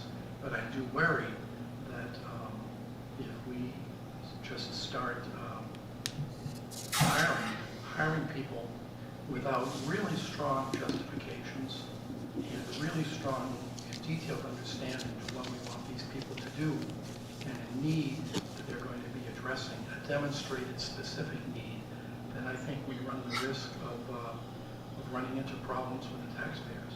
And that's why I think we need to be very, very cautious about adding new hires to the budget, whether it's a social worker or a fourth grade teacher or an enrichment person or a tech integrator. Dick, can I make a comment? Sorry. I mean, I think that's correct. I think that you point to a larger issue that we sort of started talking about earlier in this meeting, which is that we've asked several times, well, if we're going to do this technology coordinator, what does that mean at Hanover Street? What does that mean for Mount Leb? If we're going to do enrichment at Mount Leb, what does that mean for Hanover Street? Do we want to do another teacher at Mount Leb? Because then our numbers become unequal in Hanover Street class size versus Mount Leb class size. It feels like we need, I agree with you, I think we need to come up with a strategy for adding things district-wide. And I mean, Joanna's correct. There is one counselor at Hanover Street for the entire student body, but there's also one counselor at Mount Leb for a much lower student body. So are we making best use of the resources that we already have as far as our teachers go, as far as our counselors go, as far as all of our sort of many positions? I feel like we're sort of adding, it feels very piecemeal, and I would wish that it was a lot more strategic.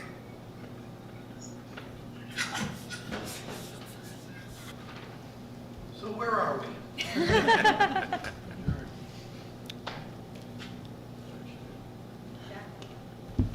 Jack, did you want to speak? I have, is this still on? Yes. I have a letter from our current social worker regarding what she has experienced in being involved with the SRO thus far that I was going to read for the board, if that's okay. I want to take a moment to provide you with a deeper understanding of how the SRO supports our district. As the district social worker, I've had the opportunity to observe and collaborate with the school resource officer. The SRO and I have worked together to support many families now. We have done home visits in which we were able to be present and supportive without time constraints.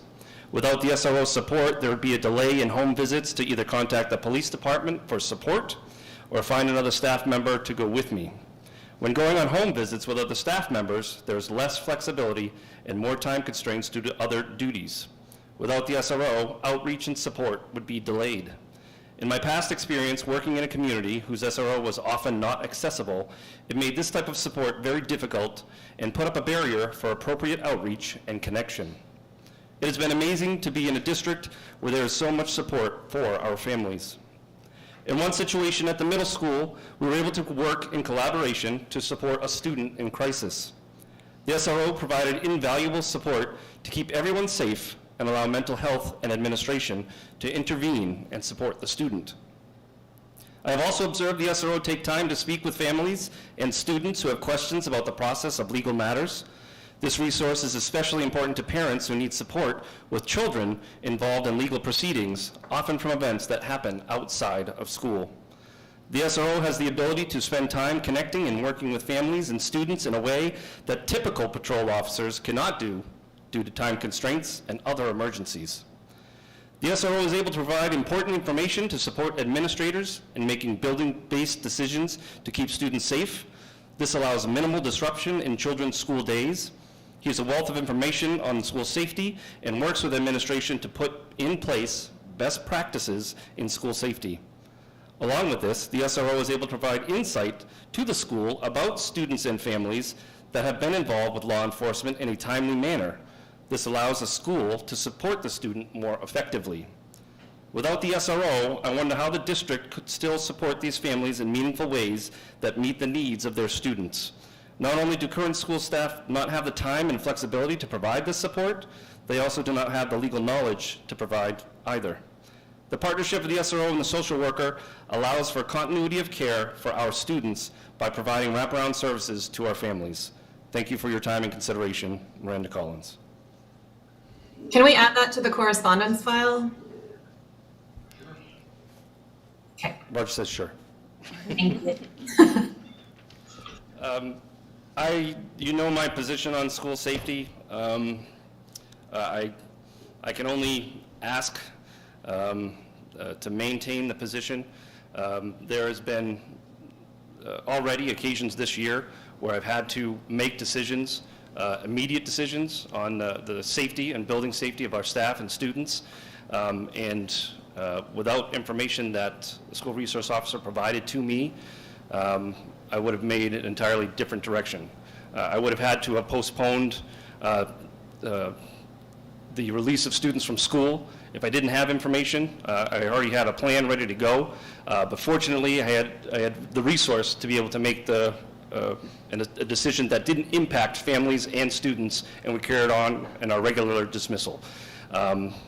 Among other things that have transpired with our families, it is important for me to be able to have access to a school resource officer, to be able to ask questions about potential students and potential dangerous situations that may have arisen. Without that direct contact that I have, it would go much differently. So I know people don't understand the impact behind the scenes that we're working with every day as administrators, but I have a duty to my 330 students, if not the 1,652 students of the Lebanon School District, to ask for the continuance of this position. And I also ask if the board desires the New Hampshire School Resource Emergency Management. They offer free courses on school emergencies, and I can send along information for you guys to take part in these, because they are open to school board members to understand some of the nuances of decision-making processes during emergencies. So, yeah. Thank you. Long as we're doing this, do any other administrators want to speak? I would love to hear from the other administrators about their use of the SRO currently. I think that would be helpful as well. This is Ian. Can you hear me? No, I'm sorry, Katie. I didn't see you moving there. So yeah, can we live without an SRO? We can. He's in our building 1 day a week. Are there times where RSA's language in the handbooks, that language at times demands that we reach out to the police? I would rather have a police officer connected with our schools, knowing our kids and families, having established relationships, and be able to communicate with them rather than not having that person in place. But the question remains, can the high school, and I can only speak for the high school, can we survive without a regular access to a police officer, to an SRO? We can. Thanks, Ian. Katie? I will say that I actually agree with I'm similar to Ian's philosophy. Can I live without an SRO in my building once a week? Yes. However, do I find him helpful in building relationships with students so that they don't have the fear of police? Yes, I do. He attends PE classes on the day that he's there. He goes to recess the days that he's there. if I have a concern that I need him present or a home visit, I can call Miranda and him, and they'll go do the home visit. I love to have relationships with my families, and I think it's important that I'm involved as well, but is it nice to have him there as part of the conversation? Yes, it is helpful. So, and it might be that it's Greg. Greg's an amazing SRO, and that when I have done home visits with him, as I've told you guys in the past, he's very understanding of families, and he brings a very positive atmosphere to his role there. So that's my position on the SRO. And as far as a social worker, I agree with MJ, and you guys are probably gonna be like, Katie, that seems so not like you, because I'm I feel very strongly about the social emotional connections that kids have, and us building relationships with students as a whole person, and I think that very much involves their families. We have had her, our current social worker, for less than a year, and we do need some data. We've just started the mental, but I also hear what you're saying, Wendy. It would go 2 years without it. We've just started our wraparounds that include having a social worker, like we have a mental health meeting, and that's really helpful, but we have them once a week, and it's just started this year. And it includes a lot of our mental health team, including our nurse, our mental health caseworker that we contract with from Deer Creek, our school psychologist, the social worker, myself, and the assistant principal. So, and our school counselor. So there's a large team, and so there are a lot of supports already, and I think to see what the district social worker, I would like to look at the data before. If I felt that I needed someone else on my mental health team right now, I would have asked for that in addition for more staffing. So I just wanted to say that. And Dick, I guess I'll make mention of the social worker now. We have 600 students in our building. We discuss probably 5% of those students, 30 kids on a Monday morning when we go in to process the students that need more attention than others. So by and large, our student population, we don't identify them as being in need of social worker help. The 5% of our students that do come across, that end up in conversations on that Monday morning might very well. We're still working and trying to figure out how to incorporate the social worker into that mix successfully. And I appreciate Miranda's patience in that setting. And we have a good team, like all these schools do. I echo Katie's sentiments again. I feel if we needed a social worker, we would have talked about it in advance of this meeting and let folks know that that's our desire. We feel that our counselors, our current student assistance provider, we have 4 counselors, a student assistance provider, a school psychologist, we have 6 learning specialists, 7 learning specialists in the building that all help with that process. We feel we are pretty well staffed for the moment. Thanks, Ian. Colleen, do you want to speak to this? Yes, I agree with my colleagues. If it is the community, the board's decision not to have an SRO, we can live without him, or her. But Greg has been very helpful to us in that he does that community building with students. So if students are looking into law enforcement or they want to look at the legal aspects of things, he's approachable. He can talk with them. He helps us too, like when we have to consult on things. I know school law. Sometimes I'm a little bit rusty with like the legal piece, and so I can consult with him and we talk things through. But I have found him helpful. He's patient, he's kind. Sometimes we always ask parents if we can bring him in to a conversation to help students to understand some of the things that they do and where those things could lead. And so I have found him useful and helpful. Thanks, Colleen. Social worker too, or? Sure. Okay. Because I have an SAP, and so she and Miranda have worked in tandem, and I found that very helpful because each of them knows different resources and different things, so it is dovetailed nicely. And I think that she is an important part of our community. At this time, I wouldn't say that we necessarily need more, but I think that she is important, and her work continues. Thank you. Okay, I am sensitive to the fact that it is 1:37 p.m. And I don't know about anyone else, but I am starting to run out of gas. I would like, and we have not yet discussed facilities projects beyond the classroom renovations that are already in the budget. And that's a conversation that we need to have with some, we have to look at it very carefully and probably do it when we are a little bit sharper, at least when I'm a little bit sharper. So I would like to, we don't have to approve this budget today, and I don't think we're that close to doing it. I would like to, if we're going to defer something, I would like to defer the facilities piece until our first meeting in December.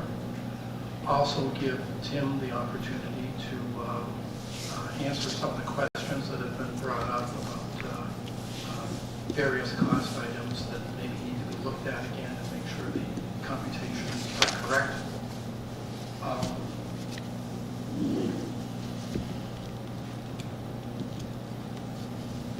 But it would be good if we could at least understand where the board is on some of these major personnel issues tonight.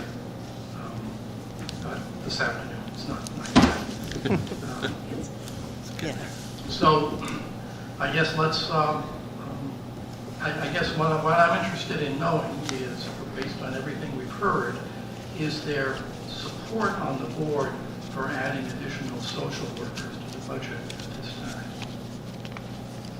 And I don't know whether that necessarily has to come as a motion, or I'm not averse to straw polls, or we could just go around and talk about it. But I'd like to get a better understanding of where we are with that. So let's just go around the table. And I think I'd like to start over on this side, because I know, Wendy, you've got your argument pretty well packed up, and I think you can start us off, and then anyone else, Lisa, Steve, anyone else who wants to contribute, let's just go around the table and let's just restrict it right now to social workers. As far as a social worker, my general feeling is, I don't disagree that we need more data. We need to understand how we're utilizing the current social worker. My concern is that, what we know is that with everything increasing in cost, there's more demand on families. We're still sort of reeling from the effects of the pandemic. To me, that's an indication that we're likely still in a period of time where there's going to be greater need for services. And services, not necessarily mental health services, but services to sort of wrap around these families. I am concerned that when we had Miranda here, she seemed to indicate in a sort of off-the-cuff kind of answer, not any data, but that from her perspective and her years of experience, she can see there's more need for our student population than what she can service. So my concern is, by not allocating some funds for the potential of a social worker for next year, then we're going to burn out the one social worker that we have. So I guess for me, it's not necessarily we have to have this and we have to implement this. We can wait for the data, but if we're approving a budget, I would much prefer to have that allocated than not. And if we send it back to the taxpayers because we deem at the end of this year we don't have that need, I'm good. I'm okay with that. Lisa, Steve, you guys want to weigh in? Well, before I heard the administrators speaking, I would have said that I was very much in favor of switching out the SRO for the for another social worker. I think we still have the outlying concern with the SRO having had a community vote, and that keeps showing up in lots of ways. So I think we need to be considering that. Sorry, I'm getting feedback in my ear. But at this point, the social worker for me is in the advocacy of the people who are here. They need an enrichment specialist. They need a tech integrator and a 4th grade teacher. So I'm going to believe them because they're the experts right now. So that's how I feel.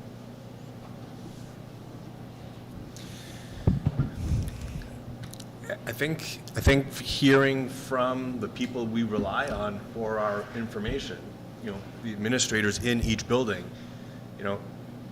I'm not hearing a need for another social worker based on the data that we have and the response from the administrators we've listened to. I think I'm very reluctant to add more cost items to our budget in our current climate. And unless there's really a demonstrated strong need, I can't justify it for myself.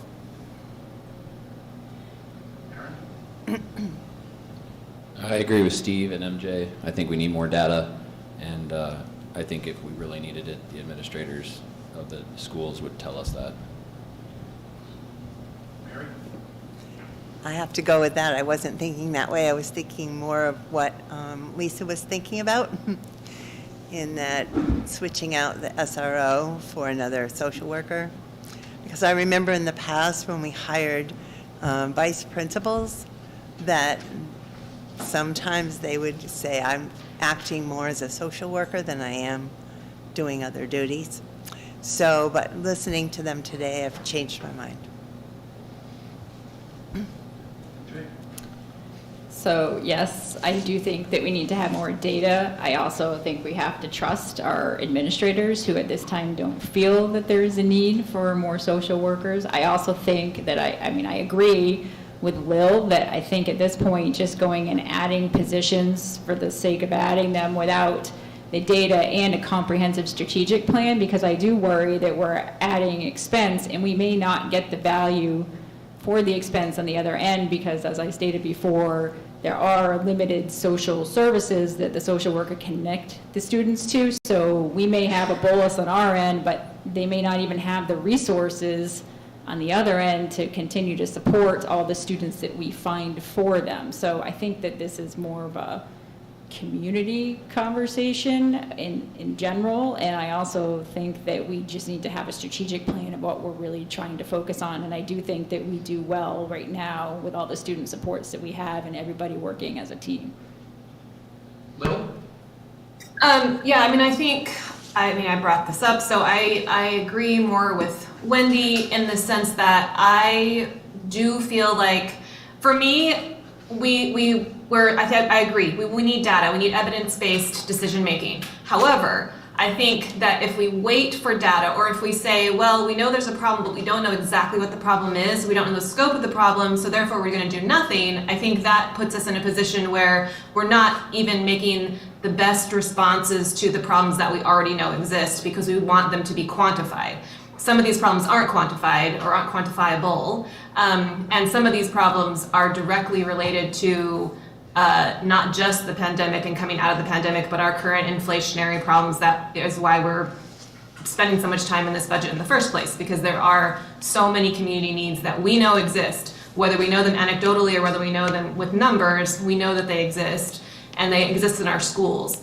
I do appreciate, and I'm grateful to the administrators for telling us their perspective and for picking up the slack. I think that they pick up a lot of slack that they don't acknowledge that they pick up, and so I'm grateful to them for doing that as well. And I think part of my urge towards wanting a social worker is actually to provide them with more assistance in the jobs that they're doing.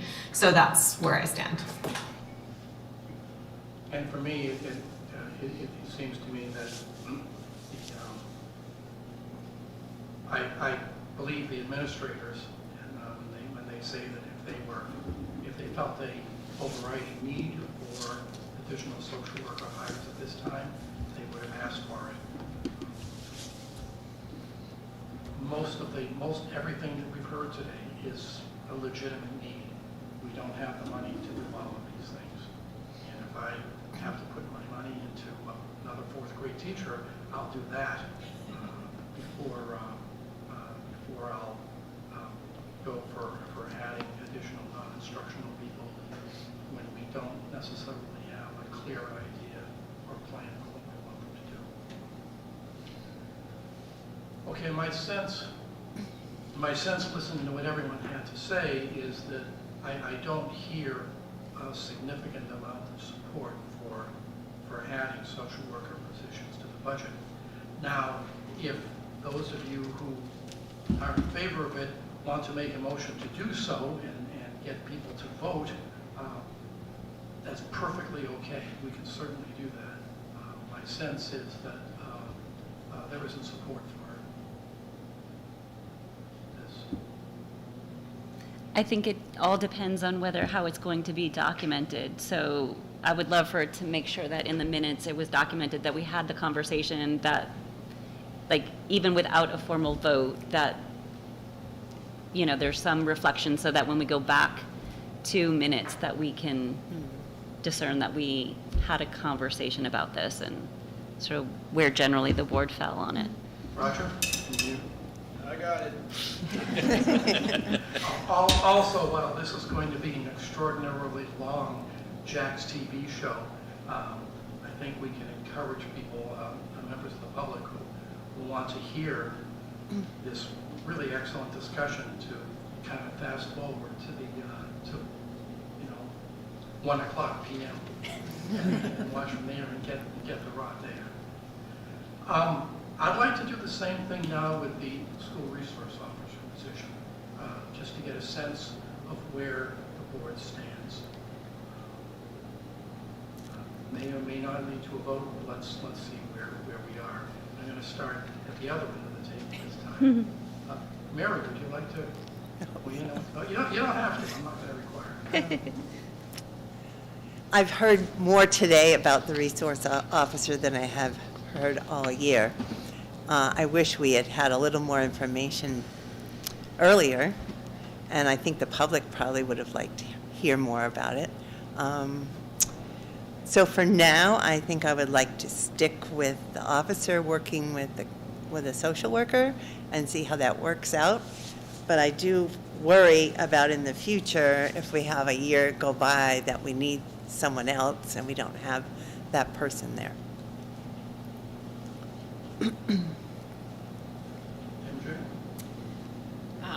I agree with Mary. I think there's some very valuable information that was shared today, and I think that, you know, one of the reasons why we had chosen to extend the agreement to 2024 in the year was so that the social worker could have a year to try and figure out how their position is going to dovetail with the SRO. And I think that the letter that she provided with us today of outlining how she uses the SRO to support her in their work was very valuable to me. And I also think, in light of not adding another social worker, I think we need to do everything we can to support the current one that we have and to make her job as easy as possible. And having someone at her elbow when she does her home visits and working with her, I think is very valuable, and I would hate to take that away from her because I think is a valuable resource to her. I feel like Lil is sitting right here, so I'm going to ask Lil to go next. Okay, sure. No, I agree with points that Mary and MJ have both raised, in that I think one of the problems that we have had in this discussion to this point, and I understand the reason behind it, is that we have been very cautious about talking in specifics because so many of the things that the SRO is involved with are, sensitive matters, right? And so I think we have been cautious to talk about how this person is being used and what they're doing. I think it was very helpful to hear from Miranda, and I'm glad that she is finding value in that position since we have kept a position. And I think it was also helpful to hear in more specifics from the principals as well, because I think that information needs to be out there because there are perspectives, Lebanon-specific perspectives on this position that have maybe not been as illuminated as possible in this discussion going forward. So that said, I don't feel like there is the appetite around the room to eliminate the position, whether or not I feel like it should be kept. And I mean, I feel like I still personally feel like it should not be, but I also see the writing on the wall for this discussion. All right, thanks, Will. Aaron? When we decided we're going to hire a social worker and we're going to keep the SRO, we said we wanted a year for them to work together and figure out if it works. We haven't had that year yet, so I think we're still in that. The letter that was read by Miranda, to me, just says that she likes it and that they work well together. So I think preliminary data shows this relationship works, but after the year, I think we need to reevaluate, just like we said. But right now, I think we should keep the SRO. I very much echo Aaron's thoughts. I think we have a plan. There's some rationale behind that plan. I think we stick with that plan and see it through and then make our reevaluation. You know, we've heard voices pleading one way. We've heard now more evidence about voices on the other side where there's been clear benefit.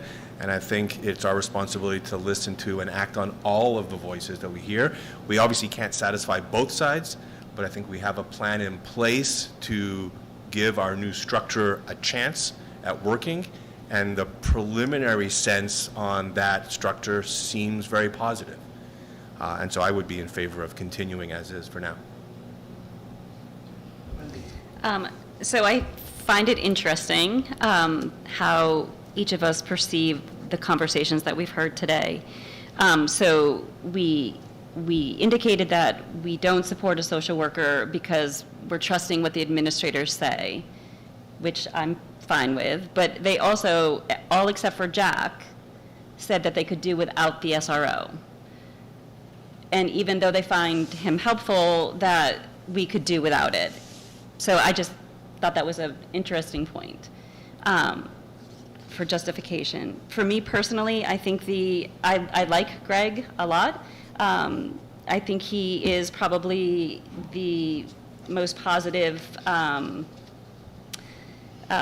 reflection of a SRO and I think we're lucky to have him. But I think if we're talking about the program versus the person, I think the SRO model is a more reactive kind of model versus a proactive model. I think you bring a police officer, in my mind, you bring a police officer in if you are feeling like your schools are unsafe. I don't have that general sense of our schools. I also feel like if you're talking about school shootings, the unfortunate part is that usually they're perpetuated by a previous student or a current student who feels disconnected from your schools. So I would much prefer the reason for supporting a social worker. I just tend to value being more proactive, and I think that there are things that Greg does that are proactive, but the program generally feels like a more reactive, like we're reaching kids and families once there's already trouble. Lisa? This is giving me a really bad headache. Well, I'm going to just be the spokesperson for the child who doesn't necessarily appreciate the SRO in the building. I heard 3 administrative people say that they could do without it, and I know because I have had conversations with kids that for some kids it's a very ugly feeling to, especially when they come into the middle school, to be dealing with this officer and a person who has a gun. I just want to remind everybody again that we have people who have voted, I know it's a non-binding vote, but that does seem to be an important element of our decision-making process. We're hearing the administrators, we're trusting the administrators, we're hearing our community telling us what they want. I'm very grateful to Joanne for having stood up for keeping a social worker on the books. I think that that is a very crucial element to what we're doing. But I just have to say that in my personal experience with my own children, that the SRO was not a positive experience. And for all the important things that I hear him doing, and it's not a personal thing at all, that going out to homes, I know that that's important for domestic difficulties, I know that's important, but there is a whole group of people who feel afraid all the time whenever they see him. And it's easy for us to say that it doesn't matter because their voice is not here. None of them are here. And I'm just going to tell you that it's real. And that conversation happened in my home not once or twice, but a few times. And especially during times of their lives when, other things got scary. And so we can continue on and decide for more data, but there's things that we can't quantify. There just are. And the voices of those people are they're not here right now. So that's, I guess, what I'll just let you know is that I know he does an important job, but I don't know that there isn't somebody at the police department who couldn't also do that job and not be on the campus of the schools. That's all.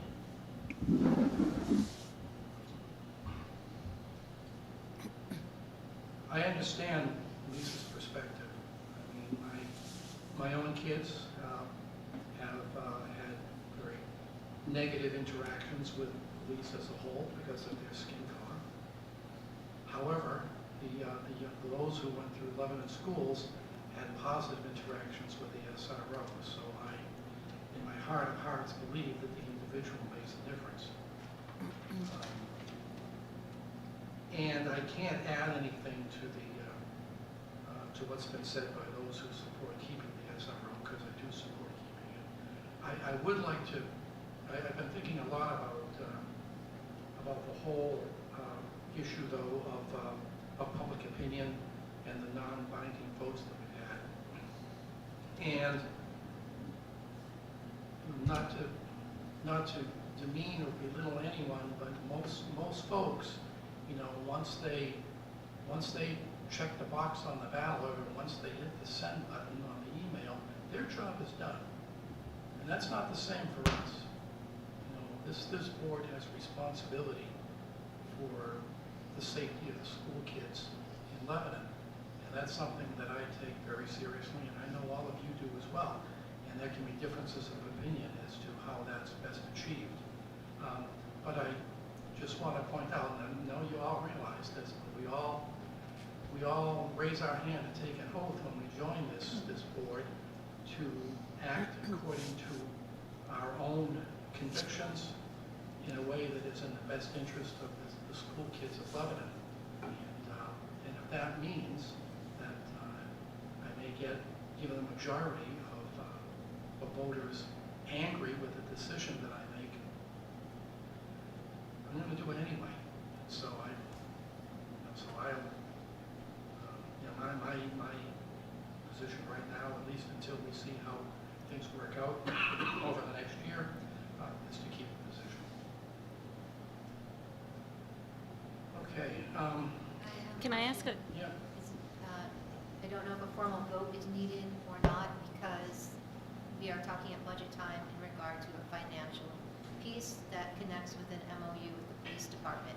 So I would just need to let them know either way their budget cycle runs January to January. So I just mentioned that business aspect of it, not to belay any of the emotion or the sentiments that are shared. I just want to make sure it's clear in the minutes as far as how to progress with that. Well, we didn't vote on the social worker addition. I'm not averse to entertaining a motion on the SRO. Based on what I've heard, I think I know how the vote would go. We can certainly do that. What's the sense of the board? Does someone want to make a motion, or is the sense, Joanne, is the sense of the board at this point enough? That's my question back to the board. I just want to make sure that I don't get, why was the MOU not revised or further conversation. We've worked hard on revising the language to the MOU, and I'm just aware of the budget of the city and our budget. I think that's why the conversation's happening here today. And I need clarification that at this point, the MOU is continuing through February 2024 to give them that information. Fair is fair. I mean, the SRO is in the budget.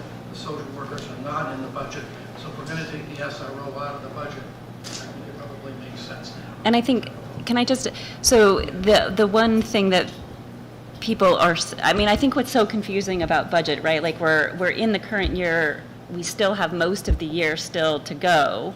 And so when people are saying data in a year and stuff like that, what we're approving though is the budget that starts July of 2023 that goes through June of 2024. So we're really talking about keeping these funds in the budget for this year in addition to all of next year.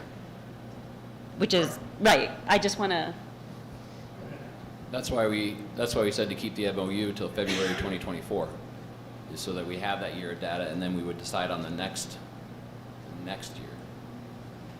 And I would argue that, that's the nature of budgeting in general, right? You're always a little behind the 8 ball or having to budget without all your data. I'm just indicating we're essentially like staying status quo for 2 years from a year and a half, year and whatever. Okay, may I have a motion to either keep the position or dispense with the position? Either one is fine. I can make a motion to remove the SRO from the 23-24 fiscal year budget. I'll second. Is that Will? Yep. Thank you, Will.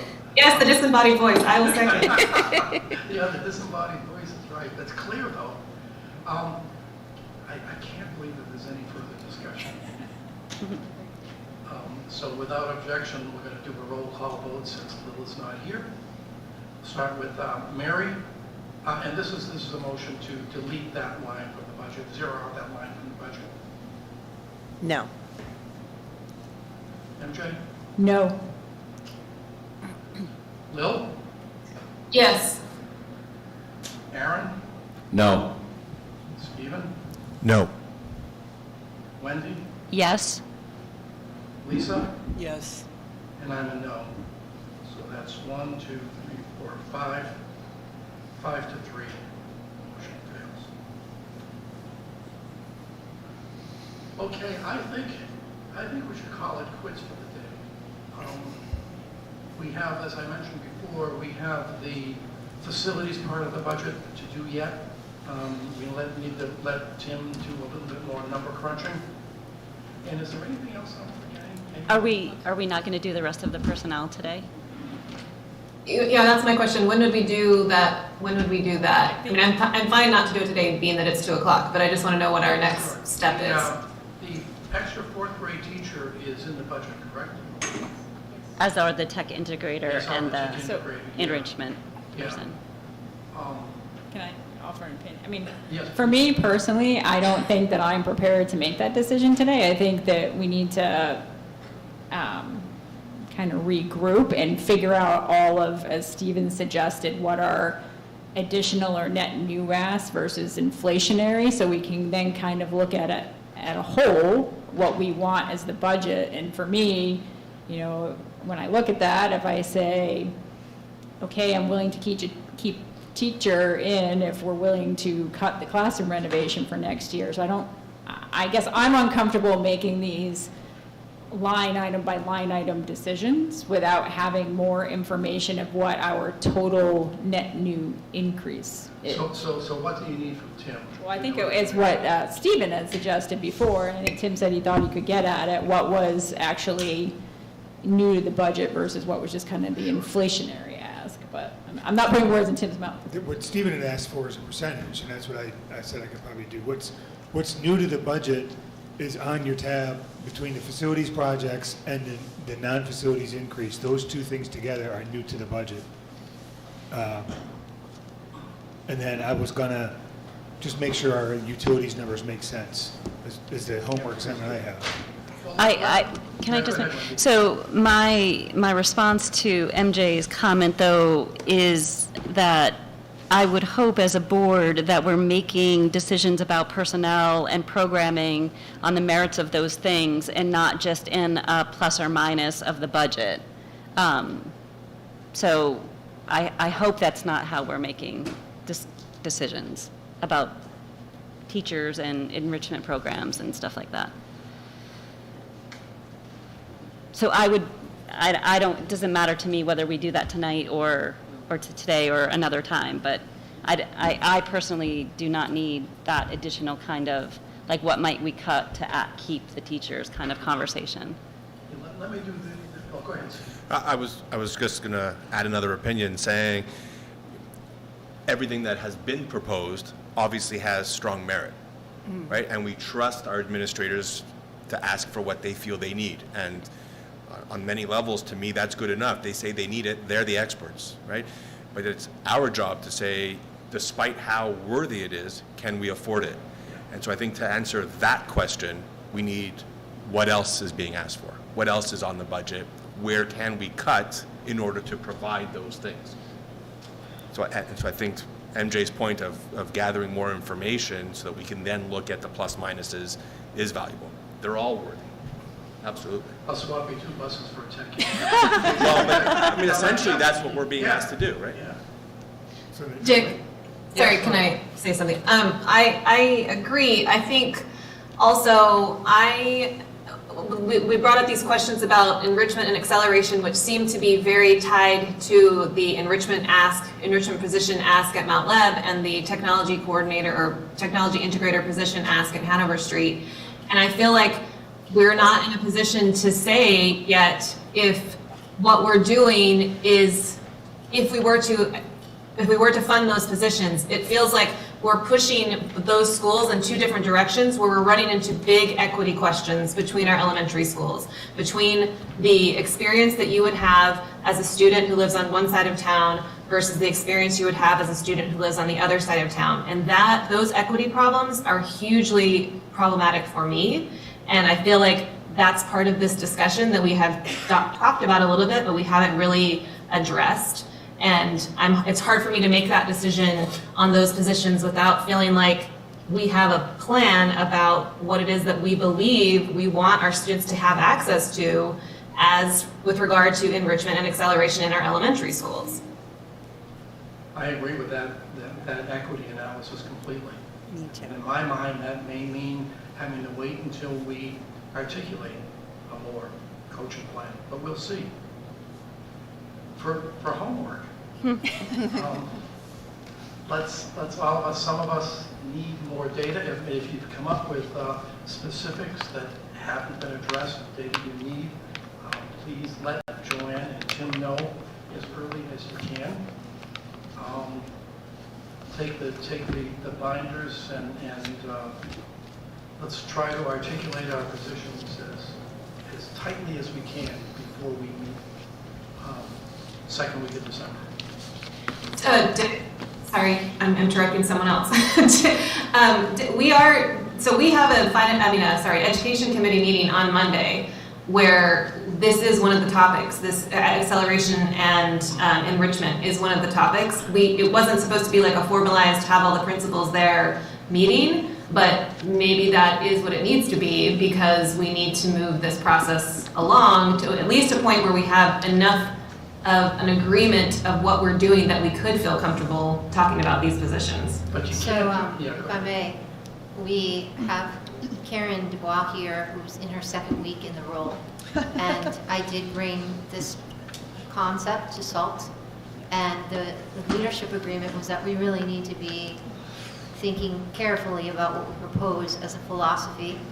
And so we're going to spend time over the next month or so, and at the EC meeting in December, where the handbooks are coming, all 4 principals would come to that same meeting with the same philosophy in the handbooks and talk about how that's would play out in their school, because to rush this, we simply cannot do that.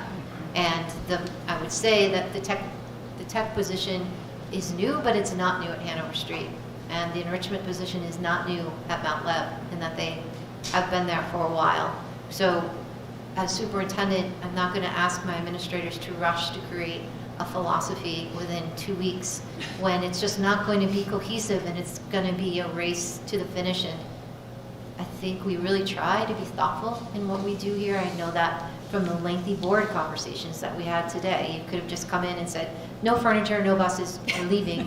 But you didn't, and I respect that about this district, and I respect that about the administrators that I work with. So I let them know that December 14th is the next board meeting for us to come together and to be here. I let them know that they're going to be working on the philosophy statement to bring that to EC as part of the handbooks.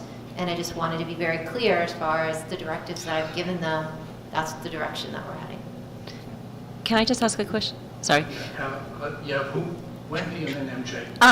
Tim, just timing-wise, when do we have to have a budget approved? I don't have the dates on the top of my head, but we need to have a budget hearing somewhere like end of the first week of January. So, and even after that budget hearing, you basically have to have it approved in time for me to post it. So we're talking about the middle of January if there comes a huge issue. So we have time. We have a month and a half. So I was just going to ask from a presentation perspective, like, I love this facilities project tab that highlights, the big ticket items at each of the schools for facilities projects. We've mentioned a couple things today here, or lasered in on the big furniture ask, and I think when the buses and the overall expense of the tech integrator and the enrichment person. So is there kind of some other, can we have a second summary sheet of just the big ticket item? Yes, if you turn to your budget information tab, I don't get that page. you'll see a non-facilities projects chart. It's in the very front. I can collate, I can reprint them out and put them on the same page. Can I keep going? Okay. He's been waiting all day for this. But I can put them on the same form if you want, but. Well, but your buses aren't on there. Yeah, they are, sorry.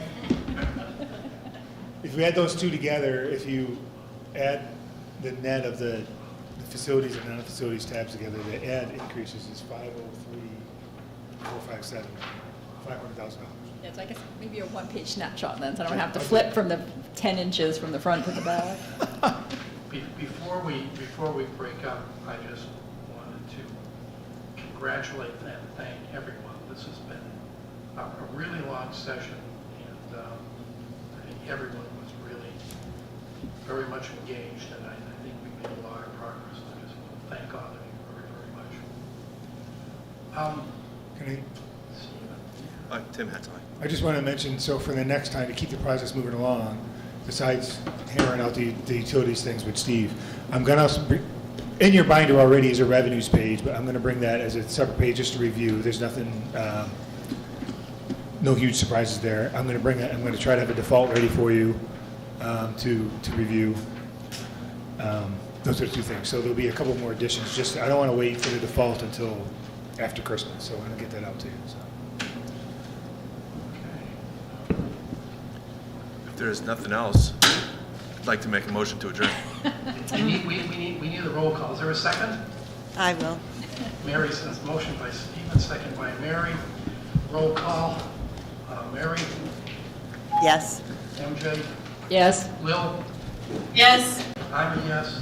Aaron? Yes. Stephen? Yes. Wendy? Yes. Lisa? Yes. Record.